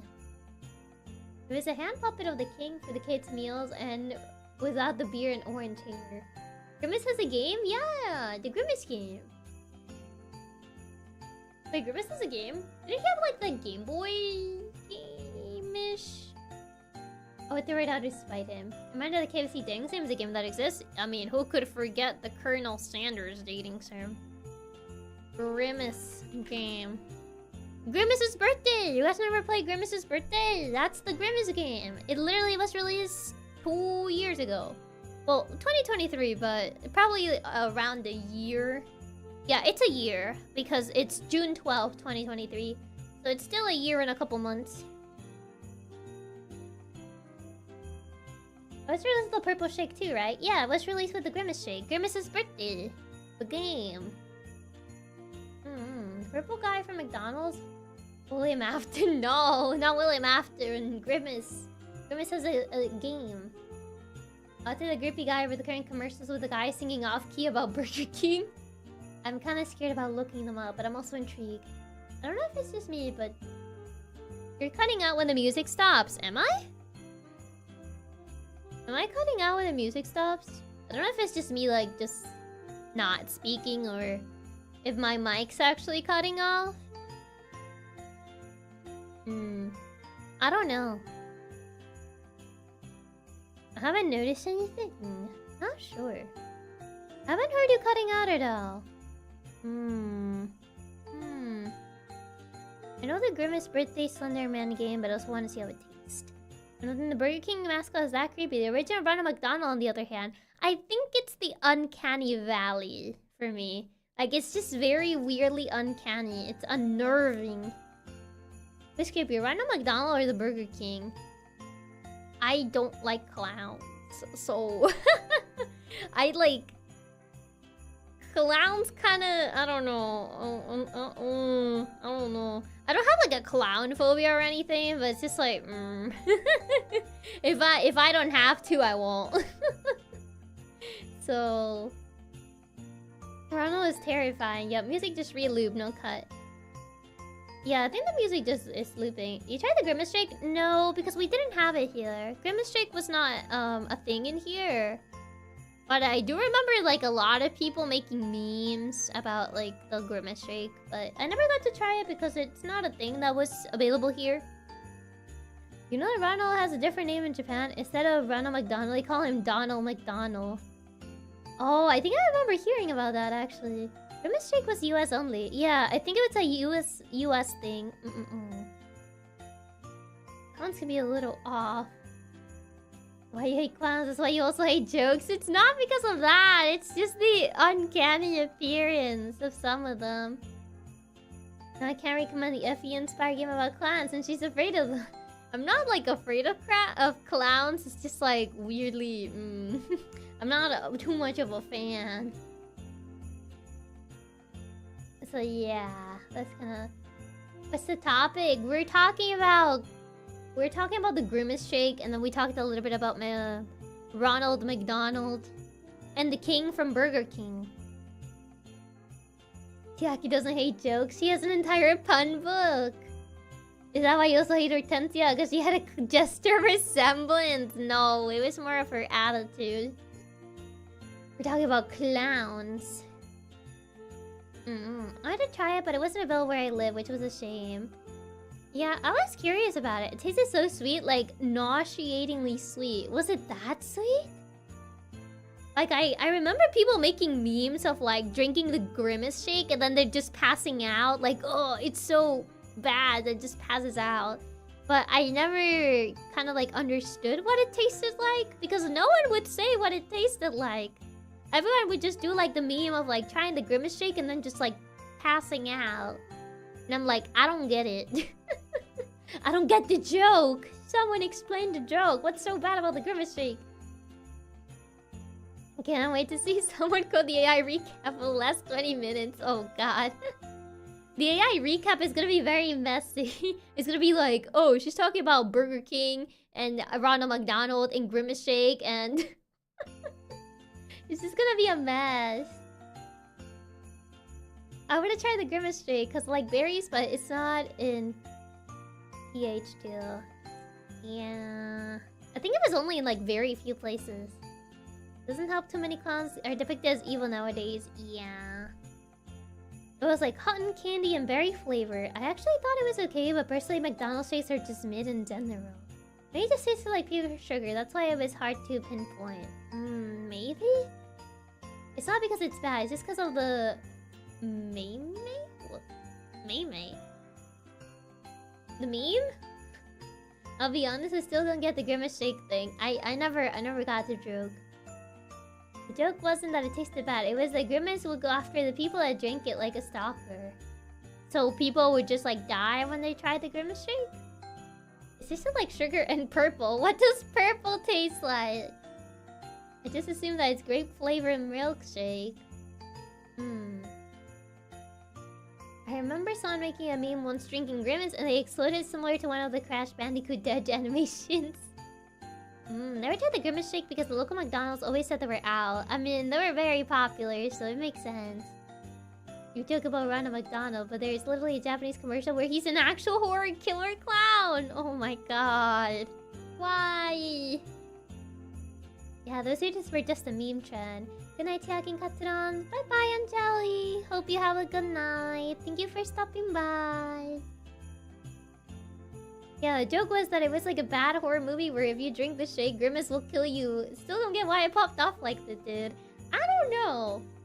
I don't know why it popped off like it did, but I remember it was like a very popular thing back when the Grimace shake was, you know, being sold. But yeah, very interesting. Yeah, that was the related meme trend. You drink it and then you show up dead. Oh, I see. I thought it was just like, it was so bad that it poisoned you. Not that like Grimace would kill you. But, imagine having a working ice cream machine at your local McDonald's. Couldn't be me. Is that just a thing in the States? Because I've seen like the ice cream machines work here before. Is that just like a thing in the States? Because I ordered ice cream from McDonald's before and I don't think I ever had like that many like issues with the ice cream machine. So I don't know if that's a thing in like the States or like where does that come from? Cause I hear that a lot, like, oh yeah, haha, the ice cream machine at McDonald's. I'm like, I feel like it's a US thing. Cause like I never had issues with ice cream machines here. The few times I ordered ice cream from McDonald's, I never really had issues with it. So it's like, wasn't the joke like nobody knew how it tasted? It's just bad, and people like, it didn't taste like that. Like a really bad guy that would hunt people nowadays, he's good, but that's the truth. To be fair, I think it was something that started on TikTok, and I don't understand humor. I don't understand humor from that at all. It's a US thing, something about patents and capacitation. I used to work at McDonald's in the US, and the ice cream machine was always down. Man, so it is a true thing. It's not just a myth. It's a States thing. It's definitely a real thing. My local McDonald's ice cream machine is broken almost every time I've been there. I remember someone talked about like the reasoning behind it. But I don't remember exactly what it was. Something about like the maintenance of the machines? In the States, they just straight up can't repair them due to a weird legal thing from the company that makes them. That's crazy. Also, hello, thank you for the milkshake. Thank you for the milkshake? The soup! I read milkshake, and I think it's thank you for the milkshake. I mean, thank you for the soup. I think it's just like, yes, thank you for the milkshake. The soup, that's what I meant to say. My brain just read this. I guess I just read the milkshake. So it's like, Yes. Chiaki got the grimace shake. I wish milkshakes costed $2 again. Milkshake. Are you by any chance tired? I think my brain just kind of like processed like the message because the message said milkshakes. So it's like milkshakes. Unless it's specifically ice cream, both at McDonald's. Usually I can't get ice cream from them. It's a US thing. Probably when I was in Mexico, I got an ice cream there just fine. You have to get specific repairman from the company. Ah, naruhodo. Thanks for the milkshake. I wish I got the milkshake. I'm tired from your trip. I would say now I'm fine. I was more tired yesterday when I came back than right now. But yeah. Over here, what doesn't work invariably, there are any functioning machines that are milkshakes, and they even made a phone app to check there was a functioning one. Are they just broken that often? It's because repairs were done by a third party, so the stores would have to wait. But recently, they just changed it so the stores could finally fix it themselves. That's so weird that they always have to, like, wait for someone else to be able to fix them. Instead of having, like, I guess a technician within the company that would be able to fix them. You got milkshakes on the brain. Time to get a milkshake for dessert. I haven't had a milkshake in so long. I don't remember when was the last time I had one. He just returned yesterday. That is true. I just returned yesterday, so the meme is that Grimace will return to his original state and hunt people and kill them, using the shake as a mark for who the next target was. I see. What milkshake flavor the Chiaki got is Grimace. You got a Grimace shake. You did get back at 11 PM yesterday, so no surprise. Yeah, I did get back like kinda late. I mean, any machine that did not get taken care of gets stuck often.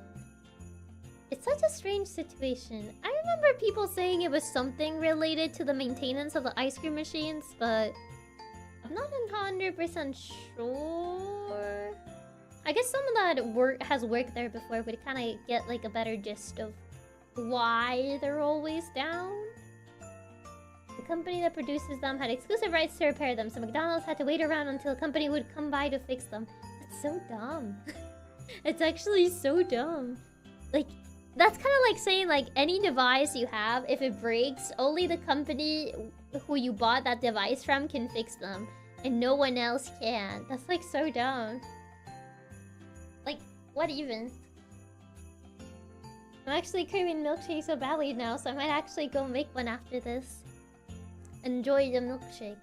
Enjoy whichever flavor milkshake you get. They're having a really nice milkshake after what you had to deal with. Katsudon cooking event? Yeah, pretty crazy. Culver's has these things they call concrete mixers that are like super thick milkshakes you get to customize, and I'm addicted to their cookie dough and cheesecake mixer. That sounds really good. Cookie dough and cheesecake. I kind of want one now. I kind of really want one. That sounds really good. It really is. Just teach a worker there and done. Maybe change for the capacitation. Yeah, just charge for the capacitation. But like, why? Why would you just like not allow anyone else to fix them except for the company? That's like, except for like, you know, the company that made the machines. It's kind of dumb. It's kind of silly. Imagine if they did that with computers, then everyone would just like struggle to have their computers fixed because like every specific computer brand will only be able to be fixed by their respective company. So it's too silly.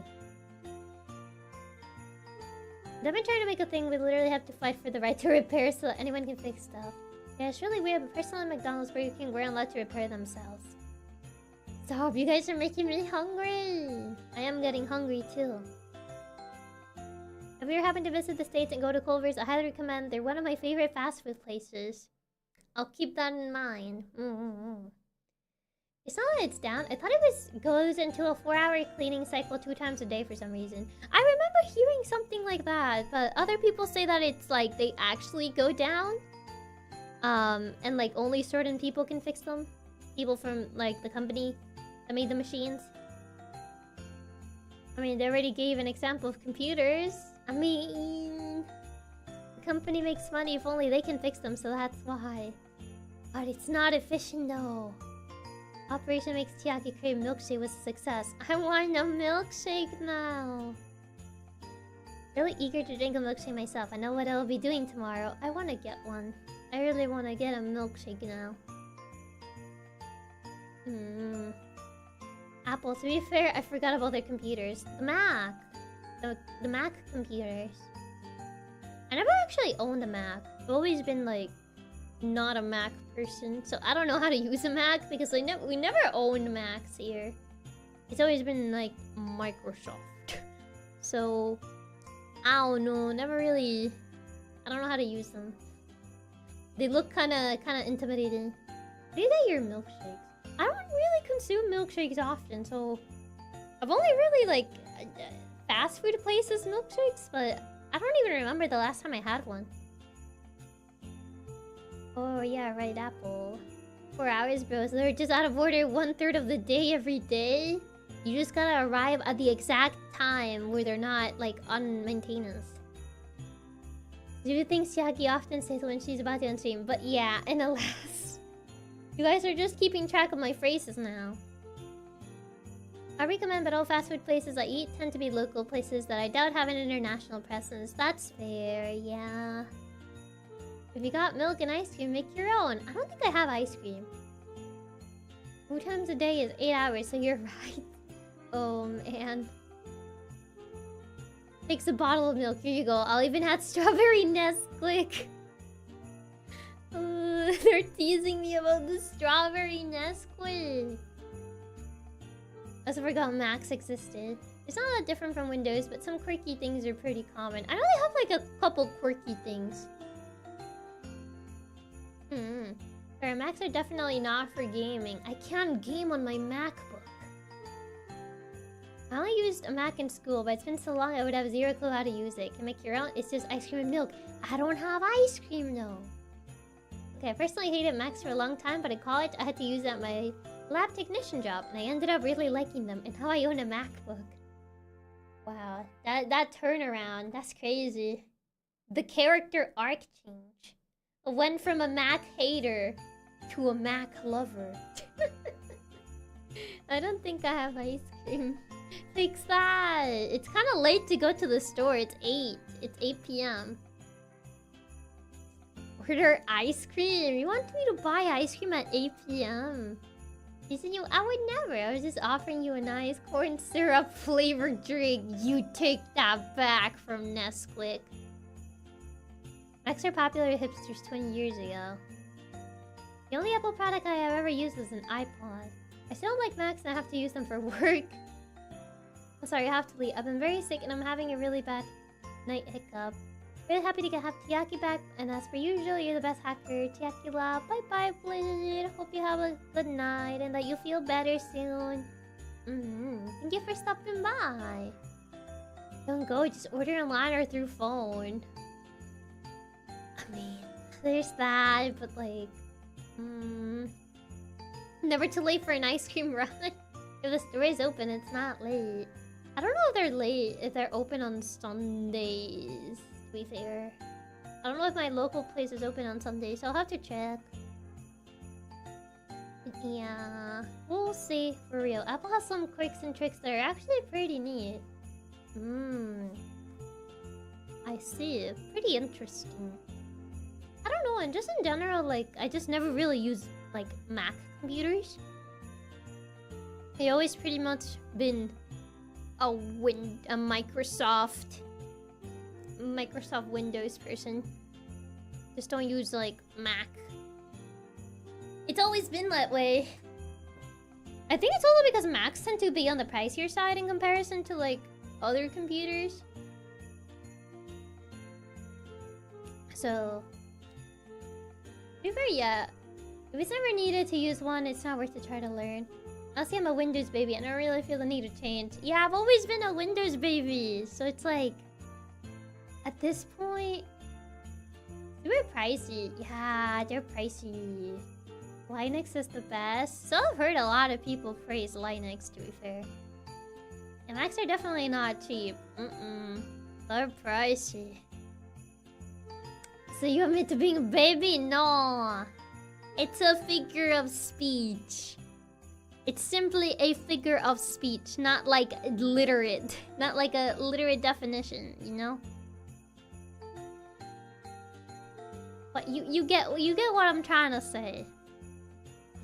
I can guarantee that for the price of your current PC, it will only get you 8 gigabytes of RAM, 250 SSD Mac. Man. Chiaki, 10 minutes, I was a boo baby. No, I didn't say that. You have no proof.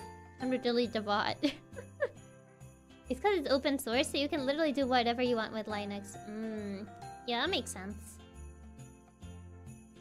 I said nothing. Delete the bot. Yeah, the only time I used Mac was because of school or work. Not worth buying one just for FOMO. I take every opportunity possible to bully the... hacker. Is that so? Oh my god. I see how it is. I'm literally going to delete her first bot of the year just to get rid of the proof. First bot of the year, down the drain. Chiaki, no baby, why so small? I'm not even that small. I'm average height. Is that so? Count plus 1. I'm average height. It's just your imagination if you think I'm that short. I was gonna say it. Now I don't know how to wrap up because you guys are gonna be like, oh, you said the thing. You said the thing. You know what? I'm still gonna say it anyways. But alas. But alas.